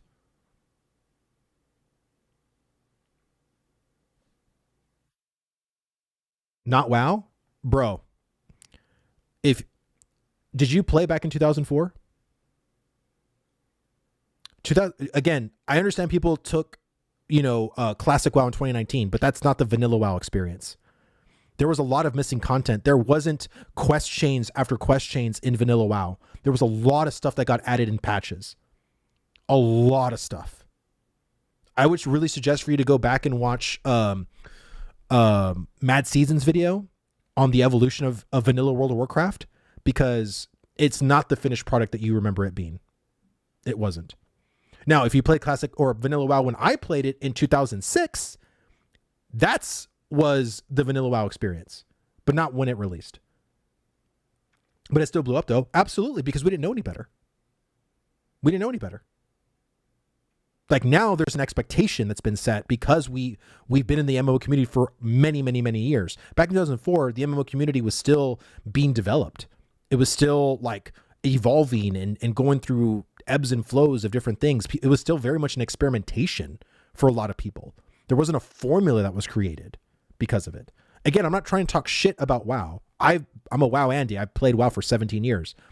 But to say that WoW, when it released in 2004, was this super finished, polished project is just, it's not the case. I didn't play it, but I've talked to people that have played it, and they've told me their stories. It is not this rose-tinted nostalgia that you think you remember. It just isn't. Let me see. Way more competition than your entertainment dollars in 2024 than there was in 2004 when Vanilla WoW released. We accepted a lot more back then. Absolutely. From Stephen and Margaret verbatim, the cadence of Alpha 2 updates will be very based on the type of update. Minor updates will occur approximately every 3 weeks. Major updates will occur approximately every 6 weeks. 6 weeks isn't a long time if you think that if you think about it. That's one major update every month and a half, which is fairly often. Exactly. That's why I'm just trying to let them cook. Let them do their thing. Let them do what they need to do to make this game the best MMO possible. About it. Breaking something, it's not a game yet. It's a lot like the state of Ashes of Creation right now, where you can see the vision, and at times while you're playing it, you can feel that vision, like it's almost there. Oh, this would be so fun if the whole game just worked the way they want it to, right? That's Star Citizen. That's where Ashes of Creation is right now. Now, will Ashes of Creation be the next Star Citizen? This is a really tough one for me to answer. I think if Steven reins in his scope for the launch of this game and Donner, stops thank you so much for the promising follow. 500 v 500 battles, stops promising 250 versus 250 battles, right? And makes more realistic promises to people, starts reining in. I know that it's harder to sell the game when you're selling reality instead of fiction, but just rein in those promises, then yes. Yeah, dude, thank you so much for the follow. Thank you. Thank you. Tries to set realistic goals and then tries to accomplish realistic goals, this game has a much better chance of being real than Star Citizen. If he continues to sell these bigger Live, than life thank you so much for the follow, man. Thank you. for this game, 500 v 500 battles. No, that's never. I don't think that's ever going to happen in this game. I don't think it. I mean, the character creator that he showed. I'm going to be honest, chat. I have a problem believing that too. But we haven't seen dynamic gridding in its final form yet. And until I see that, I will feel more confident. But as a WoW player, when I saw Alpha 1 and saw 120 versus 120 in that castle siege, I was like, there's just no way. How the hell did he do this? When a multi-billion-dollar company can't even get a 40 versus 40 battleground to work in an instance, and this company is literally doing it on a server, in-game, no instance, what the fuck? Like, that's just wild. Yeah, Throne showed you can do it. Yeah. I mean, it's, I still have like reservations with it, is what I'm saying. Let me see. I'm not saying that I'm not saying that. I'm saying Vanilla WoW with all of its bugs was good. Oh, hold on. The war within is so laggy overall.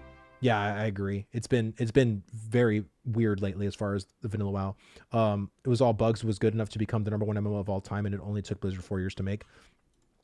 Well, yeah, but all I'm saying is that whole hype, I'm not trying to take away the hype of what Vanilla WoW caused. It was a phenomenon. We all know that. We all have heard the stories.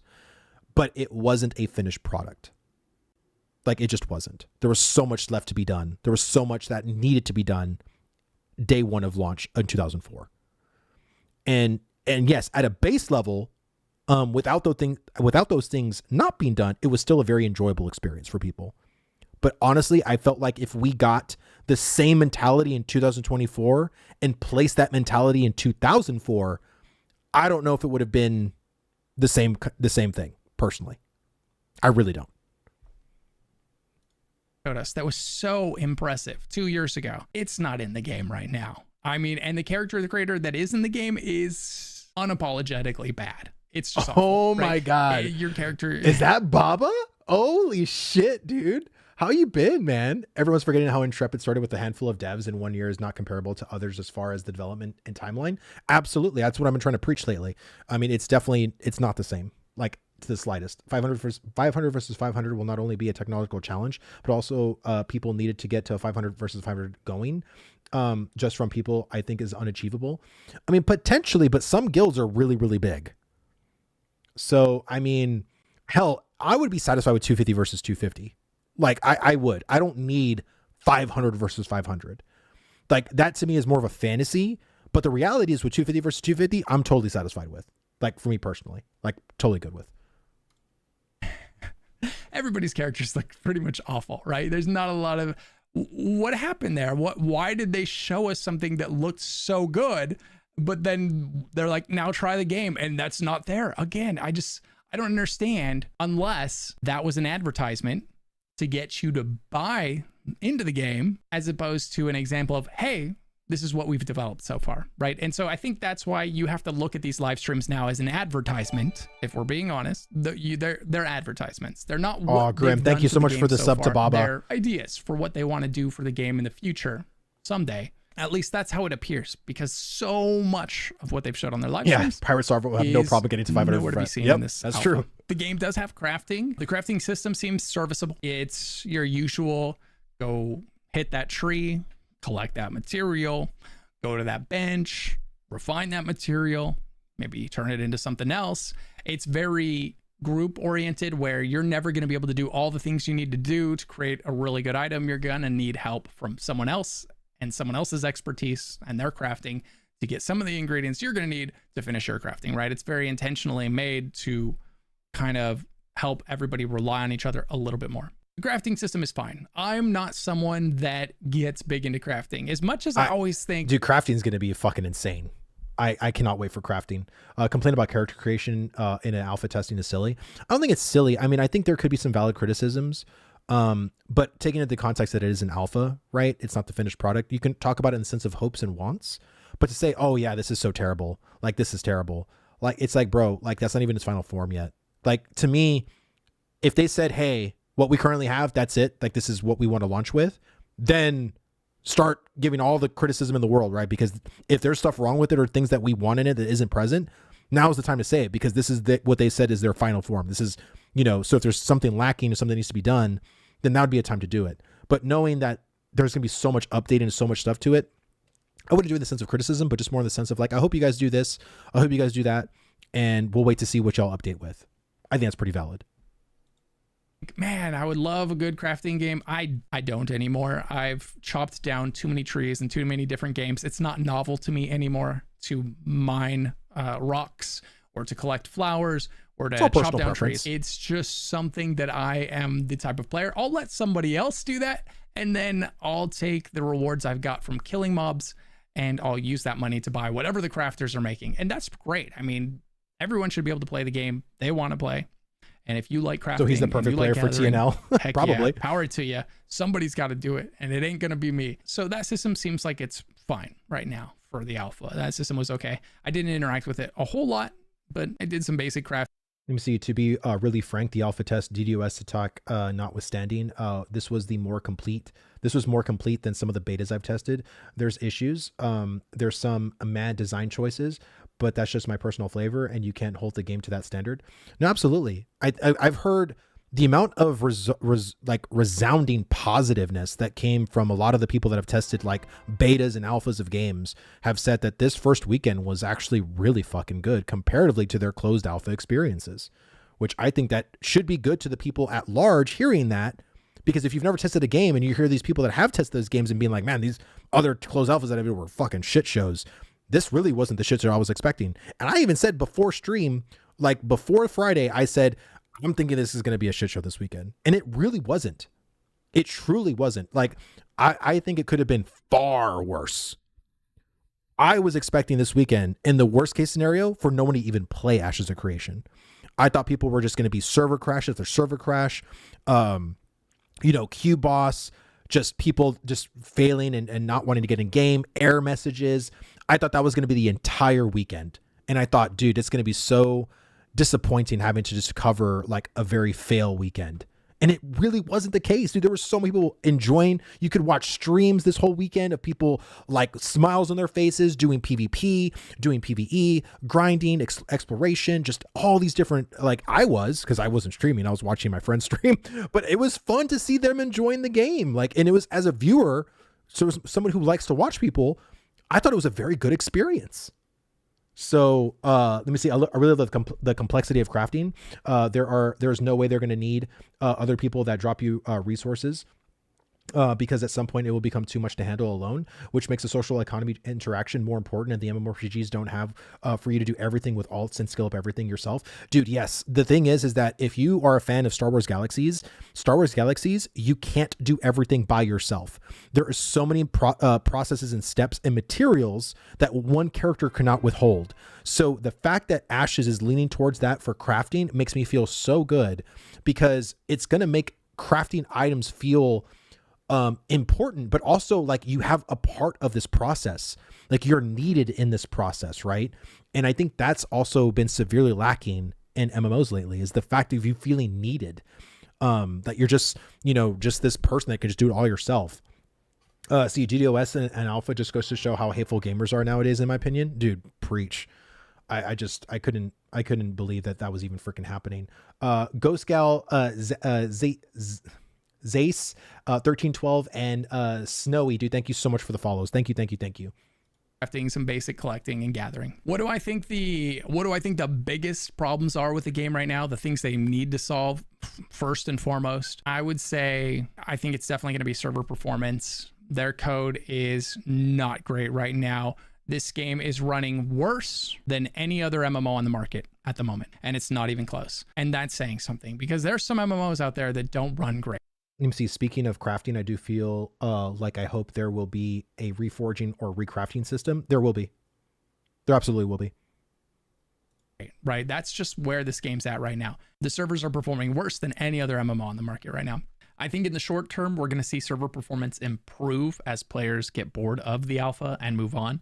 But it's really going to be up to the developers to fix it in the long term before the actual launch of the game. All in all, I've played this game all day for 3 different days, and I had a lot of fun, particularly when they fixed the queue. And that's another thing I want to give them credit thank for. you so much for the sub on YouTube, man. Thank you. The queue was a mess. The queue was broken. It literally wasn't working. I couldn't get back in. It was saying random numbers constantly. It wasn't counting down. I was doing the same thing on Friday. You would think a queue would be pretty simple to program, but I don't know anything about it. But it's like when the person in front of you leaves, like your number goes down 1, right? It seems like it would be easy, but it was a mess. It wasn't working, and some unfortunate people were stuck in an infinite queue where like you just couldn't get into the game. Some piece of the zone crashed, and everybody that was there was now stuck right in this queue. Renarar, thank you so much for the follow, man. Thank you. And so I was, like I said, I was really unhappy about the game and the state of the game. If I would have made the video yesterday after dealing with that all day, it would have been a very different video. Today I got on and I had a great time. I had a lot of fun leveling my character. I found a good group of people to play with. And I don't know much about it. Basically the day that the developers dream their players will have. That's the day I had. I got on, I knocked out a couple quests. I found a group. I played with that group. I got into the Discord with them. I made some friends and we had a great time. They were a good group of guys, really friendly. We were chatting, laughing, doing, it's exactly the moment the developers are hoping will happen when they design this.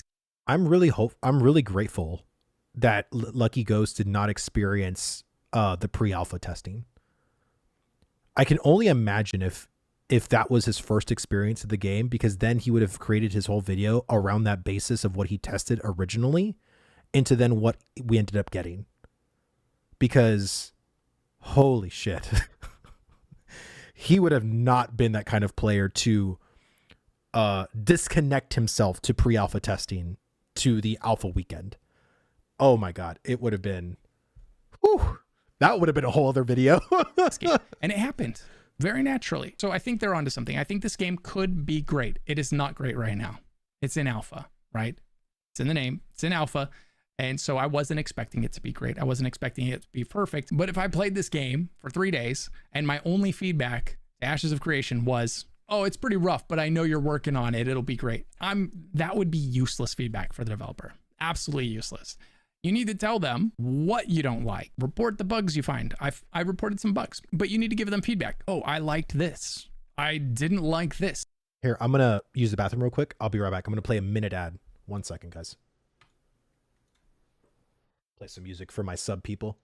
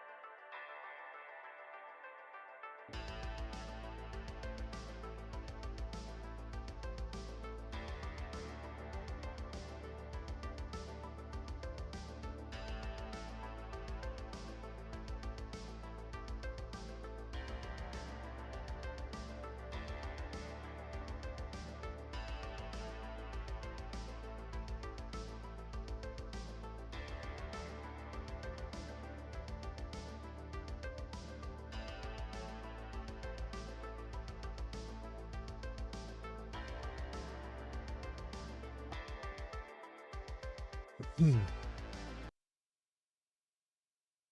see, wasn't what I expected him to be great. If he makes a 30-minute video whining that the alpha is buggy. Well, okay, so he's already winding down. I'm gonna go into his final thoughts. I'm gonna kind of skip through the video. It's like the last 3 minutes. So if you want to watch the rest of the video, I mean, you can, but I kind of want to watch something else already. But I just want to see what he closes with.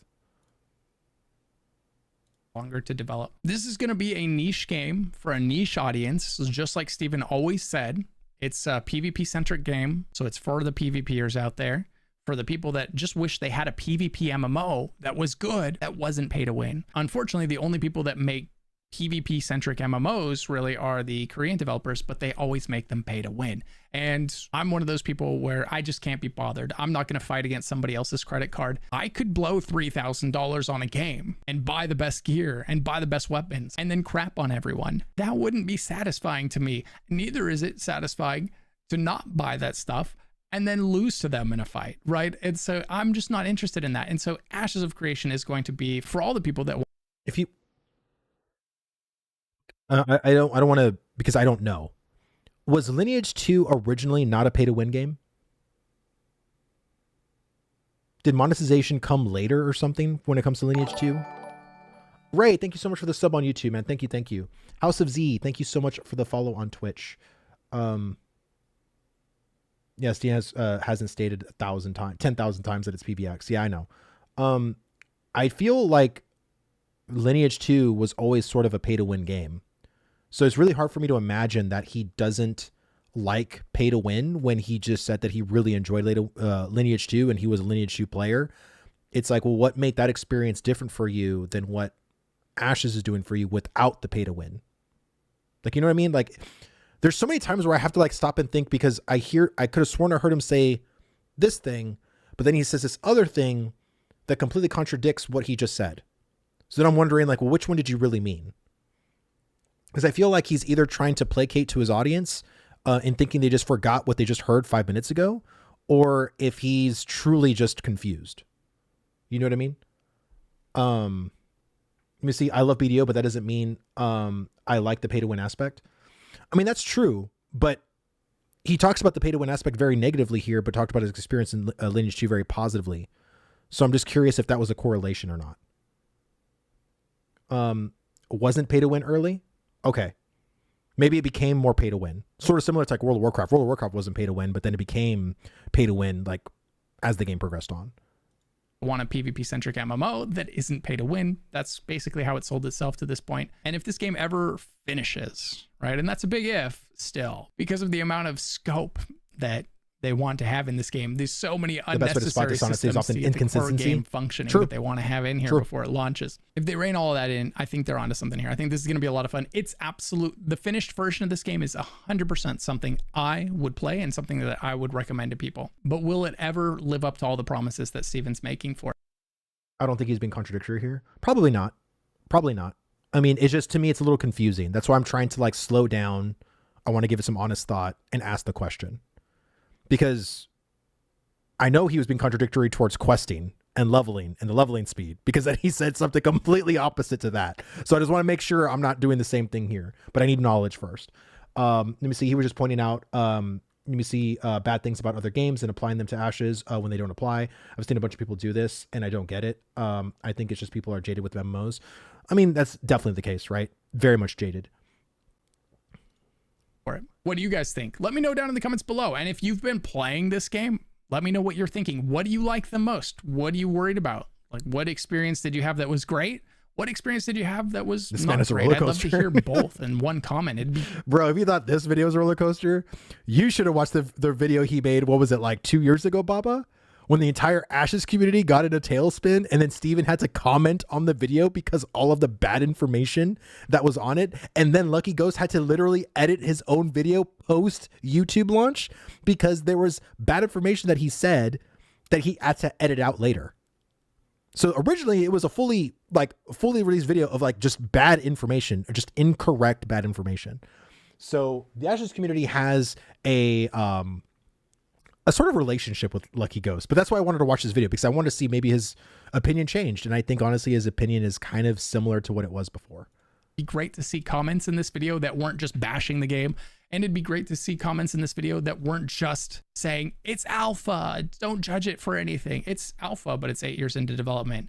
And for the people that are hating on it, I've had a lot less fun in finished MMOs than I had in this one this weekend. So there's an honest review of this game from somebody that isn't a content creator devoted to this. My livelihood doesn't depend on this. I don't have to kiss Steven's ass. I don't have to bend the knee to the developer because I need access to this game. And so I'm able to talk very freely about it and very honestly and very openly. And from what I can tell about the developer, they seem to appreciate that honest feedback. All right, guys, that's it for me. Thanks so much for watching. Let me know what your guys' thoughts are. Is this a game that you could see yourself playing if it was finished, or is it just not your cup of tea? And do you think this game will ever finish? I'm guessing right now this game has 4 years left. The amount of work that is done so far and the amount of work that is still left to be done, and the rate at which they're progressing and how much of the stuff they're showing in their live streams is actually not in the game yet, I'm thinking they've got 4 more years. So Magic Pipe, that's awesome, dude. Congrats on 16. They are probably, I'm guessing that they're going to do the Star Citizen thing where they are letting people play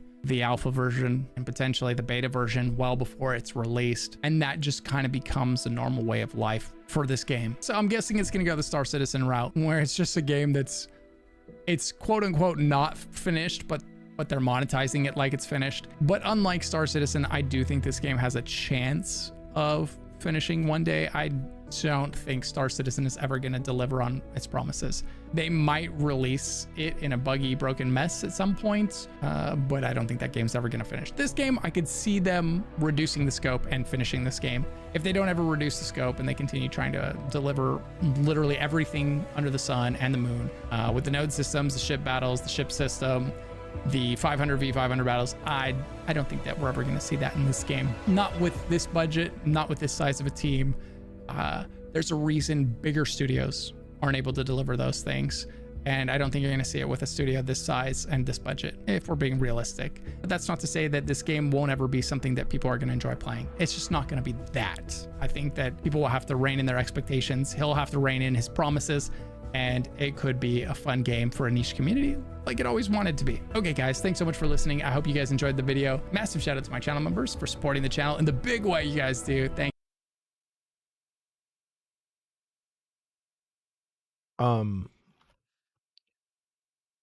All I got to say is, and I've said this before, if you think Lineage 2 was a niche game, you got to zoom out. Whatever country you were in, zoom out. globally, Lineage 2 had millions of players. Millions. Every MMO right now that's big has millions of players. Would we call the biggest MMOs out right now niche? I don't think so, personally. This video was such a roller coaster for me too, because I think he was being honest in certain aspects, but it was hard to see what he's truly being honest about when he's playing both sides of the fence in other parts. I think he needs more education on like this development stages. And to hear him say that he doesn't know much about the game, like, is a little dishonest too, because he clearly watches the live streams. He clearly knows about the games and the systems and the things that Ashes wants to do. So to say that he doesn't know the project is also dishonest as well, because I know he does. I'm glad he had fun this weekend, though. I really am. Like, I had a shit ton of fun this weekend. And again, my Friday experience was just queue. I was in the queue pretty much the entire time the game went up. I was able to get in twice. I was actually, if you've watched me on stream when I actually was trying to stream the game, I got in immediately, but then I immediately crashed. I got in again the second time, immediately got in, it crashed again. And then after that, I was in queue pretty much the entire night until I just logged off. But yeah. Did I link the video? Yeah, I linked the video.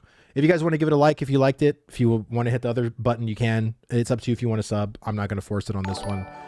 It just sort of, it is what it is. Let me see. Ben is a metal. OP reviews. Thank you so much for the sub on YouTube, man. Thank you. Thank you. Rapid 0477 and House of Z. Thank you so much for the follow on Twitch as well. Yep. You had to basically run away from the starting areas as fast as possible in order to prevent crashing. Yeah. A lot of people were saying, like, as soon as you got out of Lion's Hold, like, it was like a really good experience. So clearly, like, the server grid in Lion's Hold needs some more stability. But I think once they figured that out, and because again, once I branched out and I was outside of that, dude, it was a silky experience. It was so crunchy. Like, and when I hit a button, it was reactive. The mobs were reactive. It was really, really, really good. Skogamar, thank you so much for the follow. We got Joseph, thank you so much for the follow as well. Unstoppable Ice Cream, thank you so much for the follow as well. Dude, we're 2 follows away from 1,200 followers, man. 2 followers away. That's wild. Let me see, the movement needs a lot of work. Yeah, I think movement still has some issues, but I mean, we're getting there, guys. Like, we're literally on the verge of getting there. Let me see, Fisk Shovel, Hybrid Low, Pit Stop, Flat Top, Stan, Devininster, dude, wow, we're here. We hit it. 1,200 followers, guys. Holy shit. Welcome everyone. It's crazy. This stream, I did not expect to have this many viewers this morning. Like, not even close. I thought, I missed the whole alpha weekend. I'm sure I'll have like maybe like 70 people watching me, and here we are with over like I think across both Twitch and YouTube, I think we're almost at 500 people. I think we're popping off, guys. Yeah, we're not at 5. We're about like almost like 450. That's wild. Holy shit. Let me see. I follow today. This was all me. Well, again, I appreciate all the follows, guys. Jesus, you guys are keep following. Kerbo, dude, and then we got Girds. We got Wind Technique. Thank you so much for the follow. Really, really appreciate it. Revan Ghost. Thank you so much for the follow too. Steven Post. He posted. Uh-oh.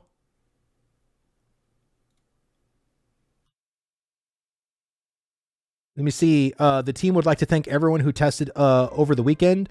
We have some big changes to improve stability and squash bugs for next weekend. Thank you all for joining us on this journey. We appreciate you all.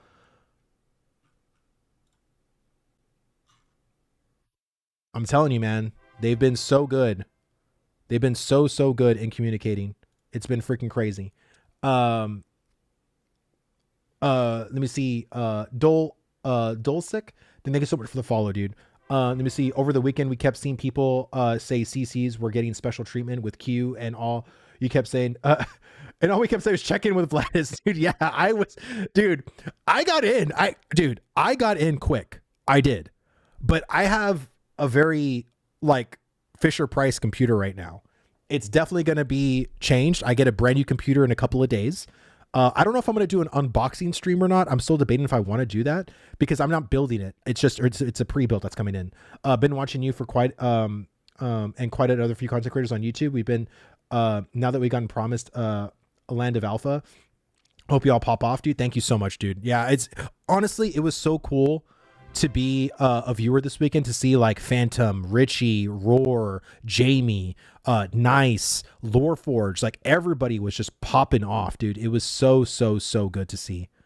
I know that's all what the content creators have been kind of waiting for, is to see like growth and like this kind of explosion of like, you know, just positive energy and stuff like that. And it was such a good weekend, man. I mean, all the content creators are talking about it. We haven't had this much fun in an MMO in such a long time.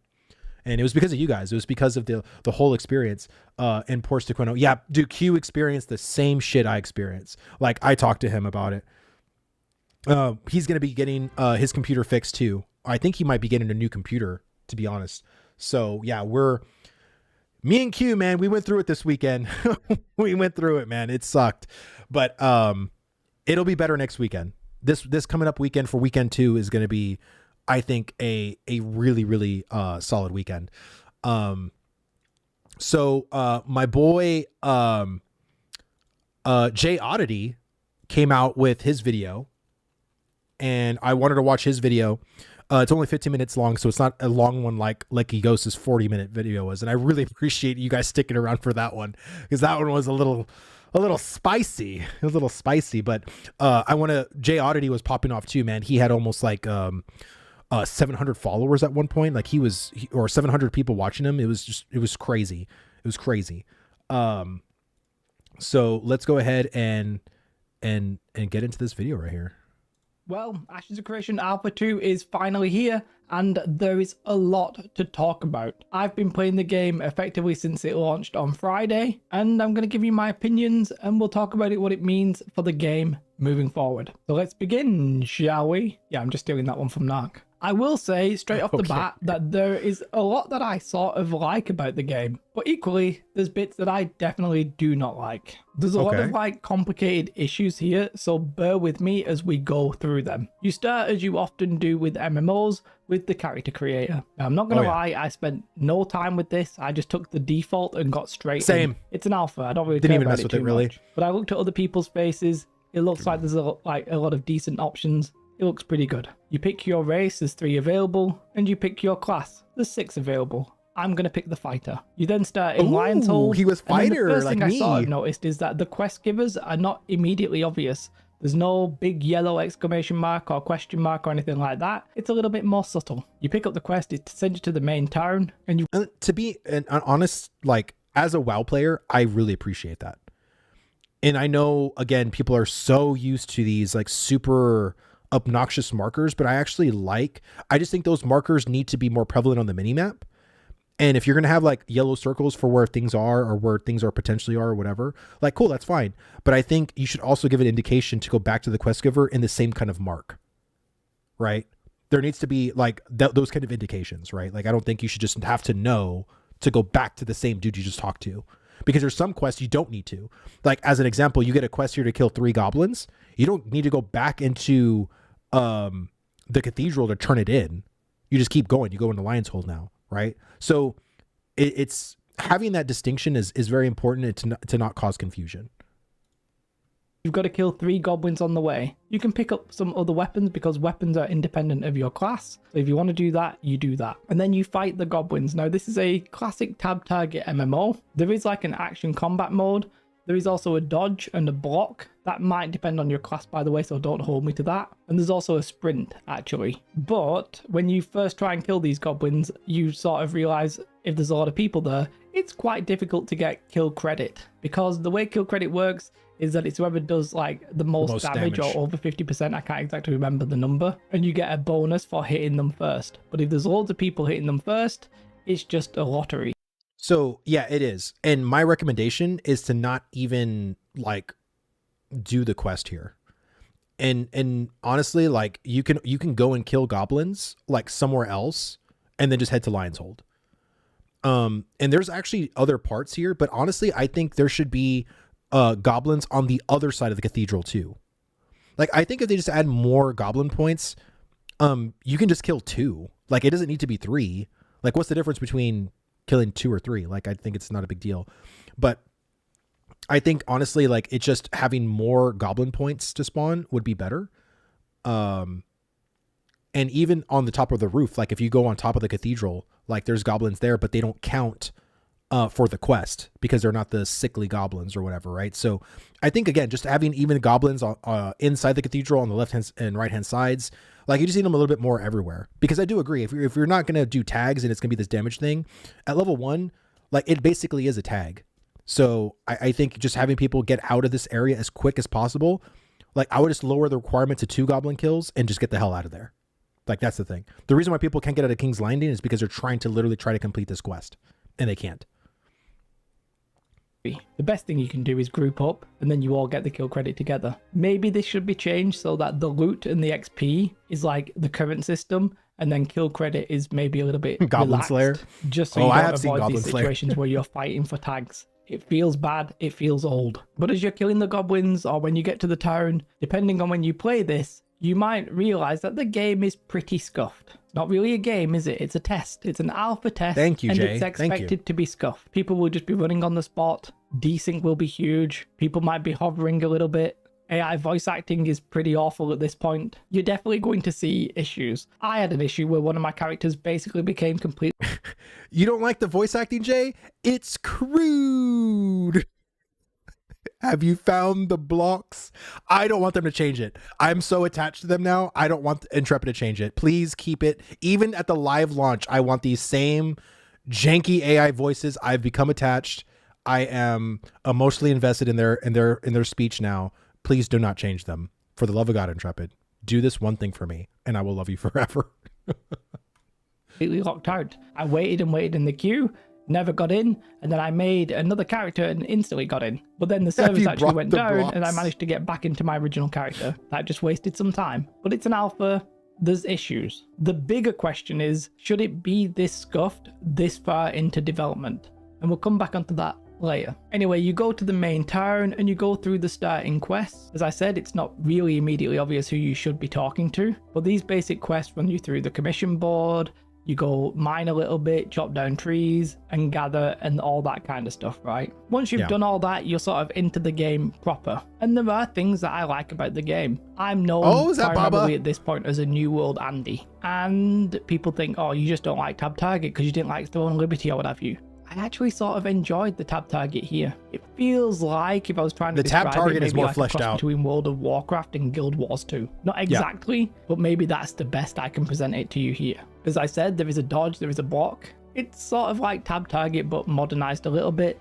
The abilities of the fighter felt good. Yeah, I really liked it. I think the combat's pretty decent, especially for an alpha. I like the movement as well. Everything just felt crisp and responsive. Yeah, no real complaints here from me. I also like the visuals. When I was level 1 on the test, I went to the area right here where the other goblins are, the level 3 goblins. I was killing level 3 goblins at level 1, no problem.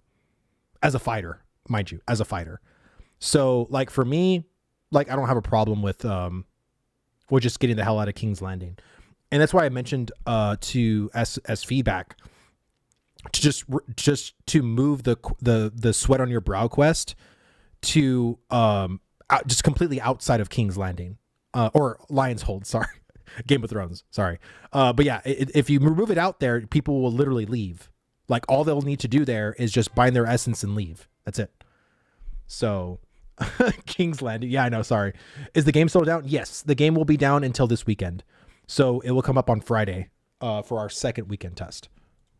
Of the world, especially like when the sun is set and the night skybox is there. Dude, it's awesome. This game gives me massive Lord of the Rings Online vibes. But it's obviously so good. Modernized. Some people say it's not an amazing looking game for a UE5 game in 2024. I would say that obviously it's not fully finished yet, so it's a bit premature to judge it on that. But I would also say, you know, it looks good anyway. I like the theming, I like the style. I think sometimes it's beautiful. The world kind of feels homely. in a way. Might be a silly The way of horse looks describing it, great. but that's the way I feel about it. I also like the sound and the music. Very, very cozy, relevant to the battles. Yeah, I enjoyed everything sound related, except maybe the AI voices. But eventually, you'll get through most of the quests, you'll do some time boards, and you'll kind of realize that most of the quests are drying up, and all you have left. Did you witness the fiery planet on Sunday night? Yep, on the sky. It was awesome. Like I said, the skybox is so good. You actually can see, if you look up at the skies, they're shooting stars in the sky at night. And it's really freaking cool. The horse sounds were perfect, especially on stone. Yeah, it's like I said, the sound team has done a tremendous job when it comes to the sound animations of combat, the sound animations of the tree chopping. Dude, I think it's awesome. It's really freaking cool. And in most closed alpha games, you don't even get sound. You're chopping a tree or you're doing something and you hear no sound. Like the sound's just not in yet. And again, like we're so like babied to a certain extent that we're just complaining about things that if you were to go and see what it's really like in some of these closed alphas, you don't even get that luxury of, you know what I mean? Like in most alphas, you don't even get voice, even AI voice. It's just nothing. It's just quest text. That's it. It is what it is.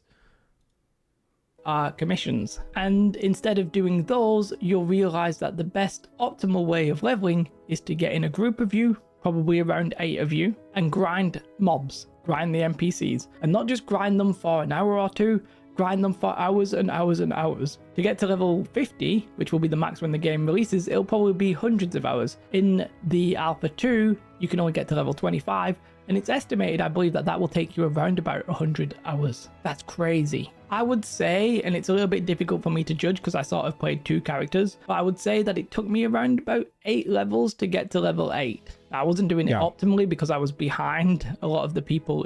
And I think that's, I mean, in the grand scheme of things, an hour per level, I know some people would be like, oh, that's really slow. But in certain aspects, like I think the linear curve is okay to be fast from level 1 to 10, but then from 10 to 20 should start because I know there's this grind from level 9 to 10, and then from 10 to 11 is not that much experience. It's kind of weird. It's like it takes longer to go from 9 to 10 than it does to actually go from 10 to 11, which is the weirdest thing. But if they fix that and make like going from 1 to 10, like, you know, like, let's say that takes 10 hours, like, and you're doing it like unoptimally, like that means you have 90 hours left, right? Right, because apparently we want to take 100 hours from leveling from 1 to 25. But then we have to ask the question, is that 100 hours in optimal leveling conditions? Is that you leveling your character in the most efficient way? Is doing that going to take you 100 hours? Or does that take you 50 hours? And is the 100-hour mark more of the general go with the flow, doing it semi-unoptimally, sometimes optimally, you know, and then not even questing anymore. Now you're just doing professions, you're exploring, you're doing stuff like what exactly is that 100-hour mark based off of? Because I don't know how to properly leave feedback if the quest needs to be, or the leveling needs to be faster or slower, because I don't know what benchmark they're trying to hit with that 100-hour mark. That's my problem with wanting to leave feedback, because if they want to say it's going to take 100 hours to do it like very casually, then I think that kind of makes sense. And if you're doing it very optimally, maybe it goes down from 100 to, let's say, 60 hours, right? And I think that's fine. I do. I think if you put more time into this game, if you play 18 to 20 hours a day and I'm only playing 4 to 6, you should be way ahead of me, right? You should be reaping the benefits of being way ahead of other people because you're putting more time into the game. I don't like this curve that games put on everybody that, oh, you're going too fast, we're going to basically throttle you so that way you don't get too far ahead of other people. Like, I don't like that kind of gameplay personally. Punk Rock for Dad, dude, thank you so much for the sub, dude. Thank you. And then we got Qualfla, thank you so much for the follow. Faster if you're in a group. I played with a friend and enjoyed every minute of it. The only time we really paid attention to levels for the extra abilities or better gear. Well, honestly, too, from level 1 to 10, I had a great time leading up to my level. Like, I forgot that feeling of being like, dude, I'm like 10% left to ding, because I was excited to put my talent point into the next level. I haven't felt that excitement to put a fucking talent point in I don't know how long. You don't need to be excited in WoW because you're doing a level from 70 to 80 in like fucking a couple of hours. Like it's not a big deal. And that's literally from 70 to 80. Like leveling to 70 to 80 is like almost like leveling from like 1 to 10 in Ashes. Isn't that sad? Like, isn't that crazy? But yeah, it's crazy. In my group, but I would say it's slow. It's very slow. And for now, that's the main leveling method. It's the best XP and it's the best gear. It's the best XP because the mobs are hard to kill and often quite slow to kill. I had an okay time. Some of it was unplayable. I agree with that. Some server, like if you were in certain parts where the servers weren't working, it was unplayable. We were trying to play near the Oakenbane Keep in our group, killing the graveyard golems, and Planetdorf was playing with us. He was playing with us, and he was like, I think we should move because I just got word that we're in a very bad server actor. And as soon as we moved out of that area, we were fine. Like, we were totally fine. But I can only imagine if you didn't know that and you were constantly playing in a certain area trying to grind a certain thing, it truly is unplayable. The graveyard golems were literally like phasing through the mountains. They weren't attacking, and then they would certainly attack like 3 times over and just kill our tank. It was just so unplayable. But, I mean, you know, that happens. Again, alpha is alpha, right? This is the things they need to test. And to be even crazier, they literally launched the PTR for 3 hours to focus test the problematic areas. Like, Intrepid knew what they needed to do and just did it. Like, that's the kind of responsiveness, that's the kind of dedication we need to fixing issues in games. And they do it. And that's why I'm so appreciative of it. Yeah, TNO leveling is pointless. You visit NPCs and you never interact with ever again. If it wasn't daily events, you would never re-enter most of the world. Yeah, that's so freaking sad. That's just sad.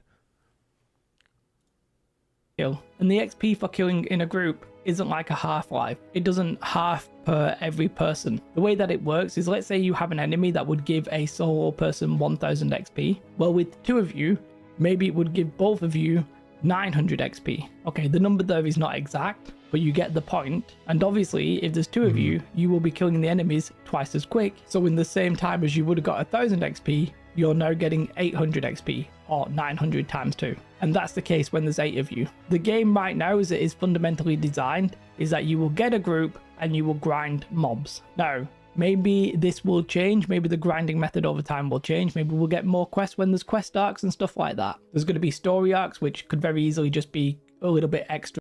We just got an ad break right now. I'm going to pause the thing and wait for people to come back.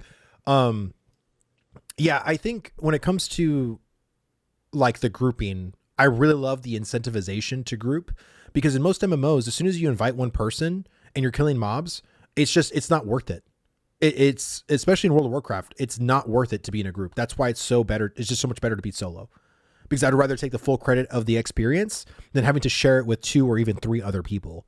Because even 3 people like is pretty obnoxious, which is why you want to be in a dungeon to do that, because they're elites and they're just higher levels, so you're going to get better experience overall, comparatively to just being out in the open world questing. Like, it's just, to me, that's a very, very shitty experience. You can see they've been fixing and breaking the servers since A0. Servers were working well in Alpha 1 and APOC, and now they're broken again. Well, again, they're in new architecture. Like, they're in UE5. They're also their dynamic gridding is in place, it's just not working, which is why whenever you start to see things in the open world and you see like this invisible line there, and then you see players on the other side, it's because it's in place. There's a lot of stuff happening in the back end that we don't know of. So I understand how it seems confusing. That's like, wait a minute, they had servers working in Alpha 1 and servers working in 0. Why aren't servers working now? It's like, yeah, but Alpha 0 and Alpha 1 didn't have like the thousands of people that we're currently testing. You know what I mean? And we're under new architecture, which also matters. I think the best MMO disguise the grinds, and I do hope they find a better way to do this, could be dungeons. I think the open world dungeons, like, I'm excited because there's a lot of open world dungeons in Ashes. There's like the Citadel of the Steel Bloom, there's Carfin, and there's other major points of interest too. There's also a cathedral that's in the new Ayla area that we were at that has a bunch of mobs there, a bunch of 2 and 3 star mobs. So I think there is a lot of like dungeons, so to speak, but not the dungeons that we're thinking of, like the ones that open up because of nodes and all this other stuff. There's a lot of stuff that's going to happen later, right? Because of certain nodes that level more quickly or whatever. To be honest, I think a valid form of feedback right now is nodes level way too fast. And I think that's intentional because we only have a weekend to play. I think the node speed is going to be basically nerfed whenever we get into the 5-day plane cycles. Because I think they want to see, you know, like the tier 3 stuff, like pretty quick. I just want to say from the start of Alpha 2 at 4 p.m. on Friday to yesterday when the Alpha ended, early I got 31 pings via Discord, not including replies from the devs in Discord on patches, downtime updates, queue issues, etc. Most of the alphas and even betas I've been a part of previously. I couldn't count on one hand how many times I got updates from the devs. Most of the time they were just PTR stunts or PR stunts. Yeah. Most of the people that I've seen in the closed alpha test didn't even get communication most of the time from the developers. They didn't even talk to them. Most funny in WoW Classic grinding was much more better, much more experienced profit while grinding compared to quests.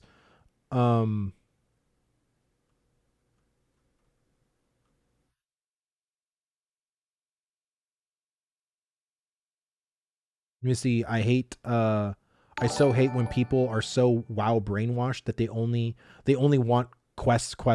It's handheld quest markers, and you are brainless bot that only follow the quest to max level. That makes the game so bad and shitty. So what makes grinding a certain mob over and over better? You're either gonna grind quests or you're gonna grind a mob over and over. I think it's fine to have both. Again, it's all about play style. It's all about what you want to get out of.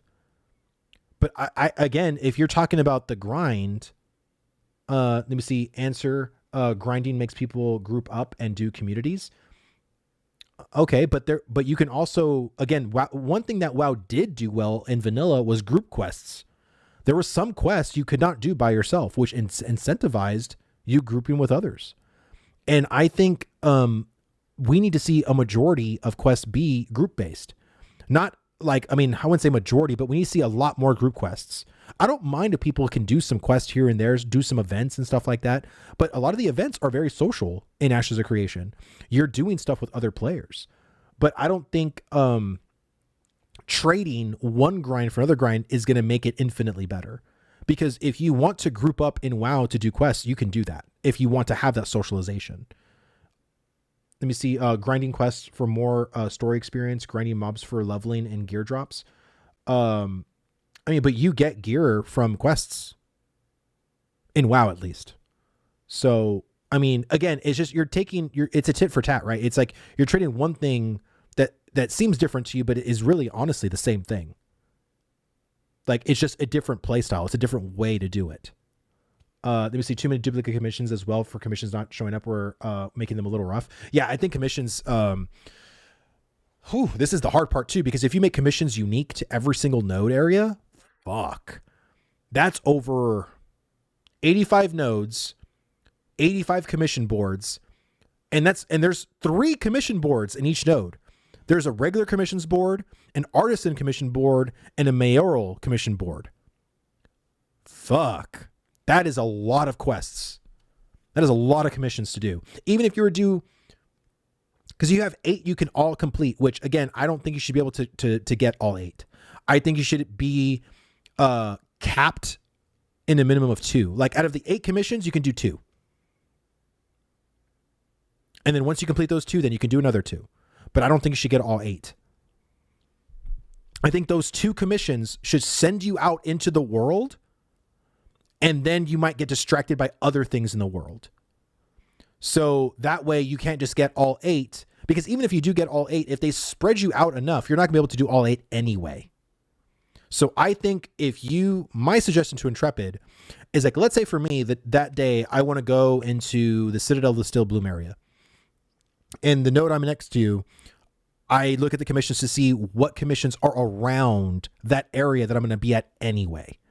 And maybe there's only one quest, one commission from the board that takes me to that area. Well, then that's what I'll do, because I don't want to do the other commissions, because I don't want to get distracted from what I want to do. I think that's the way they should kind of structure the commission boards personally, is to basically make people venture out into the world more. Like, not just so close to the commission board. You should actually be like wanting to venture out. Events been antisocial for me since I am in a guild, and the events around Marilith was dominated by a guild called Hand of Unity, and they were just killing everyone who was in a guild since it didn't give corruption to kill someone who was in a different guild if they say they were non-combatant. Well, and again, this is the whole accountability part of it, right? So then it's a matter of, you know, getting your guild to jump that other guild, right? Housing commissions didn't give you the circle for me. There was a lot of movement. I don't mind the all 8. I think the upper nodes moved you much further. Well, again, it's like, but if all the commissions take you to completely different areas, then it's just cluttering your quest log to have all 8, because you're not going to be able to get to all 8, right? So, I mean, again, I guess if they want to keep it that way, they can, but I think it should just be more centralized into where you want to go. I think node type should be a factor in commissions, not just throw unique for every hold on real quick. For every single node. I'm not nomading to every single node just to see if there's a commission that I enjoy more. Yeah, no, I agree with that. Let me see. Commissions should be player character specific. Player selects. That is automatic on every zone. You should select what you want to focus on or focus into. You automatically gain rewards from the quests. No need to run back to quest giver. Running around is a bit silly. It's best to do quest as dynamic and complete automatically with rewards. If it's a bit strange to get rewards in your inventory on completion, I don't mind that. I think it's kind of silly to having to go back and forth, right? You get a quest from a commission board, you have to go turn it back into the commission board. I think that's kind of stupid. And I think most of the commissions actually work that way right now. Once you complete them, that's it. You get the reward immediately. You get the experience and you get the gold.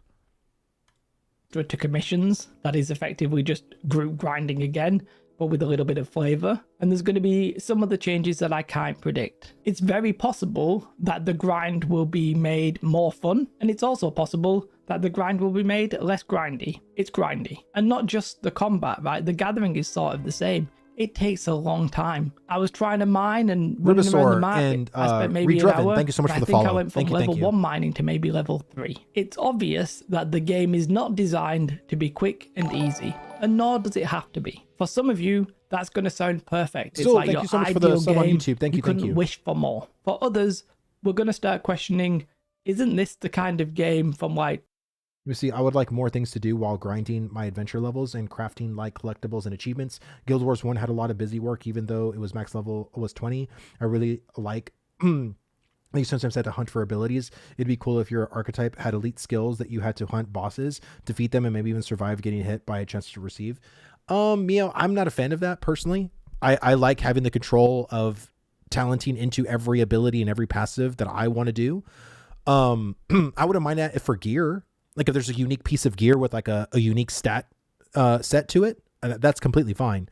But the thing is that that's also going to happen later. Like, again, we're in phase 1. Like, I think a lot of things that people are advocating for are actually in the game already. They're not online.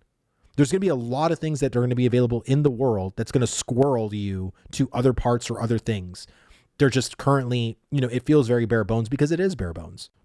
20, 30 years ago, that isn't really around right now. And one of the reasons it's not around right now is because people didn't want it, or at least they didn't want it in significant.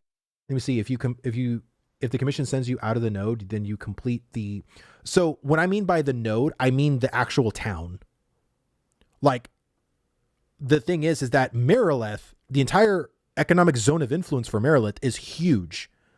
I'm talking. I don't want the commission board to just send you with commissions that are around the town of Marilith. Like, take me into deeper parts of the economic zone of Marilith, right? Like, that's what I'm trying to say. Enough numbers. And that's sort of my thoughts as well. But let's see, right? Maybe I'm wrong.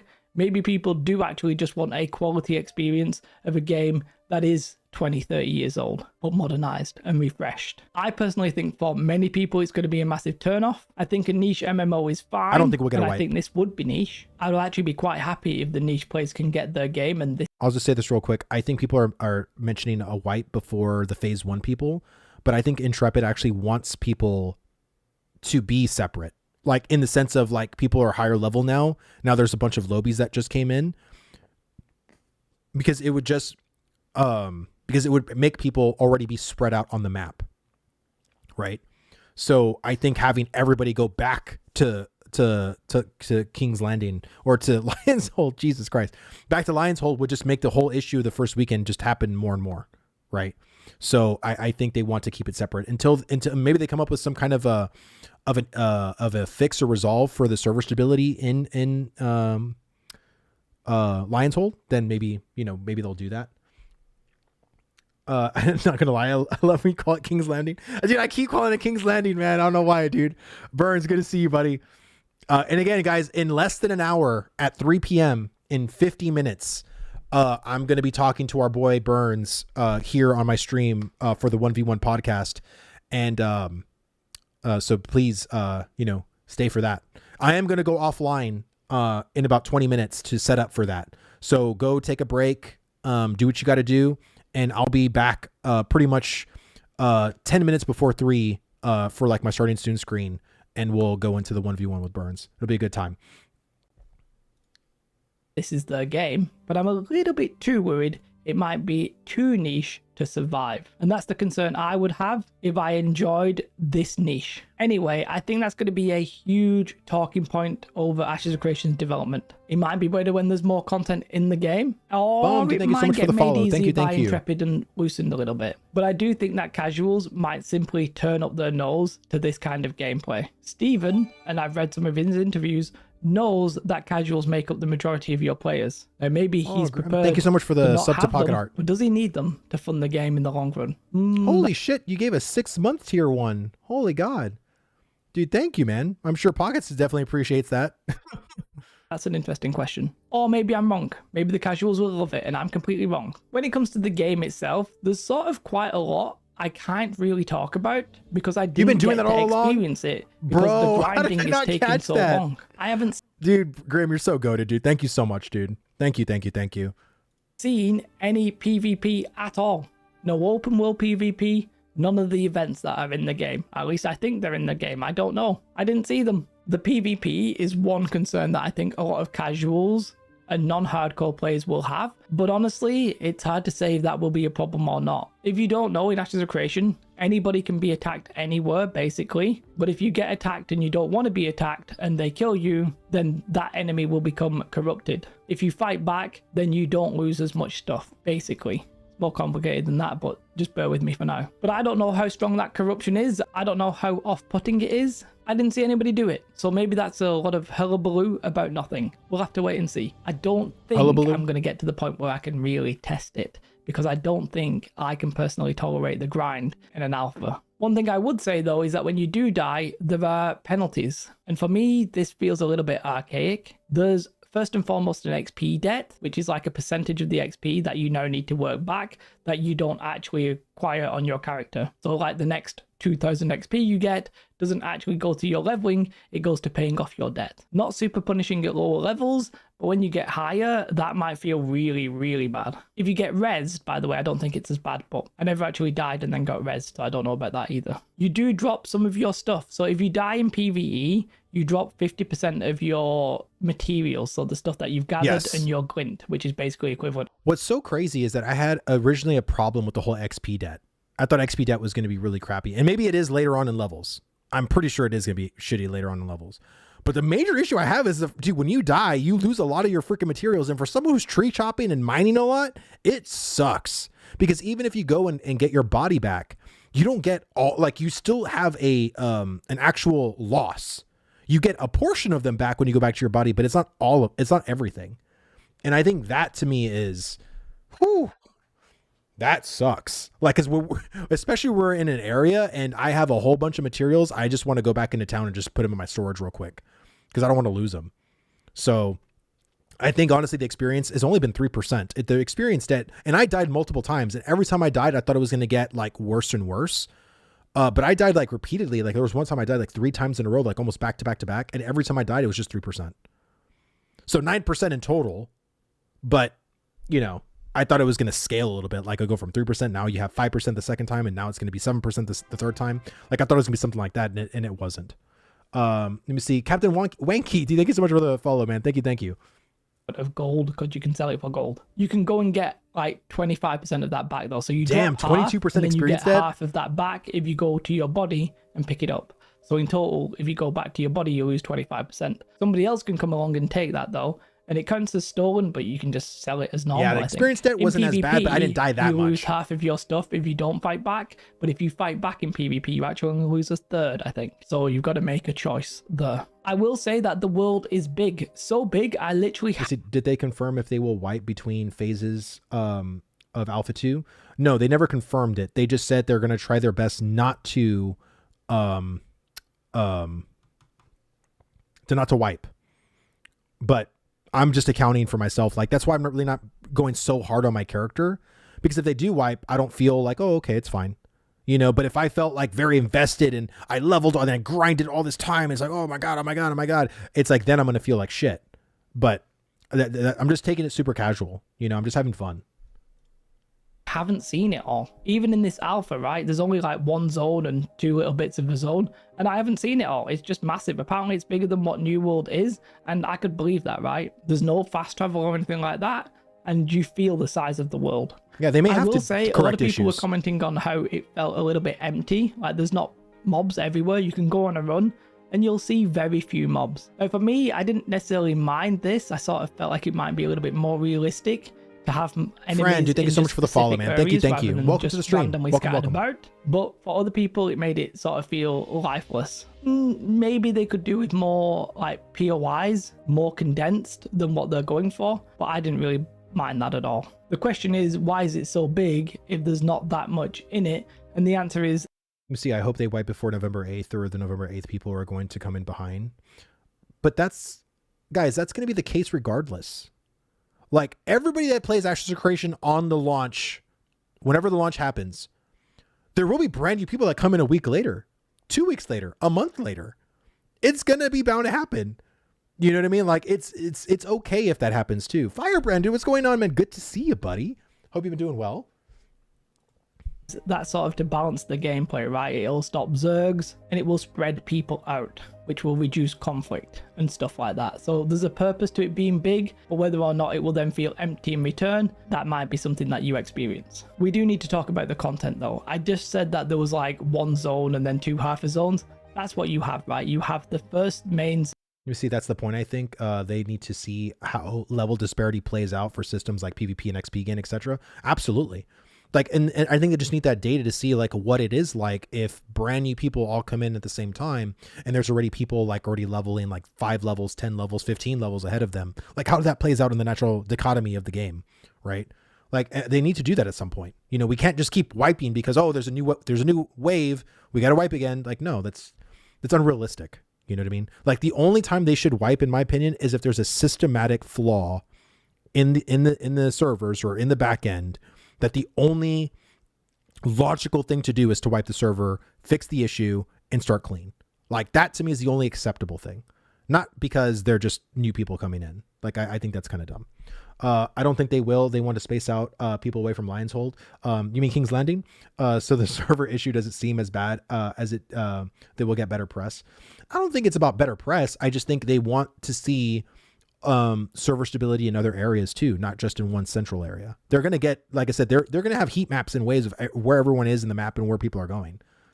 Zone, the Riverlands, which is mostly complete, I think. There's still some missing, like I don't think it has the story arcs. And then you've got 2 sort of like wild zones, which are just like full PvP at the minute, but they're not really zones, there's not much in them. I say that, right? I haven't actually been and checked.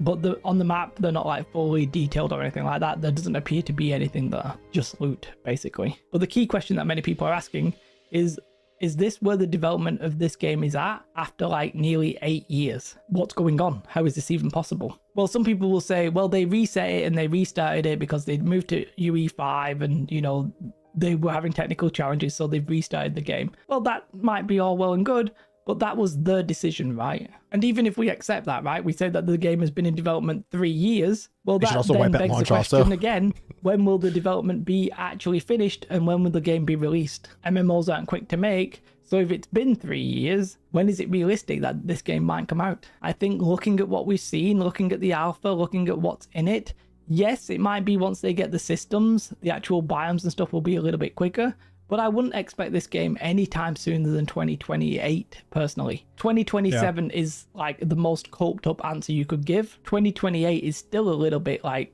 copium filled, because I wouldn't be surprised if it stretches a little bit beyond that. Will the game still be hyped in that year? Will we have better MMOs? Will people still be interested? Yeah, I don't know. Will the game even manage it, right? If the game's going to take, let's say it takes 5 years to develop from this point on, do they have the funding to get to that point? Making a game is expensive. And the main man himself, Stephen Sharif, he says that the game is fully funded. I don't know enough about his finances to really question it. Let's just believe it. He's a rich man. Let him spend his money how he likes. All right. It's an interesting question though, and one that we're going to find out very slowly. The development speed of Alpha 2 might give us more insights though.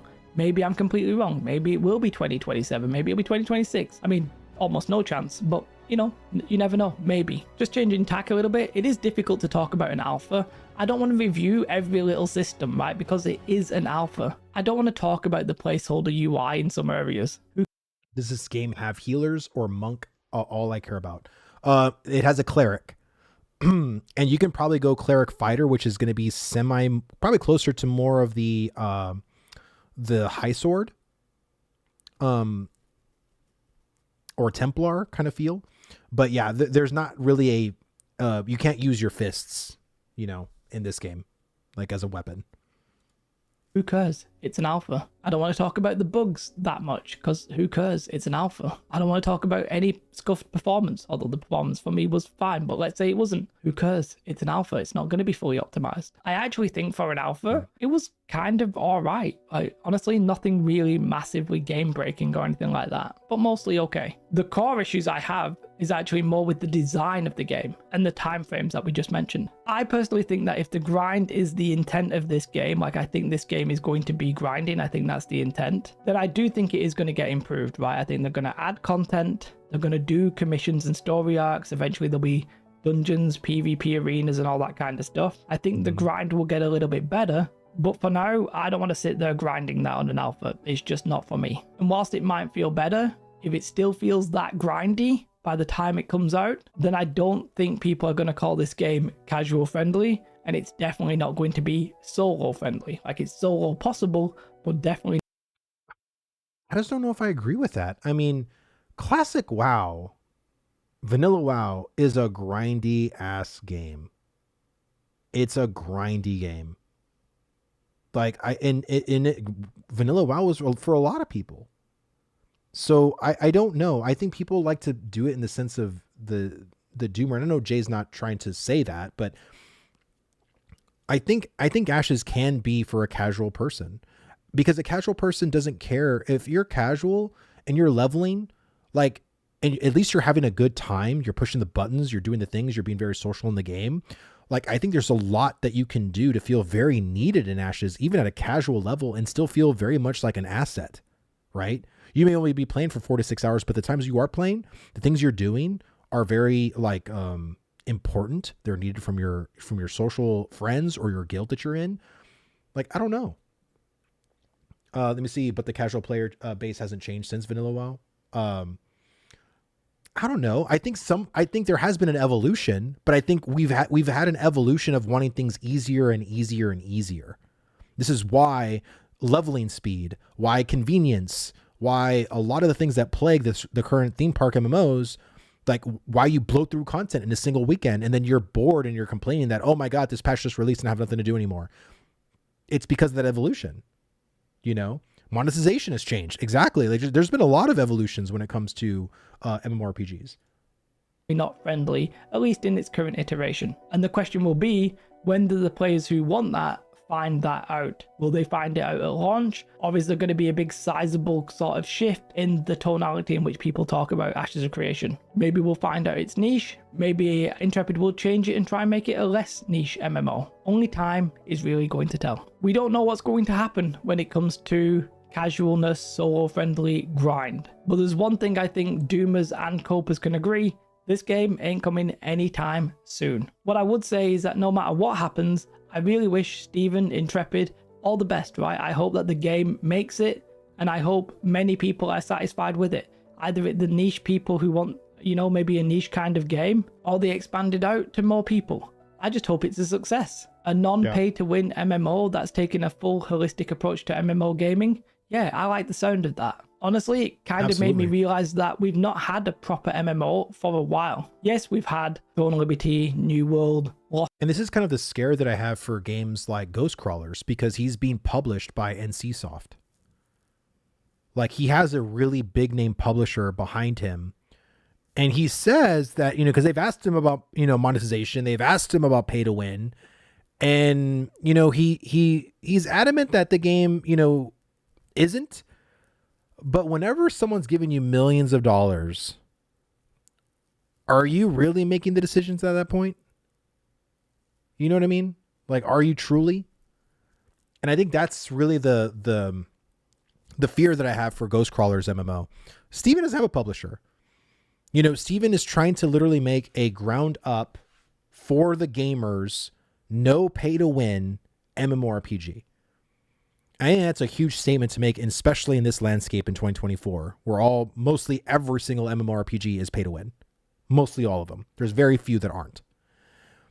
And so if he can make a quality level AAA title MMORPG with Ashes of Creation, that'll send, I think, the entire multi-billion-dollar industry into a frenzy, because now we have legitimate competition. You know, and it will prove, hopefully, that you can do reasonable monetization without being greedy and survive. NCSoft is an automatic L for me. Same. I that's why I don't get into Korean MMOs. That's the main reason people are asking me, have you played Throne of Liberty? Have you played? It's not that bad. It's not that bad. I don't care. I don't care. I'm not going to play Arcade either. I'm not going to play Lineage 3 either. Like, I'm not. I'm not. I'm not going to get invested in those things. Lost Ark, but I don't really feel like we've had like a proper tab target or even action combat MMO that has all of the content that you would expect. I want that big, immersive world, a really meaningful game. And I don't think we've had it. Ashes could sort of be it, but I personally don't want the kind of game that WoW killed. I want the kind of game that's like WoW, but revolutionized and modernized and evolved. Not the games that WoW came along and said, you're doing this wrong. That's what Ashes of Creation is. It's all the things that died out, brought back in 2020, whenever. I can subscribe. Goodbye. Nice. This was a good video from Jay. I think there are things and hurdles that Ashes needs to you know, do. But by the way they've been cooking, by the way they've been basically just working for now, I think it's been good. I truly do. I think it's been a really fun ride, and I can't wait to see what they continue to do, because if this is their love, if this is the quality of communication they're going to have, we're in for an MMO experience, guys. Let me just tell you that right now. We are in. Let me see. I'm debating,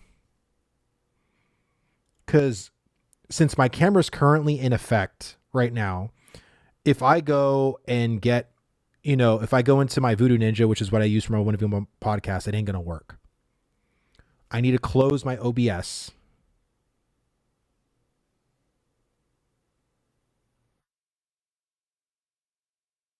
Potentially.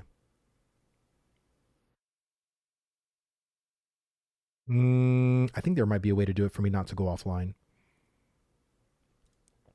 But I need to eat my food too. Fuck. I haven't eaten anything since I've woken up at like 8 in the morning. I'm starving. My stomach is growling. I have food coming right now. You know what? Fuck it. I'm just gonna raid somebody. Is anybody online? Loreforge is online. Let's raid Loreforge. If you guys want to come back in 30 minutes, if you want to stay with Sunny and watch him talk about Ashes 2, that's totally fine. But I am going to raid my boy Sunny. I'm a huge fan of Loreforge. They're a great guild, great podcast, great Ashes creation content creators. So let's go ahead and raid him over. And I will see you guys in about 30 minutes. You guys have a good one, guys. Peace. Thank you all for the follows and subs and everything. Appreciate it.